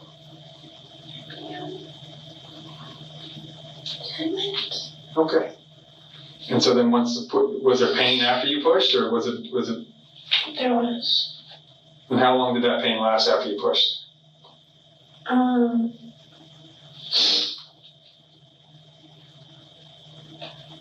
Not long. Okay, good. I'm sorry. That's okay. What were you wearing? Boxers. Maybe a t-shirt like this. I think red boxers. Red boxers? Were they like boy shorts? Yes. The boy short boxers? Okay. And so when he was born, how did he come out? Did he come out feet first, head first, arms first, or something else? Feet first. I believe head Head first? Head first. Okay. Because I remember grabbing Where did you grab? maybe his shoulder. Okay. Grabbed him. Kind of brought helped him next to me. Okay. And was he still in your board shorts when you brought him next to you? So how did you get the board shorts off? I didn't. I just kept them on. You moved them over? Yes. I believe I pulled them down Okay. because it was a lot of fluids Mm-hmm. coming out, and I grabbed him and I put him on the side of me. And I remember grabbing the umbilical cord of the sack. Mm-hmm. Like a bunch of fluid came out after I grabbed the sack. What color was that fluid? Red. Questions continue to pile up. Was Bianca under the influence of drugs during childbirth? Her vivid recollection suggests that she remembered every detail, yet her demeanor remains deeply unsettling. Was it her bipolar disorder, schizophrenia, and PTSD? Or the aftermath of years of fractured relationships with her mother, husband, and boyfriend? While these uncertainties remain, one truth comes to light, making everything painfully clear that she is hiding something dark behind this soft tone and seemingly innocent face. So at some point, you took your legs out of the shorts. You know what I'm saying? Because you walked to the shower without him, right? You said you took a shower? Yeah. So you didn't have him on your side then. So how did the shorts come off of you? I remember taking them off, and he was laying on the bed by himself. Okay. And what kind of cry was he having at that point? Like when you hear on TV when they first come out. Yeah. And so when you took the shorts off of your leg and put him on the bed by himself, he was still crying? No, sorry. That was when he gave birth. He wasn't making any noise when I went to take a shower. When did he stop crying? Maybe 5 minutes to 10 minutes after I gave birth, I believe. Okay. And was it still next to you, or was he? What do you mean? Was he still next to your leg, or was he next to you? When I got up, No, when he stopped crying. he was next to me. On your leg, though? When he stopped crying? Next to me. Yeah, because I was still laying down. When did you first see his face? Still viewing. You never saw his face on the bed? It's dark in my room, really dark. Okay. I used to keep sunblocker, not sheets, shades, the window curtains. It was really always dark in my room. Did you pull them down at some point? I think the ones behind you? Yes, when I was giving birth. Is that when you punched and kind of? Yes. Okay, so that makes sense now. Okay. So I hate to keep doing this to you, but I wasn't there, so I got to figure it out. So you got your boy shorts on. They're still on both legs? I believe I took this leg out and moved it over to this leg. I only had one on. How come you didn't take both off? How did you get that one off without getting the other one off? Sorry. I think I just took it off this leg and pulled it back up. Oh, I don't remember. Okay. Was he in my boy shorts still? From what I understand, he was in your boy shorts when fire rescue came. When fire rescue came. So it was already afternoon. And it took before he started getting a cramp. And then took a little bit to give birth. He said about 10 minutes of pain, and then he pushed, and then he was out. Yes, sir. So it could be anywhere from the afternoon to 4 or 5 o'clock when Mom came home. But before that, you took a shower. Yes, sir. You said? So I think when Mom called you, it was about 4. Because I got Yeah, that. she was on the way home. Yeah, so she called you around 4. So between noon and 4, this happened. How long did it take for him to stop crying? Not long. He was just sitting there with me. So about 5 to 10 minutes, is that right? Yes, sir. And was the whole time, was he on your side, or did you end up, I think I remember last time we spoke, you said you moved him up to lay next to you, and pulled a blanket over him, I think, if that's correct. Yes, when I went to go take a shower, yes. Okay, so he's next to you in the leg. Yes, sir. Get me to the point where we're going to take a shower. I know the time frame might not work for you, but tell me how he's laying here, he's crying. Then what happened? He's crying, and I remember him laying next to me, and it was cold, and so I took him out of my boxers and I put him next to me, and for some reason I didn't want to look, and I remember just looking at him, and he was just dying. It appeared that she gave birth alone and unexpectedly without anyone to support her. At this point, however, the detective is convinced that she was in a disturbed state of mind, as only a heartless person could witness the death of their own child. It's important. I gotta get a female officer to take you back there because there's no. I don't know where the bathroom was. There a bathroom up front? You have everything. No, I'm not worried about everything. Was there a bathroom up front? I don't know. I was looking. Neither was I. I'm not usually in this. Her dreaded past resurfaces. Her sobs grow louder as she reenacts the incident. The mystery behind bruises and asphyxia begins to unravel. She's on the brink of confession, and with it, the sickening reality behind the baby's death will be finally uncovered. You know, obviously something, him suffocating. I mean, you want me to give you the answer? Well, What do you think I think it is? Yeah, tell me. I mean, you were there. When I say that he suffocated, I want to know what you think happened. Because you were there, based on what you know, based on what you felt. Honestly, from me putting the blanket over him to more of it, I think, him being in my boxers. Because they were, small on me. But the way he was next to me, literally right next to me. Could have been the boxers or the blanket. When did you put the blanket on? When I went to get up to take a shower. And he'd already stopped crying by then? Yes.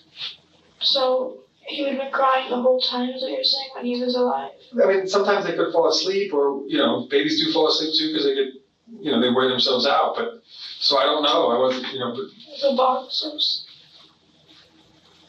Was he moving when you took him and put him next to you?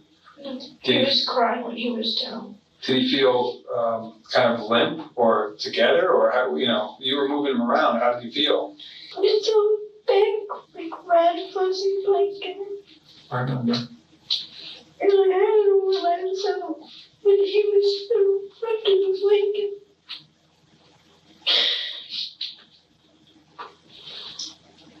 Did he stop crying while he was between your legs before you moved him? Yes. So he didn't really cry next to you? What did you tell me you did? But now that you're telling me this. You're thinking back?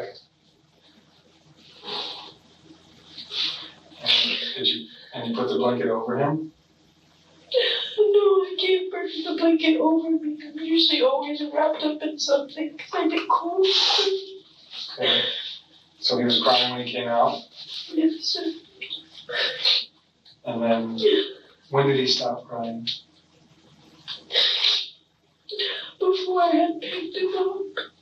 When he was still and after I'd given birth, I'd sat there for a while and I was just confused and I wasn't comprehending. I just gave birth to my son.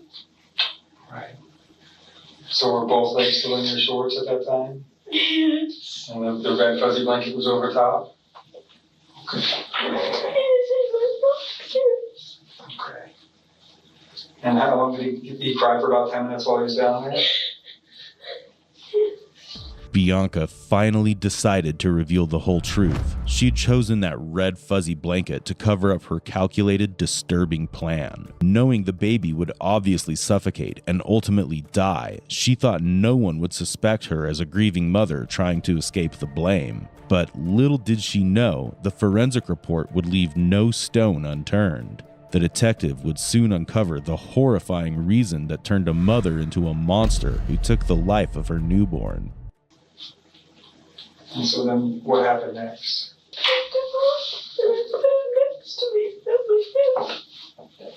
The way you told me? But he wasn't crying anymore.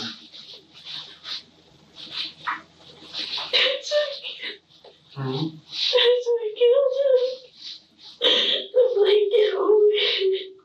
Did you know that he was not breathing when you moved him on your hip? No.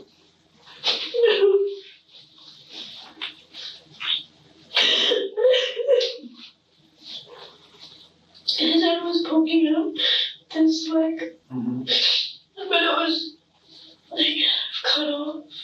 What do you mean? Like part of his head was still in the boxers. Okay.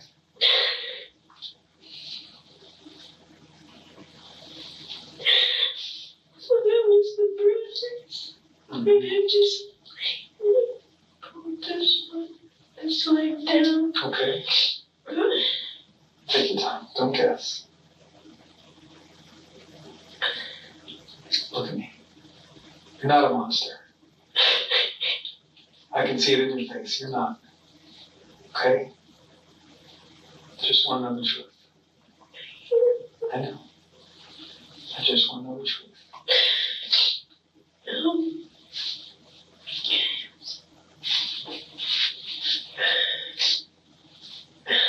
I lifted the blanket up, like when I was towards my chest, and I lifted it up, and I remember opening my legs, and just gushing out water, and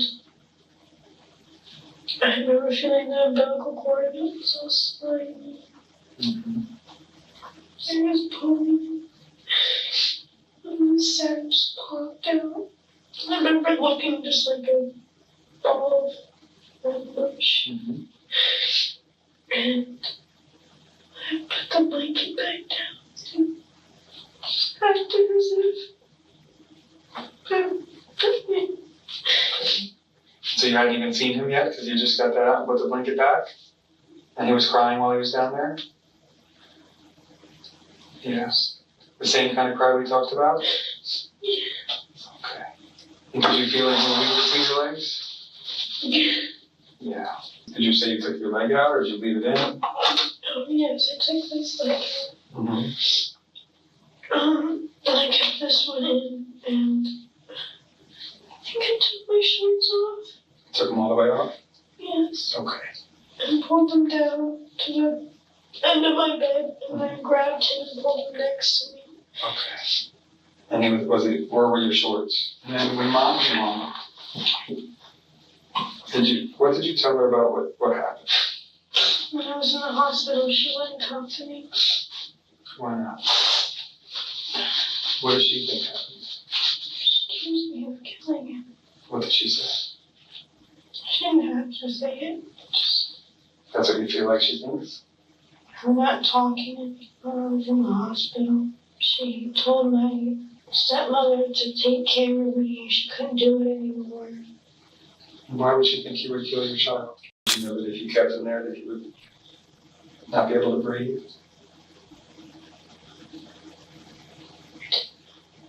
Did you kill your son, Bianca? Did you suffocate him?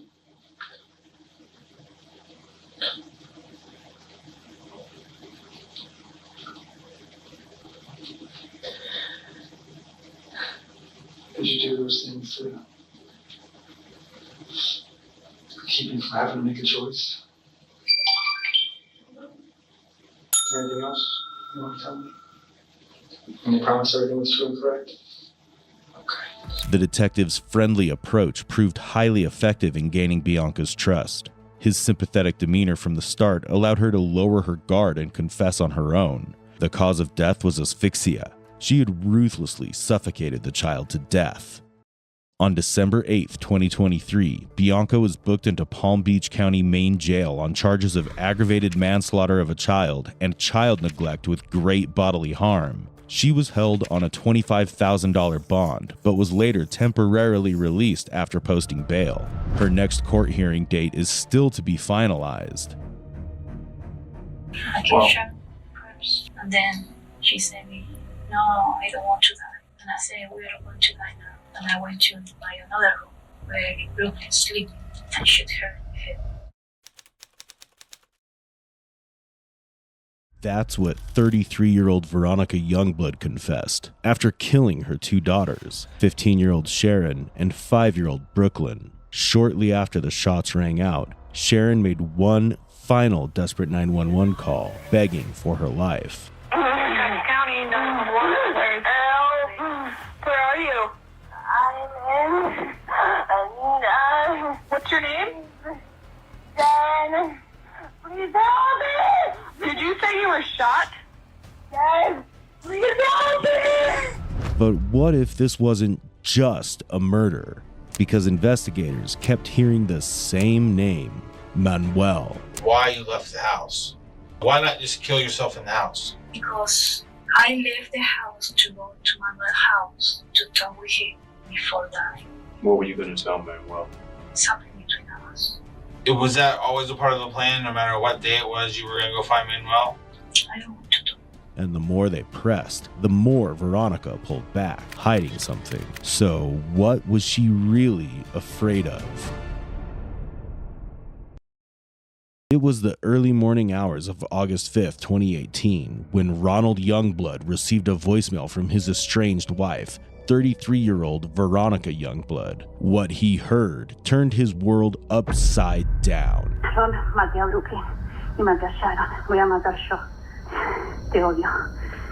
Bye. As those devastating words echoed in his ears, Sharon was clinging to life in the very house where her mother had shot her. In the next room, little Brooklyn lay motionless, her life slowly fading away. And Veronica? She had fled to Manuel's house, gun in hand. Hours later, she was in the interrogation room, where the real story would begin to unravel. Buy a gun and kill my daughters and me. So to buy a gun and kill your daughters and yourself? Yes. Okay, and you've been planning this for months. Yes. And you say because you have no purpose? Because I don't want to. That's it. Okay. Well, why don't we back up and talk about specifically tonight? I know you say that this has been your plan. You've planned this for months. And tonight, if we could say time-wise, what did you exactly do? I should give some bill to my daughter to go to sleep early. Okay. Make a plan for work. So you said you gave some pills to your daughter to make her go to sleep easily. Yes. And then you made a plan on how to what? To kill. How to kill them. So what did you do? After you gave the pills, did you give the pills to both? Yes. What's your children's name? Brooklyn. What's that? Brooklyn. Brooklyn. And which one's Brooklyn? Is that the 5-year-old or 15-year-old? 5. 5-year-old's name is Brooklyn. And how about the 15-year-old? Cheryl. Cheryl? Sharon. Cheryl? With a D?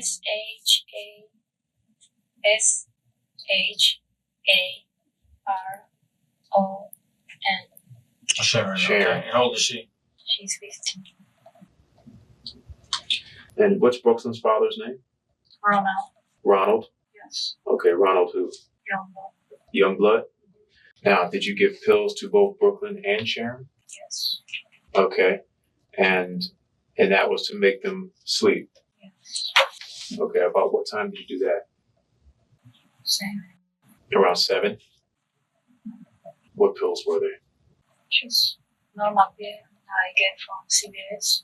And when you say normal pills, like were they For sleep. for sleep pills? Yeah. And you said you got them from CVS? Yes. So they're just over-the-counter sleep aids? Yes. Okay. And how many pills did you give Brooklyn? Only one gum. One gum? Actually, that was gum. Okay, so that was like a chewy? Yes. A chewy? So you gave her one chewable? And that was at 7? I don't know the hours. Somewhere around that time? Yeah. Okay. And then Sharon, what did you give her? Chew office. Did you chewables as well? Yes. And you gave her 2? No chew as well. Brooklyn only one. Sharon chew. Sarah had 2? Yes. Okay. But they're still chews? Yes. Okay. And then at what, so after you gave them the chewables, did they go to sleep? Yes. No, not right away.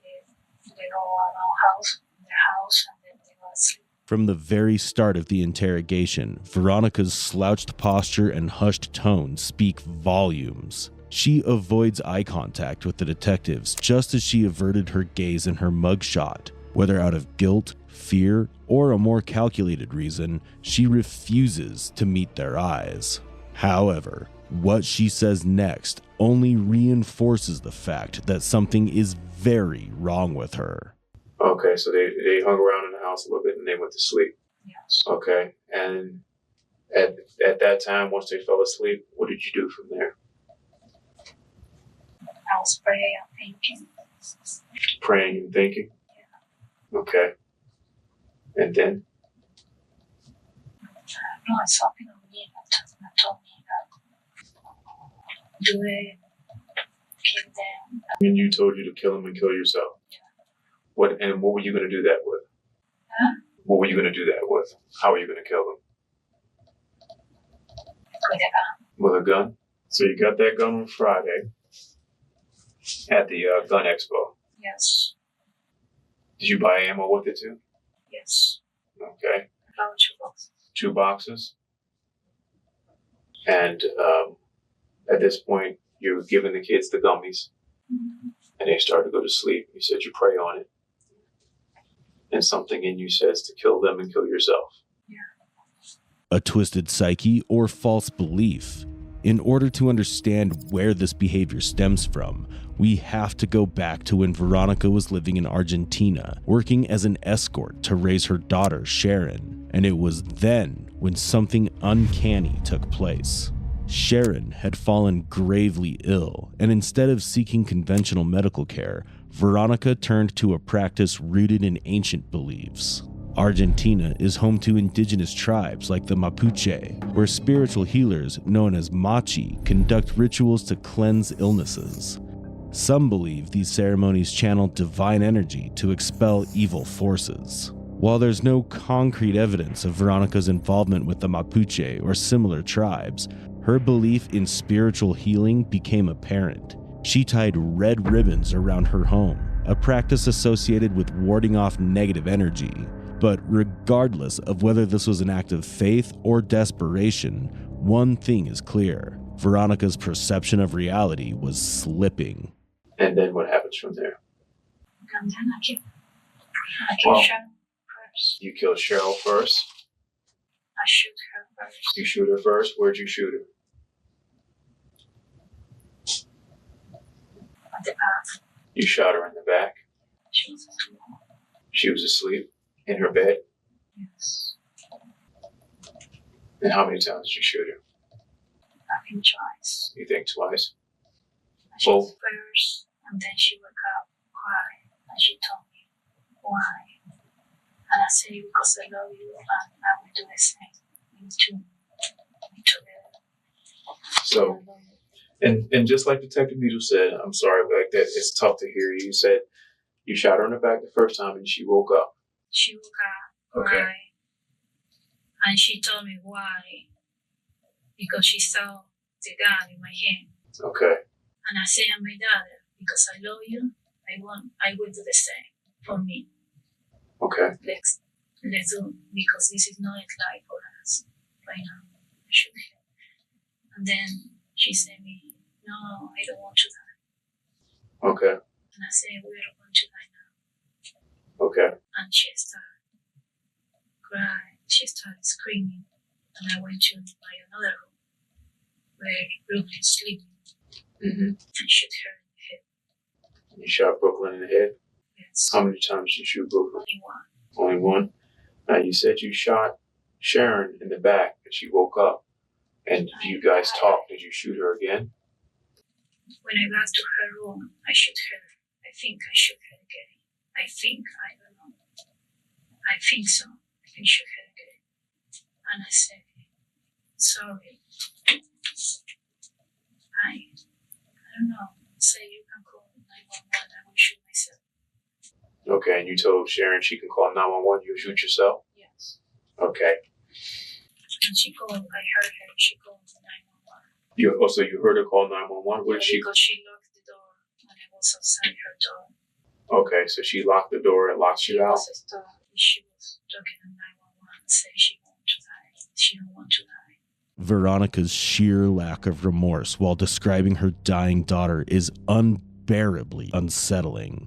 Her expression remains disturbingly vacant, with the face of someone unmoved by the agony she inflicted.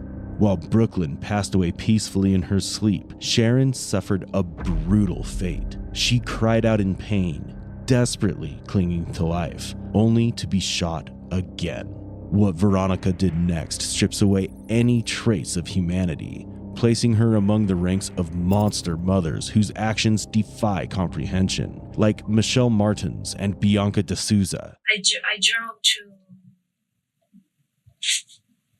Manuel's house and I want to talk with him before I shoot myself. Okay, and who's Manuel to you? It's something that we were friends. Friends? Just like buddy friends or lover friends? Love friends. Love friends? Now, Manuel is not Sharon and Brooklyn's father. No. Do Sharon and Brooklyn have the same father? No. They have separate fathers? Yes. Okay. And so... You said they have separate fathers? Yes. Okay. So, Sharon's father, who is he? He's in my country. He's in your country? And where is your country? Argentina. Argentina? Okay, so you're from Argentina and he is in Argentina? Okay, and Brooklyn's father is where? He's military Navy. He's military in the Navy? He lives. He's in staying hotel right now because he plans to move. He plans to move? This week. He plans to move this week? So he's in a hotel? Do you know what hotel? It's here in Chantilly. In Chantilly?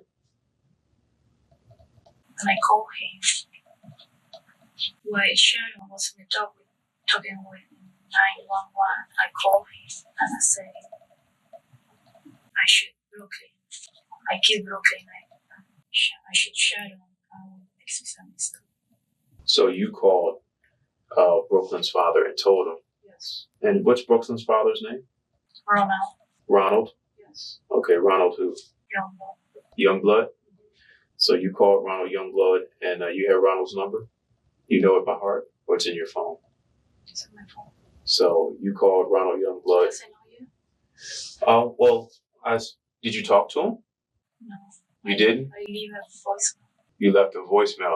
Okay. I thought that you talked to him. No, I leave a voicemail. He didn't answer. He didn't answer the phone? Okay.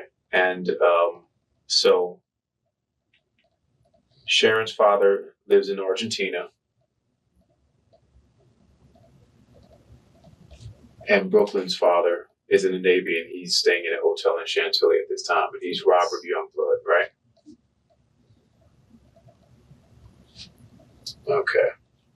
And what's Sharon's father's name? No name? Okay. Another perplexing element of this case that deepens the mystery is Veronica's refusal to name Sharon's father. Why? No one knows yet. Meanwhile, Ronald, Brooklyn's father, had met Veronica in 2007 while deployed in Argentina. They married, moved to the US, and for a while, their life seemed happy. But everything changed when Ronald was sent to the Middle East. Before he left, Veronica underwent a dramatic transformation. She cut her hair short, dyed it jet black, and her behavior shifted in ways Ronald couldn't ignore. Then came the shocking discovery of her having an affair, but that was just the beginning. Since then, Veronica had several romantic entanglements, and Manuel was one of them. But one question loomed over everything. Why? Why did she flee to Manuel's house after the murders? So, you say that you left and you drove to your friend's house and you said his name was Manuel, or? So you drove to Manuel's house. He was one of your former lovers, or he is your current lover? Not sure. Gotcha. But you drove to Manuel's, and what did you say? What happened? I said I need to talk with him. Okay. Because it's something that before makes I want to tell him some words. That's it. So you went to Manuel to talk to him before you die? Is that what you, I want to make sure I'm hearing you. I'm sorry, because like I said, you're talking kind of low. And what did Manuel say? He said he won't open the door for me because last week we have a discussion. I said, okay, call the police. And he said, no, I don't want to call the police. I said, call the police. He asked me why. Because I killed my daughters. And I'm going to make right here. So call the police because the police is looking for me. Okay. And then he called the police? And then he called the police. And they came? Mm-hmm. Okay. What did you do with the gun? I dropped the gun. Why? Because the police ordered you to, or because you put it there? I put it there because, I don't know, my mind was blank. I dropped the gun. I couldn't shoot myself. Okay. Have you, just trying to understand, Veronica, I'm trying to, I guess, understand your state of mind. Have you had any mental issues or anything else like that? Have you talked to a doctor at all? Do you understand the difference between wrong and right? Yes. Do you think shooting your children is wrong? Yes, it's wrong, but it's the best for my family. So you said it's wrong, but it's the best for your family. Why do you think that? I am a Catholic person, and I think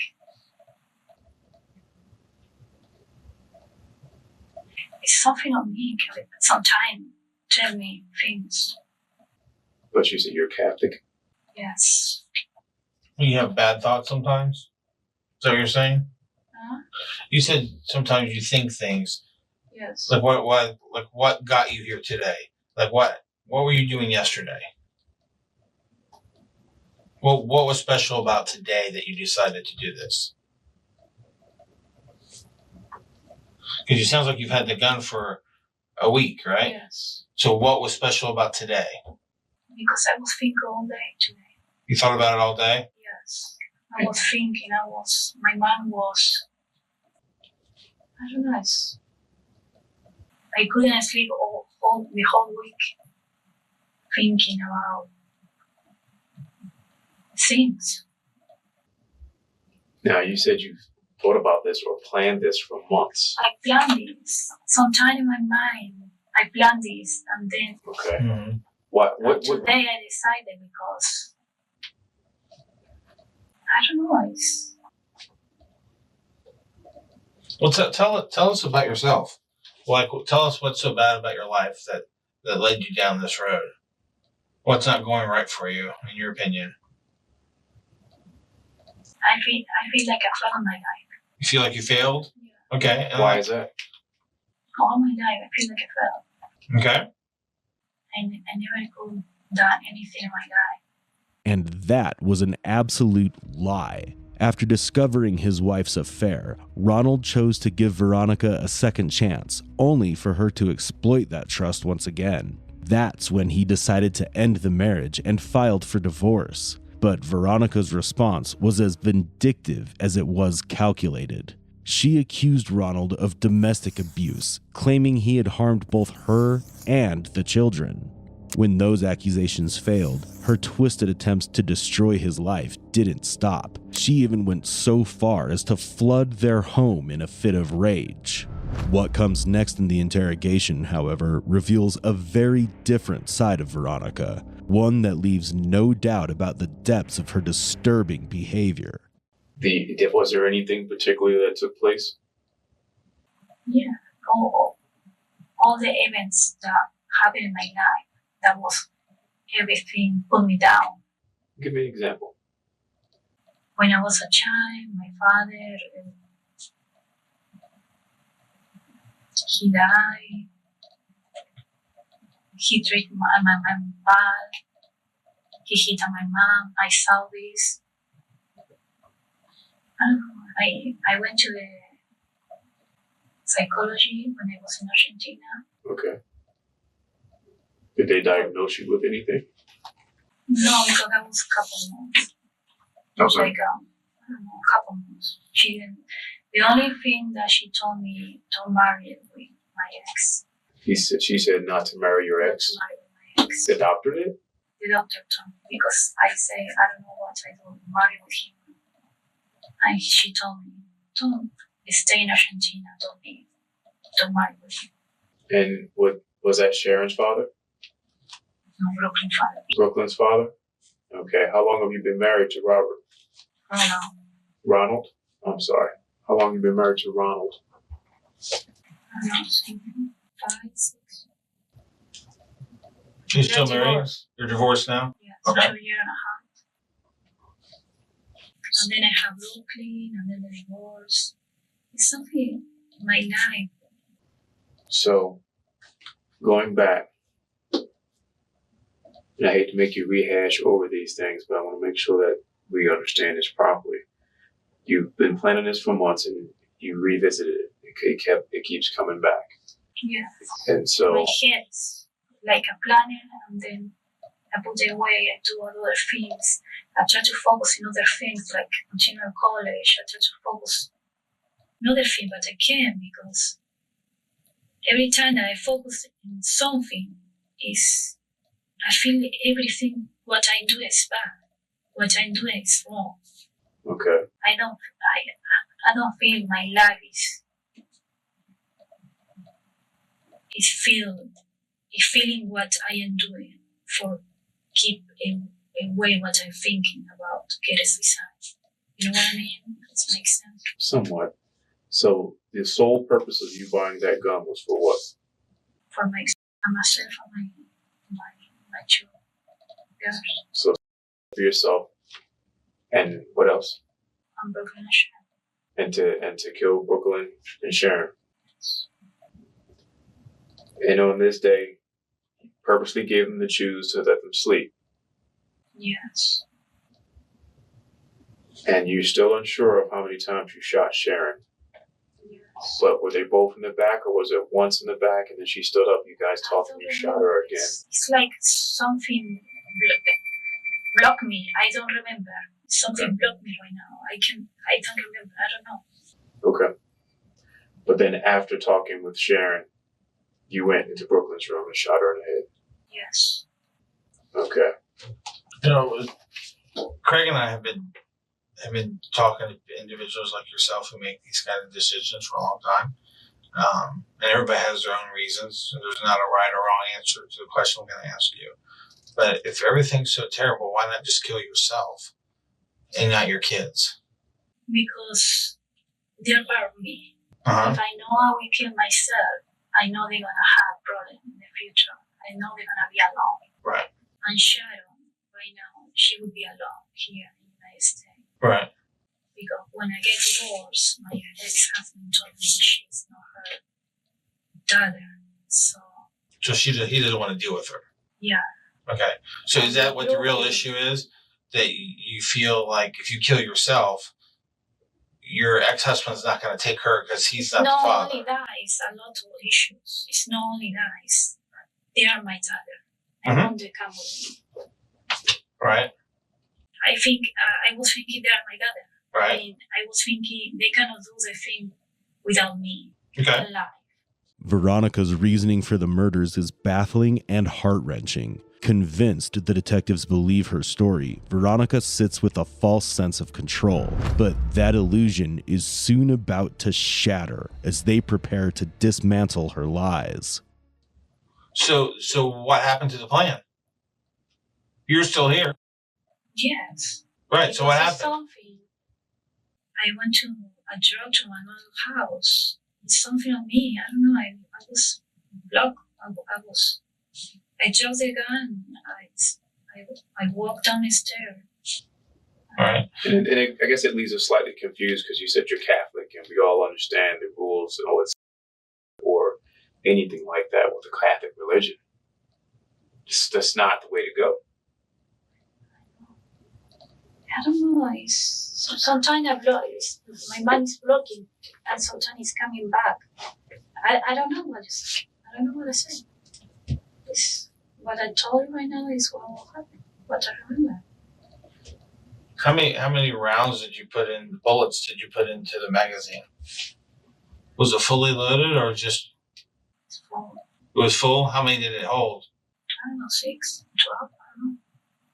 Well, did you load it today or last week, or when did you load the gun? When I bought it last week. You bought it last week, okay. So you loaded it when you got home from the show? Yeah. Okay. So you bought the gun on Friday? Okay. So what made you not kill your kids on Friday? Because I want to give it the week to spend time with them. You want to spend some more time with them? Yes.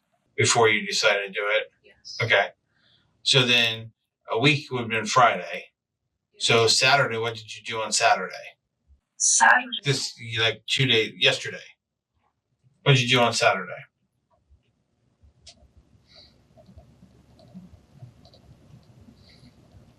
Saturday. I wasn't home all day. Where were you? We were with the kids. Were you with the kids or? Yeah. Okay, Right. so So what y'all did you were guys do? I took Sharon to the normal activities. She go to ice skating every Saturday. She goes ice skating every Saturday? Okay. Yes, I took her. I bought her new ice skating. I think before do it, I was thinking give them what they deserve. So you're trying to make it like the best week. Yeah. Okay.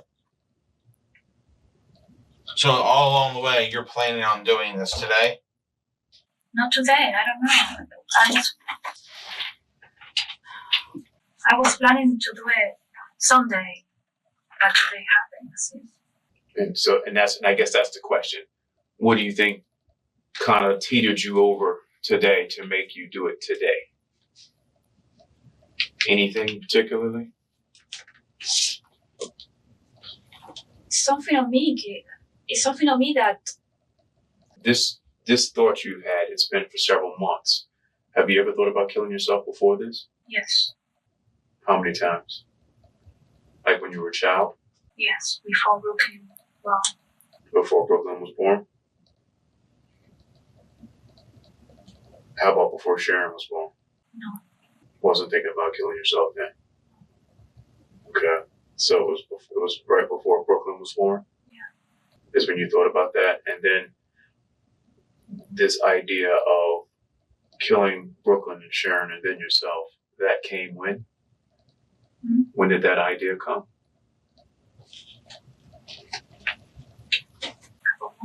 Couple months.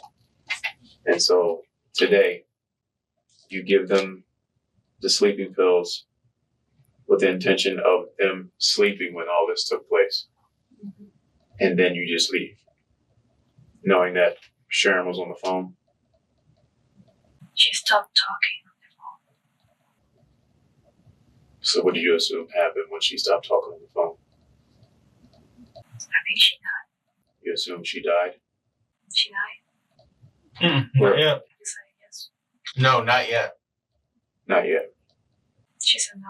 But you assumed that she did when you didn't hear her talking anymore, correct? Because you didn't call the police. No.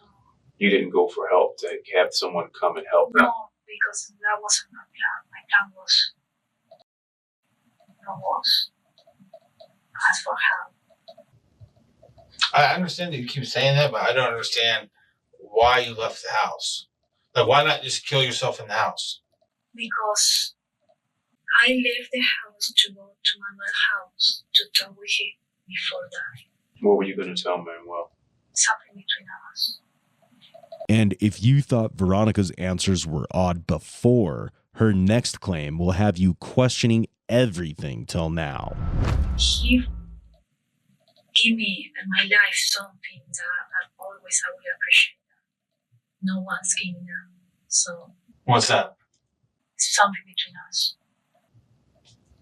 Yeah, but it might make a difference in this case. So did you tell him tonight what that was? No, because he wanted to talk with me, and then I said, okay, you don't want to talk with me, call the police because they're looking for me. Right. That's it. So, was that always a part of the plan? No matter what day it was, you were going to go find Manuel, or that just became the plan tonight? No, to talk with him, no. That was. You just thought of that tonight. Yeah. Okay. And that because was I it. didn't talk with him a couple of days, so I want to talk with him. So did that pop in your head before you pulled the trigger or after? After. So your intentions wasn't to flee and run away. No. It was to talk with him one more time before.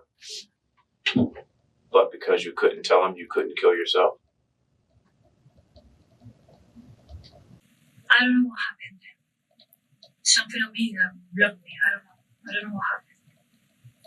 I was on the street thinking. But not thinking. I mean, my mind was blank. I don't know. What kind of person shoots their own children and then runs off? That question echoes one we've heard before, one that cuts straight through the lies in another chilling interrogation. What kind of person stabs their own mother in the back? Huh? If you want to see how that interrogation unfolded, check out the full video linked in the description. But while the detective's words had cut through Nathaniel's lies, Veronica's story is a whole different kind of knot. One where her cryptic answers only deepen the mystery of what drove her to pull the trigger. Is there anything going on between you and Brooklyn's father? Yes. Legally? Legally, he told me he's gonna take Brooklyn to Missouri. To Missouri? Next week? What, to visit or for good? For leave. For good?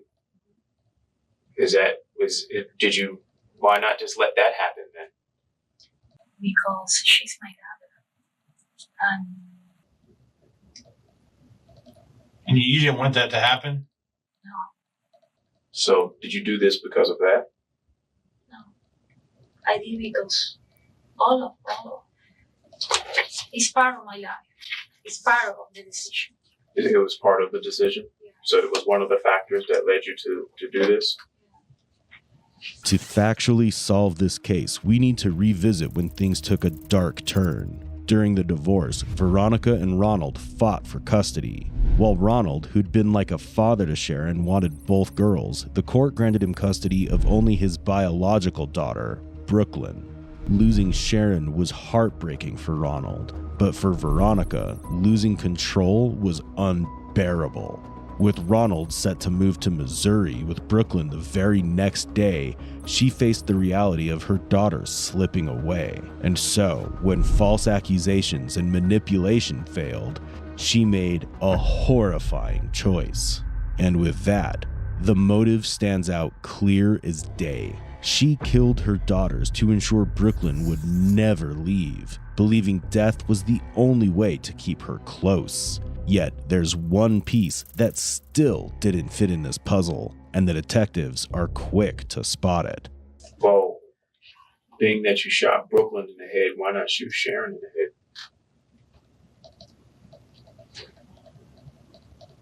Because she was looking. Her face was. Sharon was looking at you? No, she was A shot today? She turned her head on me. Sharon did? Yeah, before shooting her. And I saw her face. I don't shoot her in the head because I was thinking, I don't know, I just... Because you understand how final it is to shoot somebody in the head. Yeah. The chances of surviving that is way thinner than shooting somebody in the back. You understand that? Yeah. I was just curious, just wondering if there was something different between I don't Sharon. know, it's something that, for some reason, I don't shoot her in the head. For some reason. Because before shoot her, she faced me. Okay.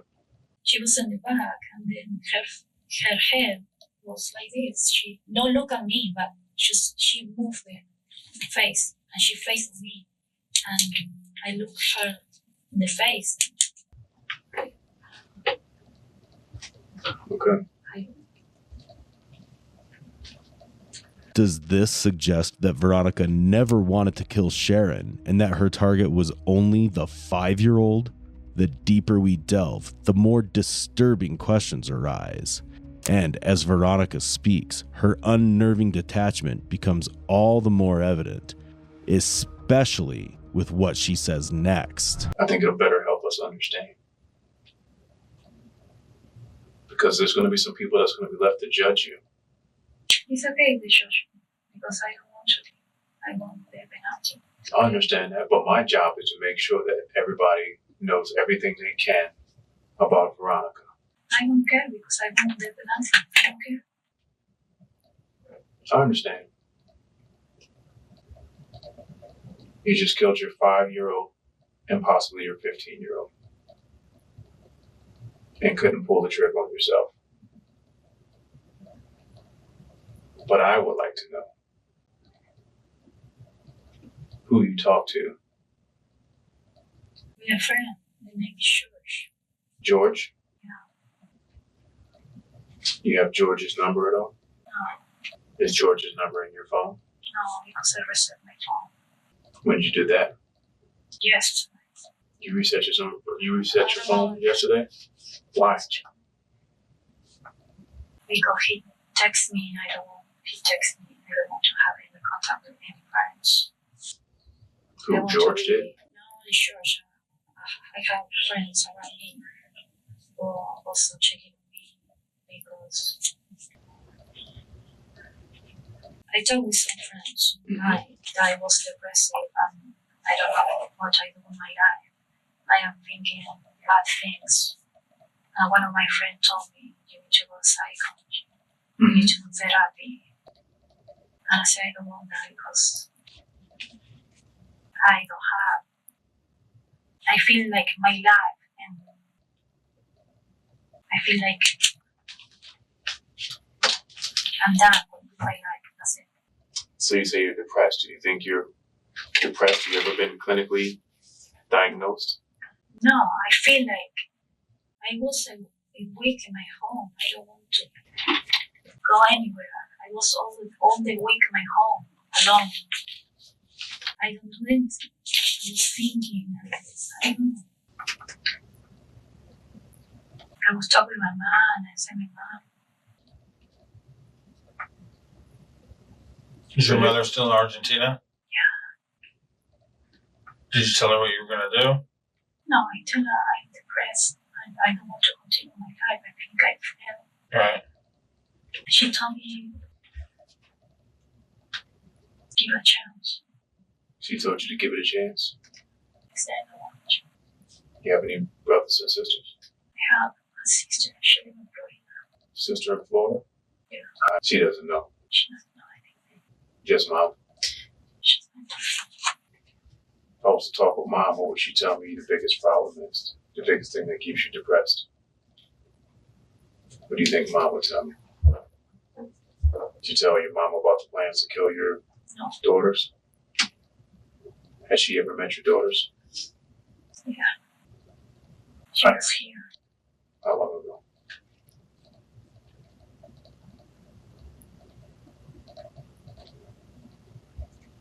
June.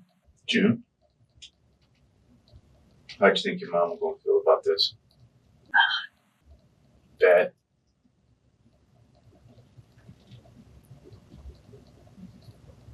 Now, to me, it's strange because that kind of got more emotion out of you than it did you telling me the fact that you shot your 5-year-old daughter and 15-year-old daughter. Because I don't want to live with them. I mean, I don't want. You don't want to live with them? I mean, I want them come with me. That's why. That's why I want them come with me. You want them to come with you and not go with Ronald? No, I want them to come with me. Right. No. So if they're coming with you, they're not going with him, right? Sean is not going with you. I will be still here with Sean. I mean, every time we ask a difficult question, you get quiet. Because I don't know what to say. It's the truth. The truth is easy to say. You made some very difficult choices tonight. You can't change those, so we have to deal with what we got. That's why we don't know you. We've never met you before. We're just trying to understand what makes Veronica tick, what makes you think the way you're thinking.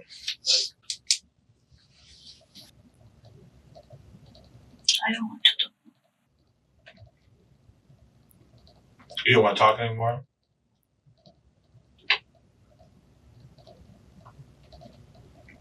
All right. Go ahead. You put your arm here?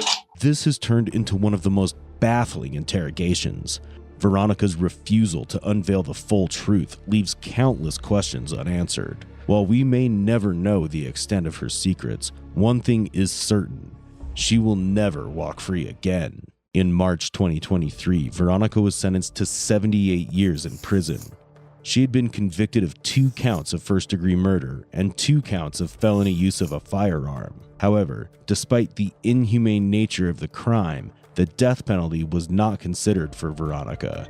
The highest sentence would be, could potentially be death penalty or life imprisonment. I told them that I would prefer to go with life. The girls aren't here on this earth. If there's a heaven, they're in heaven. And I kind of felt the only way that I could still kind of protect them was to keep her on this earth as long as I can, so she can never be close to him. Sharon Castro fought bravely for her life, but succumbed to her injuries at the hospital on August 5, 2018. While little Brooklyn passed away in her sleep, her innocence stolen in an instant. Their father, Ronald, was shattered to his core and is left to grapple with the unbearable loss of his 2 bright souls. She should have just killed me instead. At least the girls would be alive. We found a baby, and that it was a whole baby, so it was only pieces. She was found in the Boynton Inlet, and that the DNA on that baby comes back to you being the mother. This is Arya Singh, 4 years after committing an unspeakable crime and burying her dark secret, believing she'd escaped justice. Now she stands accused of drowning her daughter, whose naked, dismembered body was found floating face down in the ocean in a scene too horrific to imagine. On June 1st, 2018, at approximately 1:20 p.m., an off-duty Boynton Beach firefighter made a chilling discovery. A newborn baby girl, unclothed and floating face down in the Boynton Beach Inlet in Florida. With no immediate way to identify her, authorities named her Baby June based on the month she was found. The Palm Beach County Sheriff's Office, along with local authorities, launched an extensive investigation to uncover the infant's identity. However, despite their relentless efforts, no leads surfaced and the case eventually went cold. In 2022, detectives leveraged cutting-edge forensic genealogy by entering baby June's DNA into a genetic database 4 years later. This led them to a distant relative on her father's side, ultimately identifying and locating the baby's biological father, Ronaldus, who was then brought in to be interviewed. Ronaldus, unaware of the child's very existence, cooperated fully with authorities. He provided crucial information, suggesting the mother could be his former girlfriend, 30-year-old Arya Singh. Following this revelation, detectives took Arya Singh into custody on December 15th, 2022. How, for the abortions that you had, how late in the pregnancy were you when you had those? 8 to 11? 8 to 11 weeks. All of them? Yes. Okay. Have you ever carried a baby till full term? No. Okay.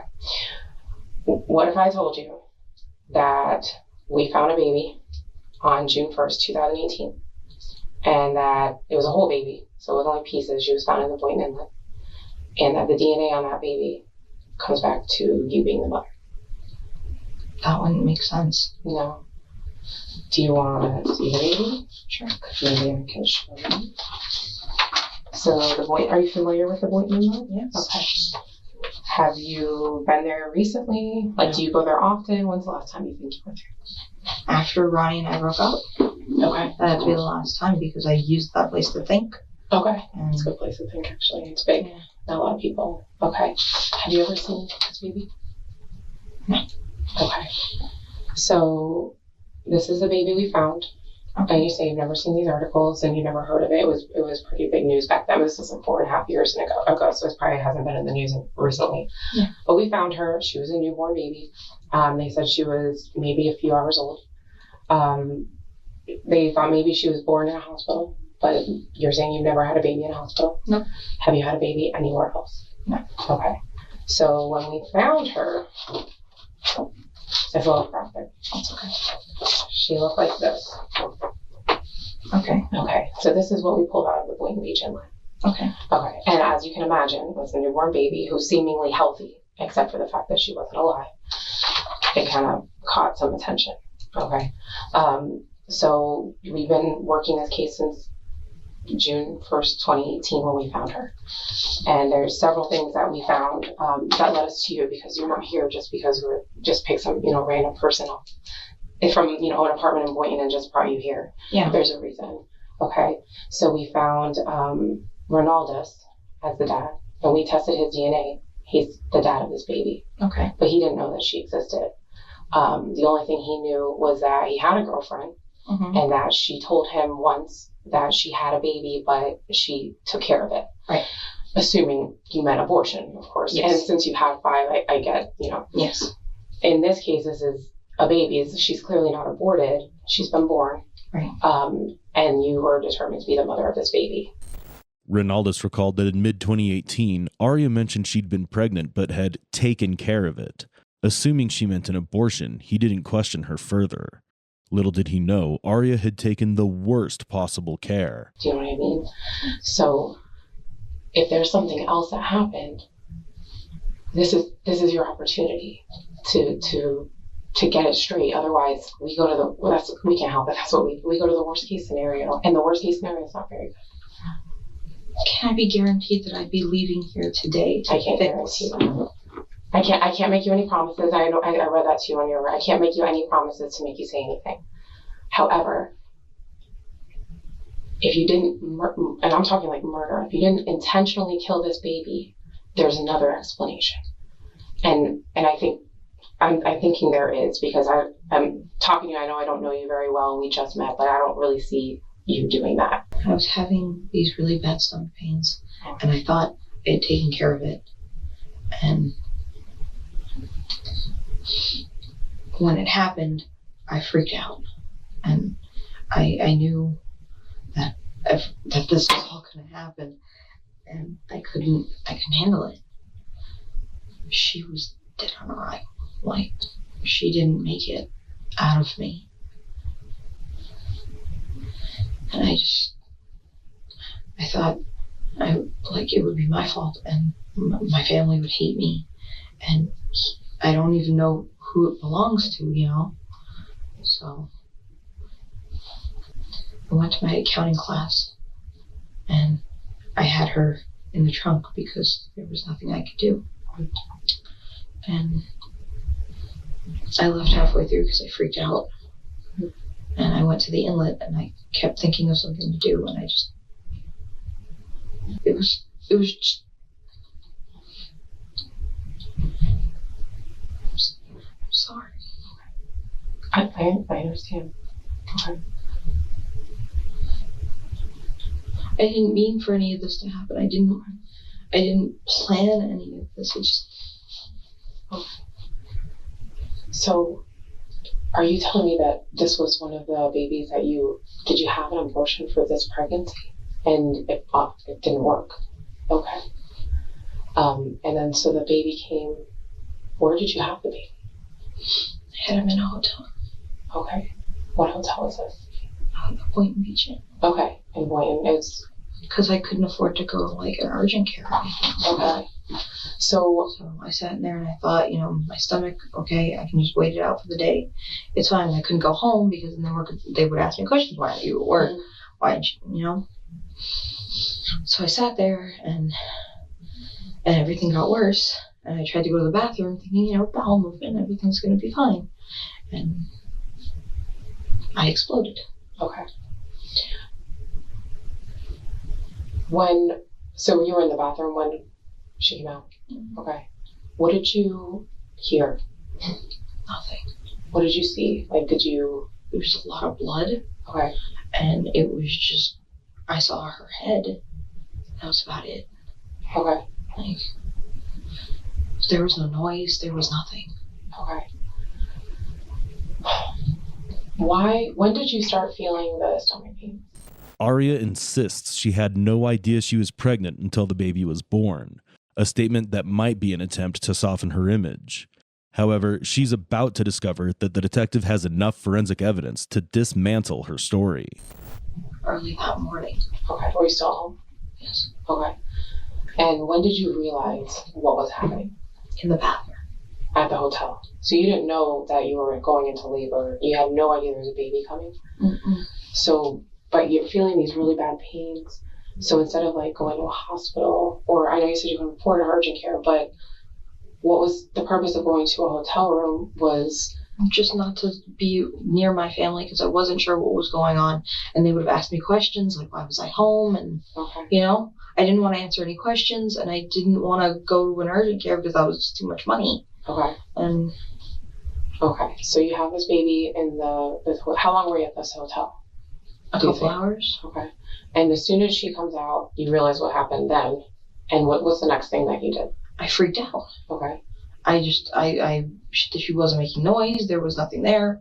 I thought about calling the police, and then I thought, how does this look? I get that this isn't any better. This does happen a lot. Yeah, what you just described. Yeah. It's happened. And I freaked out, and I put her in my backpack, and I left her there for a while, and I fell asleep because, I passed out. Mm-hmm. And I woke up, and there's nothing, she's still there, Okay. And I freaked out, and I put her in my backpack, and I'm like, okay, I'm going to go to accounting, and then this is all going to be a bad dream, and it's totally fine. And it's not. Okay. I didn't know what to do. Okay. So when she came out, when you saw her, she wasn't moving at all. She wasn't crying. And did you check her breathing or her chest? Nothing like that? No, I didn't check anything. You left her in the toilet? Okay.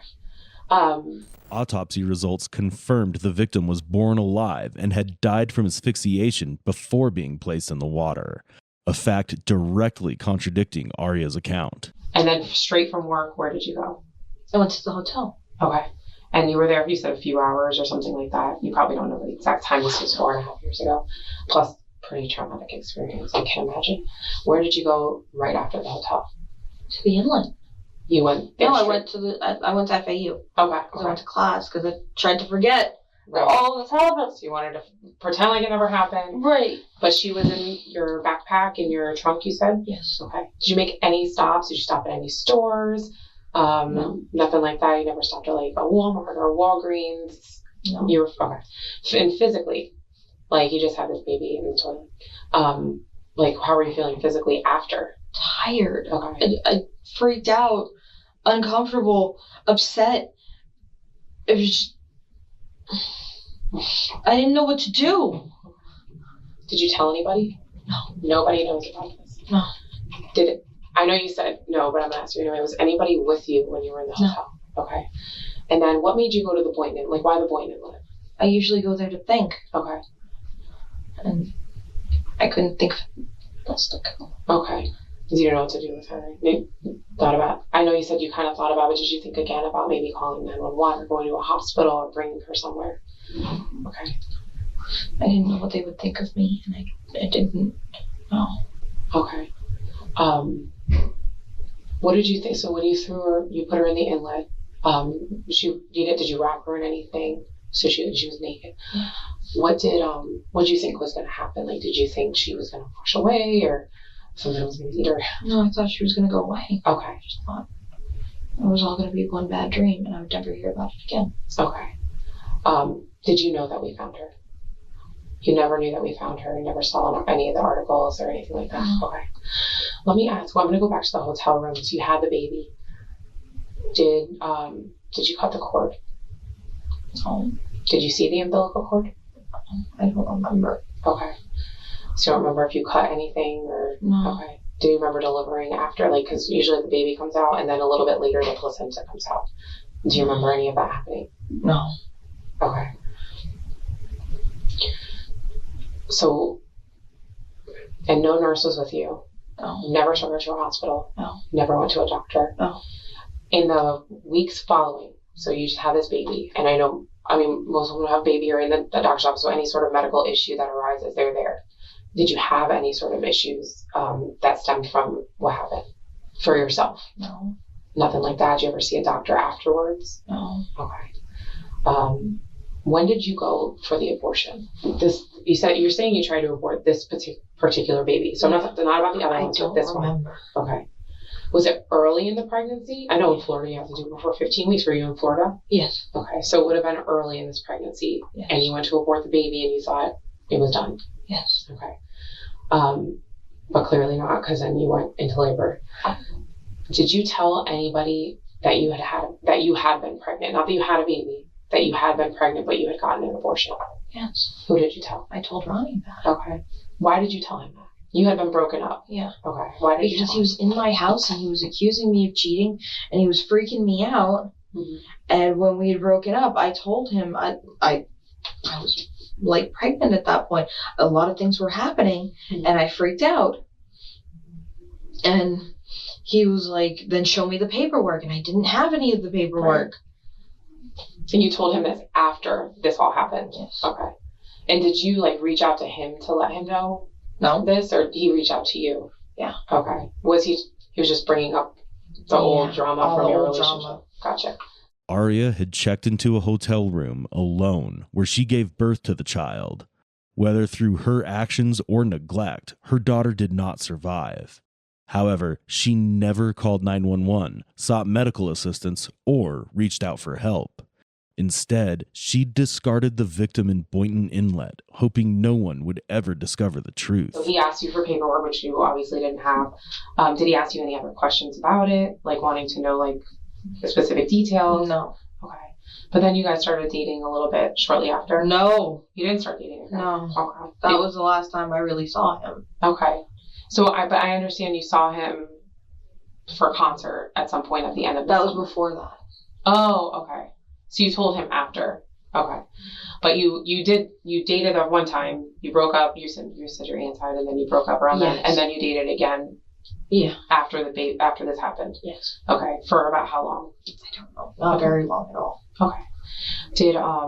Did you ever, besides him, so you told him, did you ever tell anybody else that you had gotten this abortion? No. That this happened? You ever told your sister? That you're really close with your sister? Not anymore, but yeah. Well, we don't know what she thinks, but she doesn't. We don't know what she knows. I know exactly what she thinks. She's got kids too, right? I know exactly what she thinks. I know exactly what. But she never confided in her. No. Philip. No. Herman. No. Just Ronaldus. He's the only one that you told that to. Yeah. Okay. And Okay. So when did you take anything with? So when you went to the hotel, you said, I just want to clarify. I just said, so if I got something wrong, just let me know. Okay.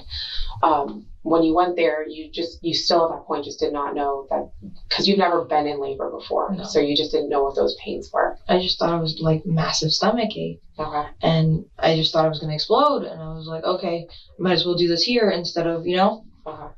When did you book that hotel room? That same day.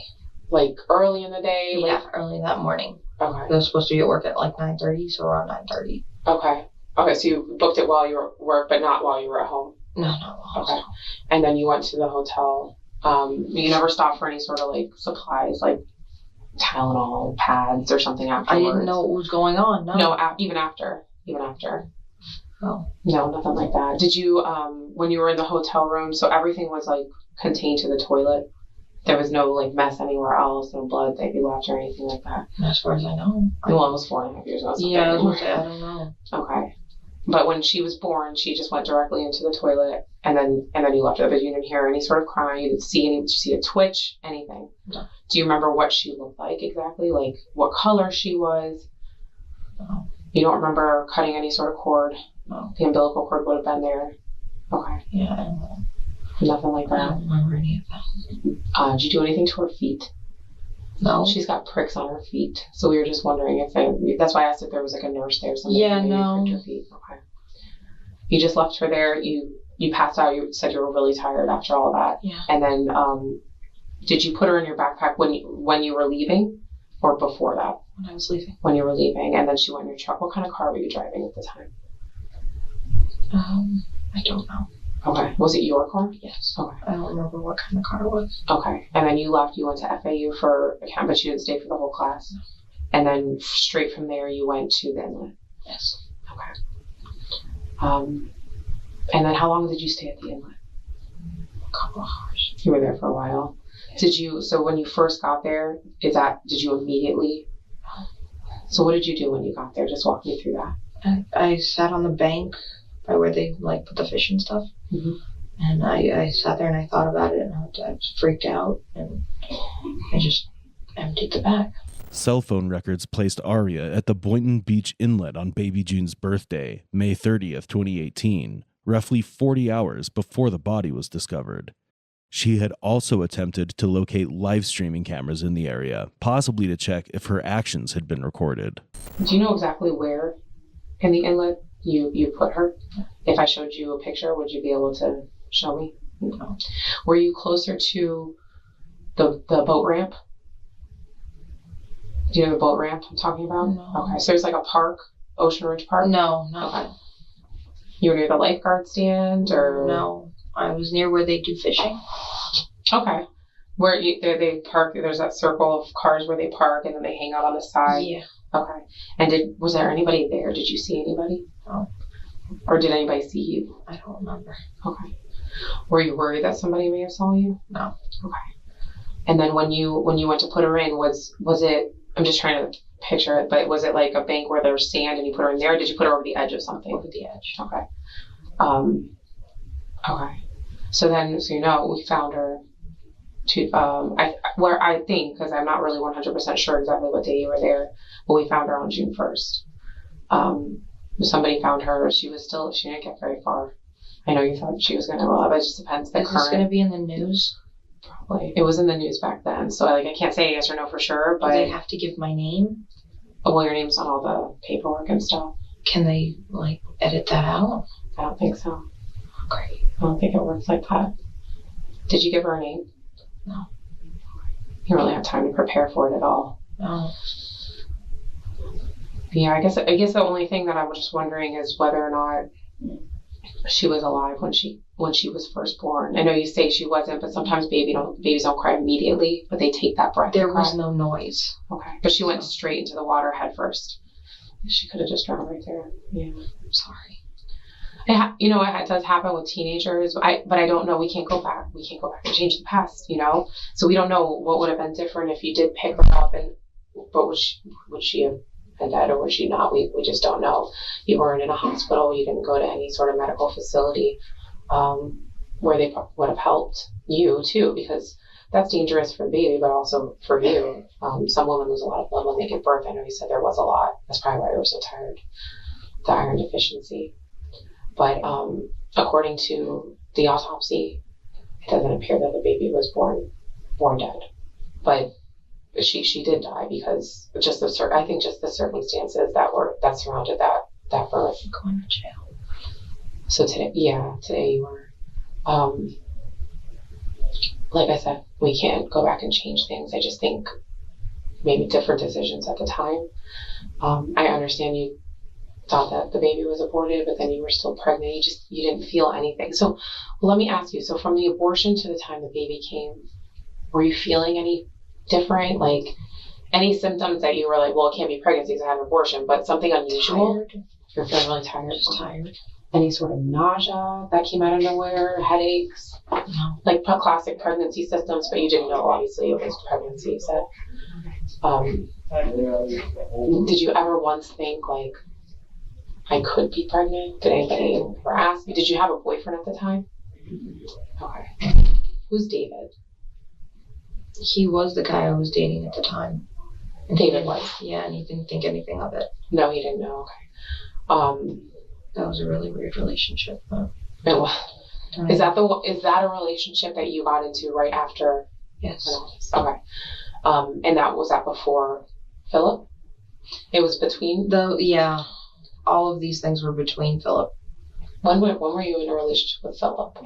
From 2011, 2012 to like 2 years ago. Investigators uncovered an extensive search history on Aria's phone, revealing a pattern of suspicious activity. 574 searches for Boynton Beach Inlet between May 30th and June 30th, 2018. 34 searches for Palm Beach County News between May 30th at 11:20 p.m. and May 31st at 9:28 p.m. Inquiries about marine life in Boynton Inlet, including a YouTube video titled, "Why is the Boynton Inlet so treacherous?" Multiple searches for news coverage of the case were conducted after the body was discovered. These digital footprints strongly suggest a guilty conscience. Oh, so for a long time. On and off for yeah. What officially ended that relationship? We were engaged and I just couldn't take it anymore and I screamed at him. Okay. Did he ever find out about this? No. Did he go to FAU at the time where you were there? Yes. Okay. Did you see him that day when you went to your accounting class? No. You didn't see him? Okay. Did he live in the dorms? Or somewhere else? Okay. He was on private. Okay. So you were still in school and you went to your class there. So you worked for that travel nurse, it was like a travel nurse staffing company. Did you work with nurses? Yes. Did you ever talk to anybody about like what to do if you're pregnant, what to do like after you're pregnant or anything like that? No. Okay. Never asked anybody for like advice about this without actually telling them what happened? Okay. Okay. Is there anything else you think? I just want to go home. I know. But you have to understand, we found this baby who's seemingly healthy, other than the fact that she's not alive, healthy, no trauma. We don't think you beat her or anything like that. No trauma, no signs of disease, no nothing like that. And that baby, they believe that she was born alive. So we find this baby, we do all this stuff, and we're like, where are the parents? Like, how did this baby end up in the inlet? Which I'm sure you can understand. I understand everything. I feel guilty and hungry, just upset, and I just want to go home. I know. And I know the whole situation is scary, but like for 4.5 years, this little girl had like this big question mark. Like, what happened to her? So it's good to know, like, that's something good for her so she can be laid to rest, because she deserves to be laid to rest, you know? She didn't live very long, maybe seconds, minutes, but this'll really be the best thing to happen. Yeah, but what to her. happens to my life? Yeah. I understand that sounds really selfish, and I get it. No, I'm not judging you. I know you're scared, you're worried, you're wondering what's going to happen. I can tell you what's going to happen today. Okay, so in the future, like, I can't predict the future, things are different, but I can tell you that from here, you're going to go, this is just where we're talking. This was just a kind of a closer place to where you live, so we didn't have to drive you for a long time before I could talk to you. So we can just figure out what actually happened, okay? From here, you will go to the jail. And you'll get a phone call. If you get more after that, I don't know anybody's phone number. Okay. Like, all of my phone numbers are in my phone. Okay. I don't know any phone numbers. So you'll be able to, I think they'll help you with, if you want to call a lawyer, if you want to do any of that stuff, you'll be able to do that from there. I can't help you because we have it, but I don't have it. I don't physically have it. I don't know if we'll be able to get you a phone number. If I can write it on a piece of paper and give it to you. Do you have a passcode on your phone? Yes. What's the passcode? 1204. Okay. Our anniversary. Well, you and Chris, right? Yeah. What if I'm able to get a number out of there, what number would you like? It's Chris's number. It's under emotional support extrovert. Okay. Wow. Okay. So you want us to, or you want us? I can probably get Chris's number for you. Yeah. That's whose number you want. Okay. And then he can help you call. And now, look, I don't know if you get more after that. I don't want to tell you like the wrong thing. So I know you get the one for sure. If you get more after that, I'm not sure. And then you'll go to first appearance in the morning. Okay, that's when you'll stand in front of a judge. It's a bunch of people, so it won't be just you. It'll be other people who got arrested. And they'll determine if I get to leave and go home. If you get a bond. I don't know how likely it is, but that's the judge will determine that. Okay. And you have to post bond. If you get a bond, if they issue, you have to post. Yeah. Pay the money to get out. Okay. Aria's desperation for self-preservation obscured any trace of remorse. She tried to paint herself as a victim, a woman who made a terrible choice out of fear. But what the truth revealed was far more dark. She was a reckless individual, indifferent to the life she'd taken. What's more unsettling is the fact that this child never stood a chance, not with a mother who discarded her like an inconvenient mistake. So it's a process, but if you talk to Chris, so that's why they'll give you that phone call, because maybe he would be able to help you, but I can't guarantee that they're going to issue a bond at all, okay, because it's a pretty serious case, so I don't know, and I don't want to tell you the wrong thing. You've been flight risk or anything? Maybe, no, but you do have family out of the country, to include your parents. So when are your parents supposed to get here? Next week. What day? The 20th. Okay. Early. Okay, so like Tuesday, I think. Under Florida's safe haven law, Aria could have legally surrendered the baby without facing any consequences. Yet, instead of seeking a safe alternative, she abandoned her daughter in the ocean. A chilling act that underscores her utter lack of self-reflection and her terrifying ignorance of the gravity of her actions. And I was going with the latter. So, and that's what you told me. So, yeah. But now we don't have this. I know we're worried about, but we don't have this question mark about what happened to her anymore. We have a better idea. Thanks. It doesn't sound as bad as it did before. Yeah, that makes it better. Do you have any questions for me for now? But I don't want you to leave. Okay. I'm really freaked out. And I don't want you to leave. Okay. So you can get, I don't have to leave. I can have somebody bring, do you want some water or something like that? I haven't eaten anything for the day and I'm super anxious. Okay. We can get you food too. I don't know how long it's going to be before you go over there. So if you're hungry, Thanks. we can get you something. You can't tell me anything that's going to happen to me. I can just tell you that you're going to go to the jail. The only I know of until first appearance, and then after that, I don't know. There'll probably be a trial. You'll get a lawyer. You'll go through maybe a trial process. I don't know. I can't really say because everything is so different. A lot of cases are different. And if I plead guilty, this doesn't get any easier, does it? It would depend on the attorney, the prosecutor, if they offer you a plea and stuff like that. But I really couldn't say. I don't know. But that does happen in a lot of cases. I just can't say that's definitely going to happen here.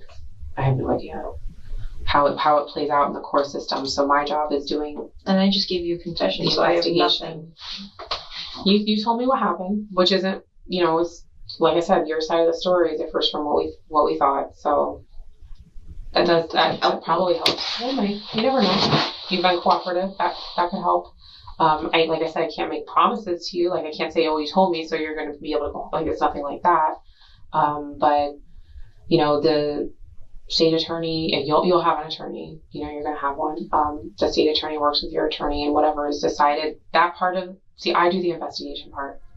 That leads up to here.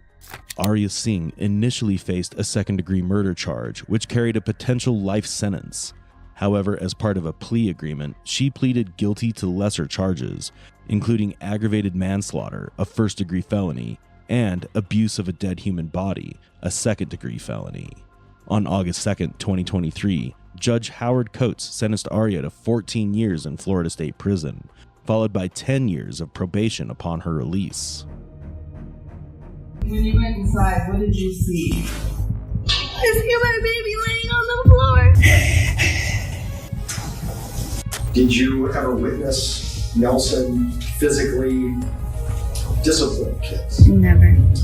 This is one of the most disgusting trials that I ever had to sit through. I ain't gonna let you make it. I ain't gonna let you here say that.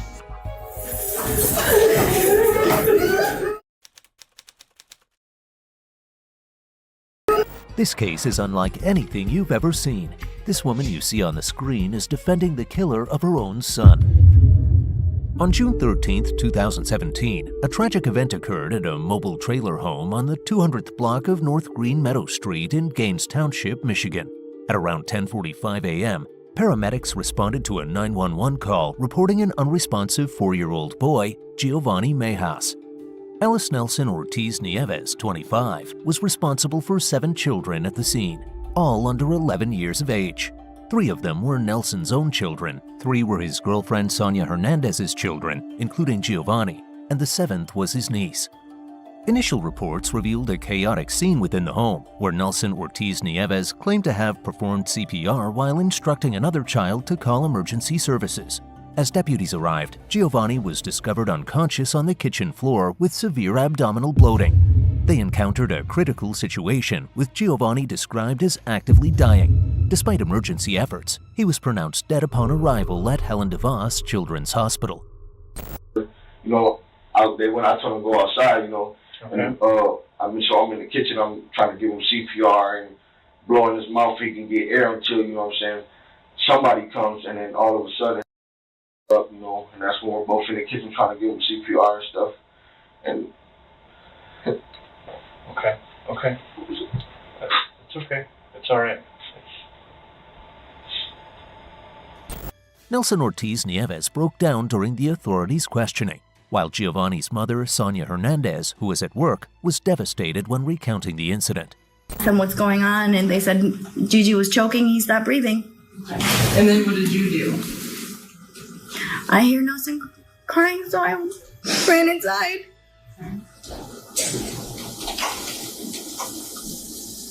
And when you went inside, what did you see? I see my baby laying on the floor. Did the accounts given by Sonia Hernandez and Nelson Ortiz Nieves reflect the truth? Or did his tragic death conceal an evil intent masked by their tears?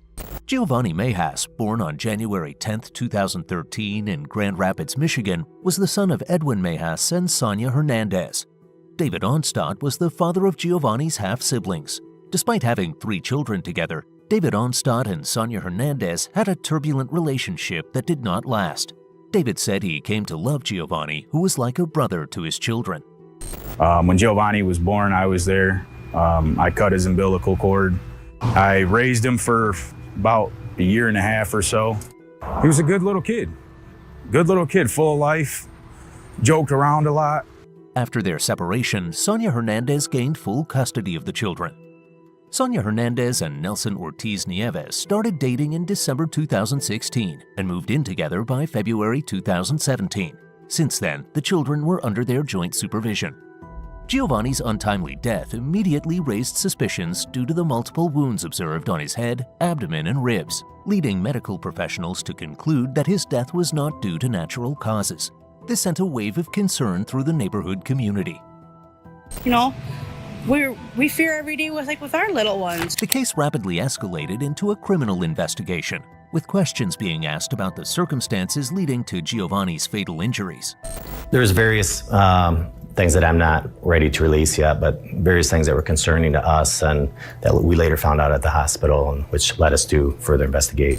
Nelson's account of the events, coupled with the alarming condition in which Giovanni was found, prompted immediate police questioning and further investigation into potential abuse or neglect within the household.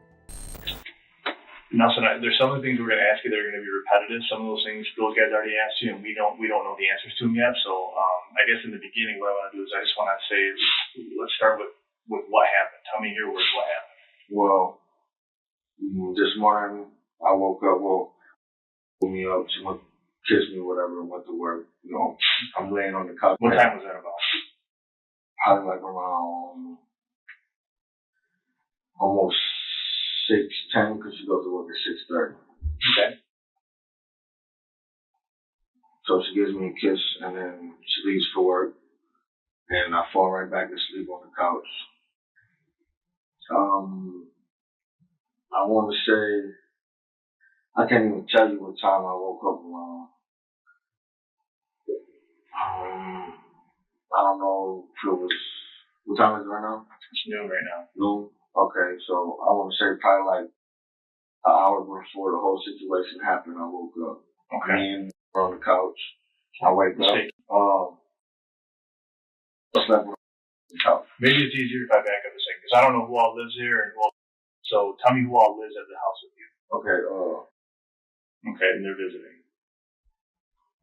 Okay, so you woke up on the couch, and who was with you at about, say, 9:45ish? Okay. And yes. And what? Okay. So you woke up on the couch and you. Yeah. Okay. And then. Yeah, we're in the back. Is it a bedroom they normally share together? Well, I split them up, you know, for some purposes, you know, or whatever, but. A little bit, but. You know, they got a situation going on with them, so I always split them up. Okay. So they were in split rooms. And in his room. Okay. So she woke up 6:10, she gave you a kiss, 6:30 she leaves. Roughly say 9:45ish. Does that sound about right, or would it be earlier? Man, I couldn't tell you, because I didn't even look at the time I woke up. I know as soon as I woke up, because my playing in the living room and there would be loud, so I woke up, gave him a bowl of cereal.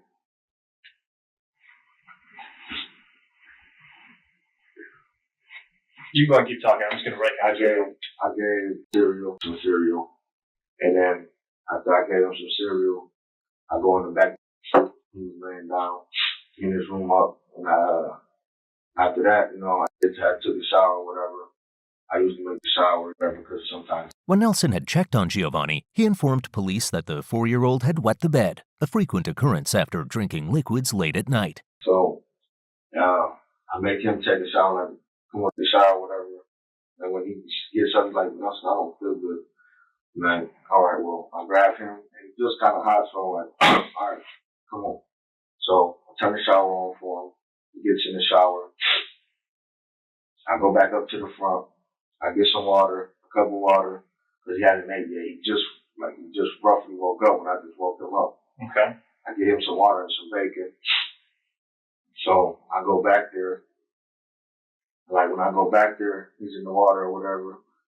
And then, like, I don't know, it just seemed like his body, like, he just looked like he was getting stiff, like he couldn't move.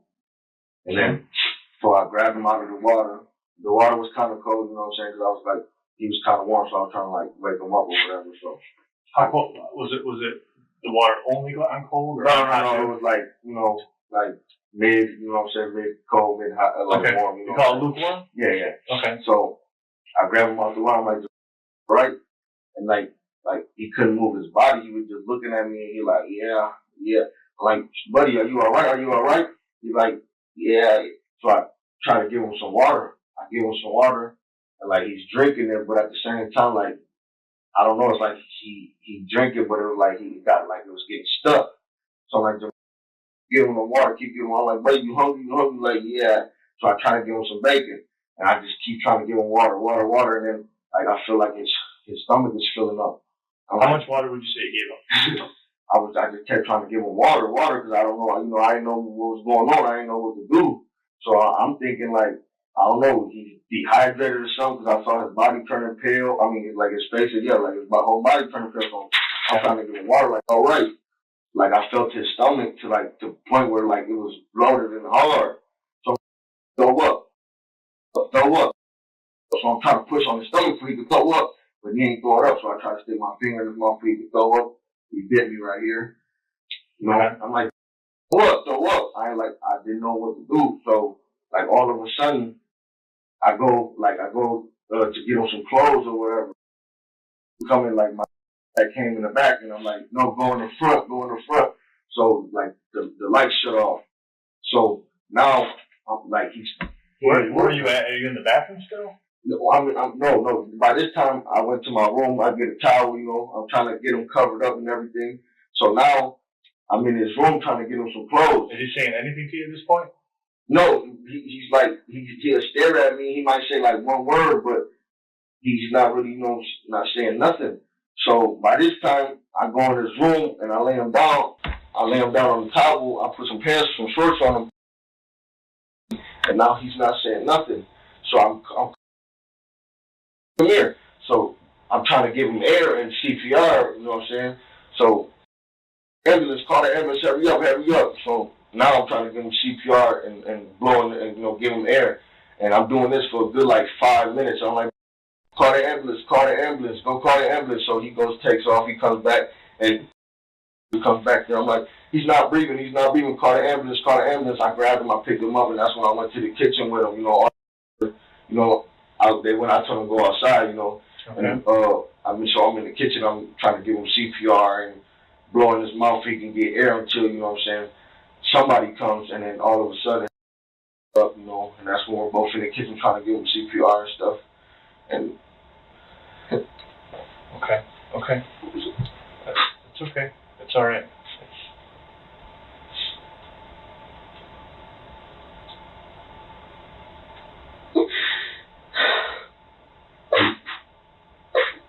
Nelson's defense attorney suggested that it might have been Giovanni's older brother who delivered the fatal blow. Giovanni's mother, Sonia, spoke about how the 10-year-old had treated his younger brother. Him, sock him, push him. He was just mean to him. Sonia also mentioned that the children often climbed on and jumped from the roof, suggesting Giovanni could have fallen hard onto something. The medical examiner indicated that a fall or another child could have caused the injury. Nelson had more than just his family supporting him. Sonia Hernandez claimed that Nelson was excellent with her children. Did you ever witness Nelson physically discipline kids? Never. Sonia described Giovanni wanting to be like her boyfriend, highlighting an unbreakable bond between the 4-year-old and Nelson. The neighbors also vouched for Nelson. When I talked to him, he never ever struck me as the kind of guy that maybe been in trouble, maybe in the past. You know, he's got tattoos, stuff like that. I do too, get tattoo stuff, but he didn't strike me as the kind of guy that would do anything, like hurt a kid. However, the police remained steadfast in their pursuit of uncovering the truth. I know this isn't an easy thing to talk about. I'm sorry to make you have to go back through it again, okay? It's like from the only one, man, like, out there wrong, you know, like this, you know, I took the initiative to step up to the plate like I have my own kids. You know, I love my kids, I see my kids, I take care of my kids, and I feel like it's my fault, man. Like, I couldn't do nothing. What? Nothing.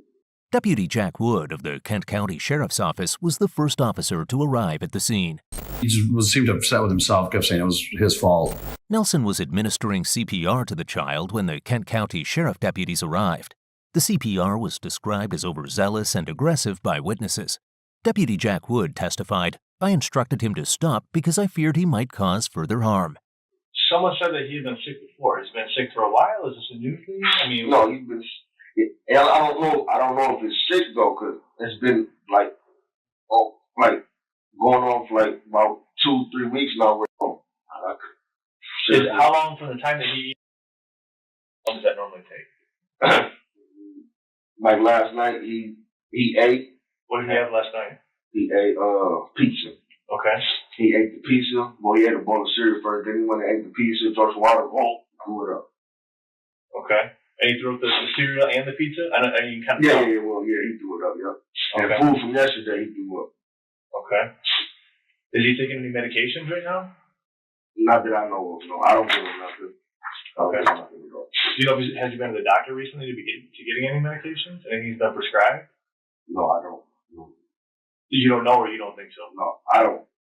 I don't know. I don't know if he takes meds or not, but I don't give him no medicine, so I don't know what she gives him. I don't know. I don't give him nothing, though. Do you know when the last time he was at the doctor? No. Would it be safe to say that it's not been in the past few weeks? No, yeah, it's no. Okay. Yeah. Okay. Has anything else happened that's been out of the ordinary that? Well, yeah, well, me and Brew one day, and he comes back there, and he tells me, I don't just want to put all the blame on him because I don't want, everybody. No, I understand. I understand, but blaming him, you know what I'm saying? We'll say the blame. It's the truth, right? It didn't come from nowhere else that you can tell. But yeah, and like when I first, whatever, I guess I don't know if it was her family. I mean, his dad. February 22nd, when I had. Okay. And you got up 22nd? Yeah. How much? And that's why you're on it? No, I finished everything. And then just the other night. Like, because I try to give them a chance, you know what I'm saying, with their kids. I love kids. I got my own kids, Although Nelson claimed he loved the kids, David Onstadt said he tried to warn the authorities about Nelson's questionable character. I've called the cops have been involved. CPS multiple times have been involved. The school was involved. And guesstimate over the last probably 3 years, I believe several domestics, CPS-related calls. David Onstadt stated that since Nelson and Sonia began living together, he had observed cuts and bruises on the children.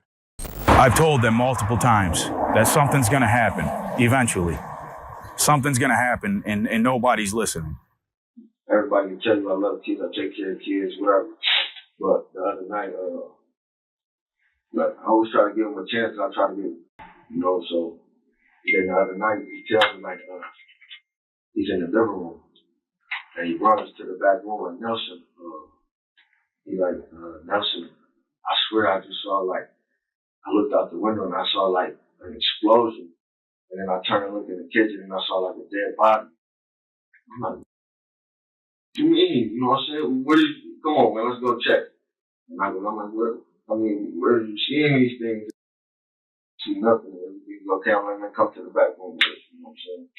So we go back there, whatever. I'll put a light in this room. I'll turn the light on. I'm like, man, look. This is late at night? Yeah, this is late at night. Okay. And I'm like, put the light on for him or whatever. I'm like, man, let's go ahead. I'm going to turn this light on for you. Just stay in there. And then he wakes up again. Nelson, I hear some girl talking about my window. You know what I'm saying? What's going on, man? Ain't nobody there. You okay, man? Chill. But then it wasn't just that. He had talked to him, so. But they all did it, though. So I'm like, what's going on, man? You know what I'm saying? But, that's what he is. I don't want to blame him, but, You said 2 weeks ago-ish he started getting ill. Yeah. Was there anything that led up to that? When I say stomach flu, when I say I'm sick, I'm down for the count. I'm in bed. I can't get up. I'm sick. I don't feel good. Was he all that, or he just? And this was he when 22nd up until 2 weeks ago? He was fine. Yeah, he was good. He was normal. Yeah, he was good. He was good. And did the sick thing that start at home, start at school? Where did that start at? He don't go to school. Okay. Does he go to daycare anywhere or anything like that? No. Just for you? Yeah, just with me.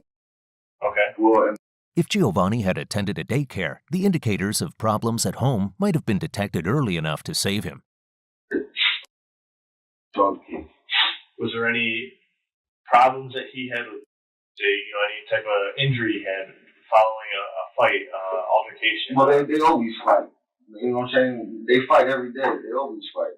Okay. That's a normal thing for them. But was there anything you walked in and he was unconscious, or he had a pretty big bump on his head, or anything that would tell you that he had been in a pretty significant fight? Well, yeah, a couple of times, he came up to me oh, Nelson against the wall or whatever, and I check on him oh, it's a bump. Okay, we'll put some ice on it. You okay? You know what I'm saying? But how long would it have been? Was that around this 2 week time, before or after it? No, this was probably happened about a week ago too, when he came up to me and told me that. Okay. And same time, he was like, he pushed me against the wall, and he had scraped his face right here. Okay. He had a bump in his head. Where was that bump at? I think it was like right on the left side. So left back top, kind of? Yeah, kind of like right here. Okay. Yeah.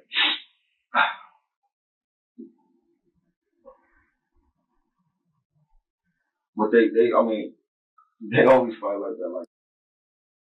Like, rams his head against the wall and bulls her hair, them kids, they're rough. They're rough.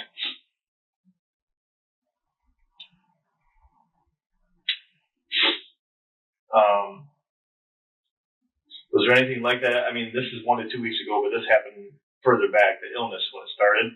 Was there anything around the illness time that you're like, wow, he's his head on the wall or his head on the floor, and then all of a sudden he won't eat or he's throwing up or anything like that?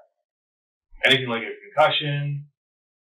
I don't know. I couldn't tell you. I don't know. Okay. I mean, if you bump your head, I don't know if you got a concussion or not, Mm-hmm. I'm just asking if his behavior changed. Did he start acting strange? Just one day, like, I want to say, like, probably like a couple days ago, I'm sitting with him and, he's just like, I don't know, he's acting funny. Like, he's not really, like, he's just acting like he just looked like, I don't know, like he's just real sick. I'm like, are you okay? And I asked him, you get into anything? You get into it and show me what you get into, because like he wasn't acting like himself. Like I just bought him some ice cream and some pop or whatever. You get into anything? Tell me what you get into. Did you drink anything? You know what I'm saying? Did you give him some ice cream and some pop? Was that before that or after that? Like he was looking sick or feeling sick. Did you give him that to make him feel better, or was it before? No. We just went to the store and got some ice cream and some pop. You know what I'm saying? So when I come back, whatever he eats, all of that, you know what I'm saying, everything. So when I come and look at him or whatever, you okay? Because he ain't just getting like, I don't know, he looked like he was just getting sick. Are you okay? Are you okay? Did you get into anything? Did you get into anything? What did you get into? You know what I'm saying? Show me what you got into. You know what I'm saying? Because, there's chemicals and everything. I'm trying to fix the bathroom and all that back there. So, like, did you get into anything? I'm hoping you didn't get into this glue that I glue the pipes with. You know what I'm saying? Mm-hmm. He's like, no. And I'm like, man, you don't look like, you know what I'm saying? You don't look like yourself. Did you get into anything? Are you all right? He's like, yeah, I'm all right. And I just left it at that. I'm like, all right. And he was fine later that day, that afternoon? Yeah, well, he still just acted like he was sick. You know what I'm saying? I didn't know. However, the autopsy report of little Giovanni was something straight out of a nightmare for the detectives, altering the entire course of the investigation. What it was, but I don't know, he wasn't up playing or nothing like that. He just where was his glue kept at? His what? Where was his stuff kept at? The glue? Yeah. I just keep it right there, like on the top of the sink in the hallway. Did you see any open containers, like he had been in that glue or anything? You know what I mean? Was it open on the floor, spilled over, like he was in it, or? No, well, they could open it themselves. It's not hard to open or whatever. But I don't know, because he wouldn't tell me if he got into anything or nothing. But it wasn't left open. No, I didn't leave it open. No. I'm saying if they were playing it, they might open it and left it open. He didn't leave it open. No. If he got into it, he would have had to put it back. Yeah. Okay. Or there was some on the floor too. It was like 2, 3 right here, and then there was 2 by the floor, by the bathroom. You know what I'm saying? Like when you walk into the bathroom. Did you find those moved from where you had last left them? Yeah, well, I don't think they're there now. I think I put them back up on the sink. But you didn't find them in the middle of the floor like they had been playing with them. They were where you last saw them. Yeah. Okay.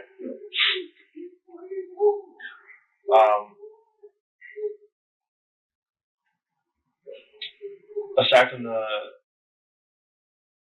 glue that was out, was there anything else that he may have gotten into? Any chemicals that were out? Anything laying around?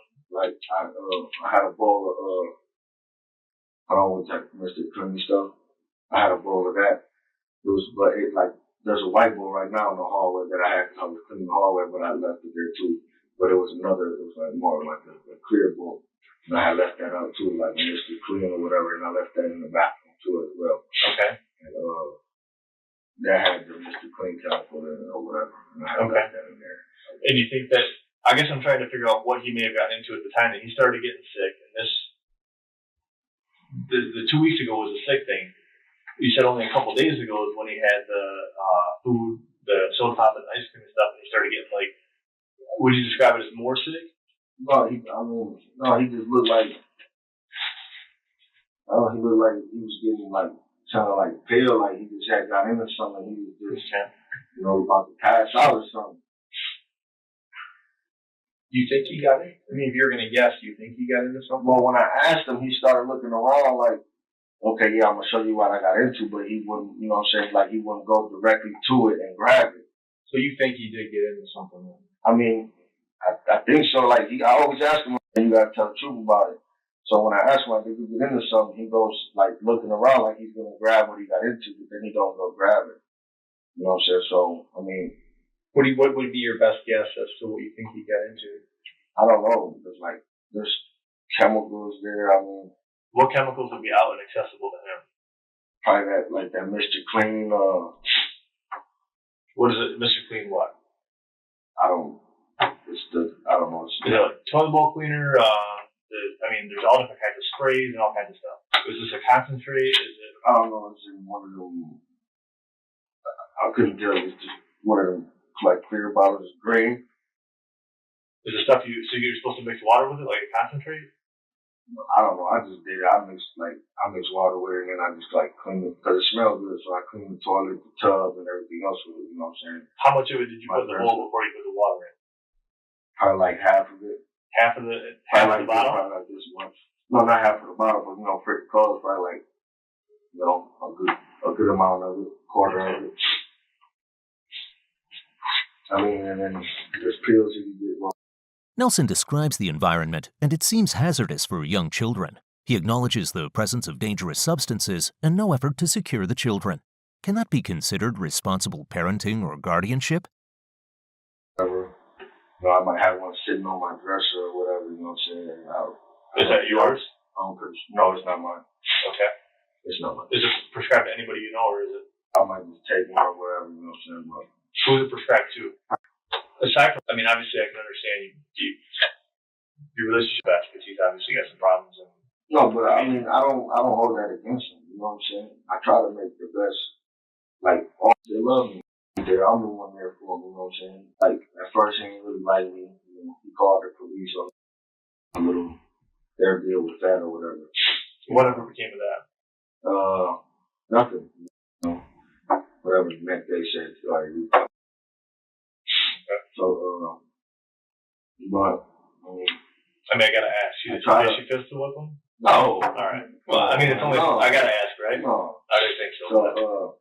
But other than that, I try to build a relationship with him because I don't hold it against him when he's a kid, so all I do, man, I try to imply, okay, you don't do this, you don't do that, this is how you do it, this is what you do, That's it, that's all I do, man. What, as far as punishments, what's standard routine? Stand in the wall, get in the room, don't come out your room. Okay. Spankings? No, I did hit Daniel before in his leg, but that was about it. Okay. And how long ago was that? Probably like a couple days ago. Okay. Yeah. February 22nd. Yes. So you own February 22nd? Yes. How long have you known her? I met her probably like November 23rd when I came home. 2016? Yeah. Okay. And then, some days she's not. So what made this different to be like, hey, what'd you get into? What you mean? Well, what I mean is, what made the 2 days ago when you thought he got into something, what made you think, man, what'd you get into versus, because you had been sick, for 2 weeks and not feeling good and sitting down. So what made it so worse to make you think that he got into something? Because, I did have a drug there, but it wasn't like, I don't think it was like exposable to where he can. A drug being? As in, a narcotic. Very different. No, different. What did you have there? Cocaine. Okay, where was this at? This was in my drawer. All right. How much was there? Probably like a little 20. It wasn't nothing big. Nelson was actively using narcotics and should never have been left alone with children, a fact that Sonia knew but chose to ignore, illustrating Sonia's carelessness as a parent. Powder Jones powder. Did you go check it? Was there any missing? No, I had some I had some in a baggie, and then I had some like on a mirror thing. Yep. That was it. Was there any missing off the mirror? I wouldn't have been able to tell. How much coke was there? It was on like a 20, like 0.2, something small. Do you still have coke in the house now? No, I don't. Where'd that go? Used it? Okay. So aside from the coke being out, she's been sick off and on. That's what made me real curious about that day, you know. I didn't want to say it, though. Well, I appreciate you being honest. I mean, let's be real here. We're talking about him. I'm worried about him. I am some cocaine. Whatever. That's neither here nor there. Is there anything else in the house that? No. I mean, whether you want to say it or not, we just want to make sure that. No, there's nothing. No drug, no gun, no nothing. No. Okay. Well, all right. And you don't think? I mean, based on what you saw, you wouldn't know if he got into it. But again, playing with it, you would think that he would knock it over or whatever, or he would wipe it off. He wouldn't know what that is. To be careful with it. So he wouldn't think just a little bit. He'd mess with the whole thing. Well, I mean, right? I mean, I don't know. Them kids, man. Kids to keep you busy. You don't know. Them kids are smart, man. You know, for real. So you go get that, and you said you were pouring. You went and got bacon. How much bacon did you get? It was just like one little strip. Okay. Where was that at? That was it was in the microwave, but I had set it on the counter. Okay. All right. Did you eat the bacon that morning? No, it was like a day old, you know what I'm saying? But I just went and grabbed something for him real quick to eat or whatever. So he ain't, you know what I'm saying, when I saw him turn the pill, he ain't feel good. So when I went and grabbed the water and the bacon, when I came back there or whatever, and then I had grabbed him out the shower and I put him on my lap like this. And I started Where'd you put him on your lap at? I put my knee on put my foot on the toilet and I sat him right here. Okay, so you're sitting on the toilet? No, I'm standing up. You're standing up. Yeah, I'm standing up with my foot up. And I got him right here and I'm just giving him the water. All right, are you all How right? many cups of water did you give? I don't know, not a lot. Where were you getting the water from? From the shower now, because I can't run with him to the front, you know what I'm saying? Okay. So I'm getting it out the shower, keep trying to give him. You say a lot. Are you talking 10 cups, 20 cups, 30 cups? I don't know. I'm just giving him water, just constantly water. I mean, you know, I'm thinking, you know, maybe he's dehydrated or whatever, you know, so I just keep getting the water and giving it to him. What you doing when you're giving him the water? He's just like, he'll drink it and then, and he'll, you know what I'm saying, kind of like he'll choke on it, but then he'll be like, all right. Did he throw any of it up? Yeah. While you were sitting there? No, not while I was sitting there. When I went and laid him down, like when I laid him down trying to do CPR on him or whatever, you know what I'm saying? But that time he threw some up, but before then, his stomach was like loaded, so. Was it loaded before the water? Or No, after I'm putting the water in, you know what I'm saying? Kent County Detective William Mark states that it wasn't water but blood causing the boy's abdomen to bulge. You know, I'm just coming in and my partner, we're just coming in here kind of blind to try to figure this out. And you know the family a lot better than you. What do you think? I don't know. Seriously, I don't know. I don't know. This just kind of just like out of nowhere. And I'm like, I'm trying to help him, but I'm like, damn, what the. No, I hear you. And if we aren't asking you to tell us something you don't know, we're right now just trying to, you know, put it together in our heads of exactly what's going on and get kind of up to speed. So if you had a guess or an idea of what could have happened, let us know. We're just here to figure this out. I understand. Like, real, seriously, I don't know. Okay. I don't know. I mean, if you think he got into something, you think this is an illness, you think it's, he fell down and hit his head. I mean, I don't know. I honestly don't know. I just know he just woke up this morning and he just told me he didn't feel good.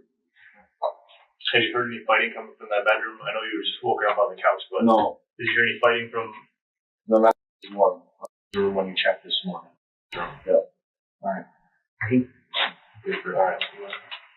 Give us just a couple minutes. We have to talk. We'll be right back. Okay. Do you need anything in the meantime? Anything you want? Okay. Is she here? We're gonna go check. Somebody's been talking to her, helping her. Okay, so she's okay. All right. Detective William Marks notes that Nelson's story is inconsistent, with changing details about how frequently the boy had been ill in recent weeks and the events leading up to the 911 call. The autopsy performed by Dr. David Start revealed that Giovanni died from internal bleeding due to an abdominal tear. The autopsy revealed that a nearly 2-inch tear in the mesentery, which connects the stomach and small intestine to the posterior abdominal wall, caused the boy to bleed to death. The autopsy also showed that Giovanni sustained injuries all over his body, including 7 blows to the head, cigarette burns, injuries to his lower back and buttocks, and 2 broken ribs that were healing. These findings indicated he had been subjected to abuse for some time. The other children were questioned and each admitted that Nelson had regularly harmed them, contradicting the statements made by Nelson and Sonia. Sonia was well aware. She was well aware of what was happening because she told him that was his responsibility to whoop them. Yesterday was the hardest day. On January 10, 2018, Nora Villarreal Malero, Giovanni's maternal grandmother, shared that the family commemorated what would have been his 5th birthday. And instead of us celebrating, we took balloons to his grave site. And because what Nelson decided to do to my baby will never bring him back. I'll never see him grow up, fall in love, go to school. In January 2018, the then 25-year-old Elise Nelson Ortiz Nieves was found guilty of the murder and abuse of Giovanni Mejas, receiving convictions for 1 count of felony murder and 1 count of first-degree child abuse. You beat this child, you brutalized this child, and you tortured this child. Nelson stated his intention to appeal both the murder and abuse charges. I'm going to continue to say I will take a lie detector test to prove that I never abused any of Sonia's kids or never abused Giovanni and never intentionally meant to hurt Giovanni but to help him. Judge Mark Trusock sentenced Nelson to mandatory life imprisonment without the possibility of parole for the murder, along with 80 to 150 years in prison for first-degree child abuse. But Nelson did not go quietly at first. This is one of the most disgusting trials that I ever had to sit through. I ain't gonna let you here say no crazy shit about me, man. Anybody says anything back there, arrest him. After the altercation, Nelson was escorted out of the courtroom and later brought back in to hear the rest of his sentence. You are the lowest form of human life that I've been able to observe or see. You are a monster, and quite frankly, you are evil. What you did was sickening and disgusting. We're done. Take him to prison, please. Nelson was charged as a repeat offender with an extensive criminal history dating back 13 years to his juvenile years. His adult record included charges related to drugs and guns, as well as car theft, shoplifting, assault with a weapon, and receiving stolen goods. In 2009, at the age of 16, he pleaded guilty to a misdemeanor assault charge involving domestic violence. He had also been accused of assaulting an infant boy, although that charge was dismissed as part of a plea agreement that resulted in a 3-month sentence at the Muskegon River Youth Home. It is important to note that Sonia Hernandez was cleared as a suspect in her son's murder because she was at work that day. However, during the trial, the children testified that both Nelson and their mother would kick, beat, and whip them. The evidence of her role in the abuse of her children sheds light on why she sided with Nelson. My first charge is perjury. I lied under oath for a man who I thought loved and cared for me. I turned a blind eye. There's nothing I can say or do to go back and change the things. The only thing I can do is look forward to the future. My second is failure to protect my children and blaming a sibling on a sibling. Your Honor, signing my rights off was the hardest and most difficult decision I had to make besides standing in front of you, Your Honor. I signed them off because I wanted them to move past this mistake I made by letting someone come in their life. I am far from perfect, and I accept responsibility for your conduct. Again, it doesn't change the past, and it won't bring my baby back. And I have to live with the fact that I failed my children. Your Honor, what you decide to give me is nothing compared to what I have been through. I wanted to apologize to my family, my children, my lawyer, and the courts. Thank you, Your Honor. Sonia Hernandez, Giovanni Mejas' mother, received legal consequences as well when she was sentenced to 57 months to 10 years in prison after being convicted of second-degree child abuse and perjury. While Sonia was serving her sentence, she was interviewed by the media. And everybody knows me as a person, knows I'm a great parent, so I don't care about what anybody has to say. She stated that the police wanted her to testify against Nelson. If I bashed him like they wanted me to, I wouldn't be in this position right now. Do you wish you'd done more? Do you wish things had turned out differently? Yeah, of course I wish that, but the law isn't right, so they're just trying to make an example out of me. Are you a good mother? Of course. I work 3 jobs to support my children with no assistance. My kids know that I love them, and I'm going to do everything so I can get them back. Despite being found guilty and her children testifying against her, she still flatly denied the charges. Trying to get me out, and I told them, no, I got to prove my innocence. Giovanni Mejas's funeral took place on Friday, June 16, 2017 at IVK Gillespie Memorial Chapel. This tragic case underscored the vulnerabilities children face in domestic settings, emphasizing the critical need for thorough investigation when unexplained injuries lead to a child's death.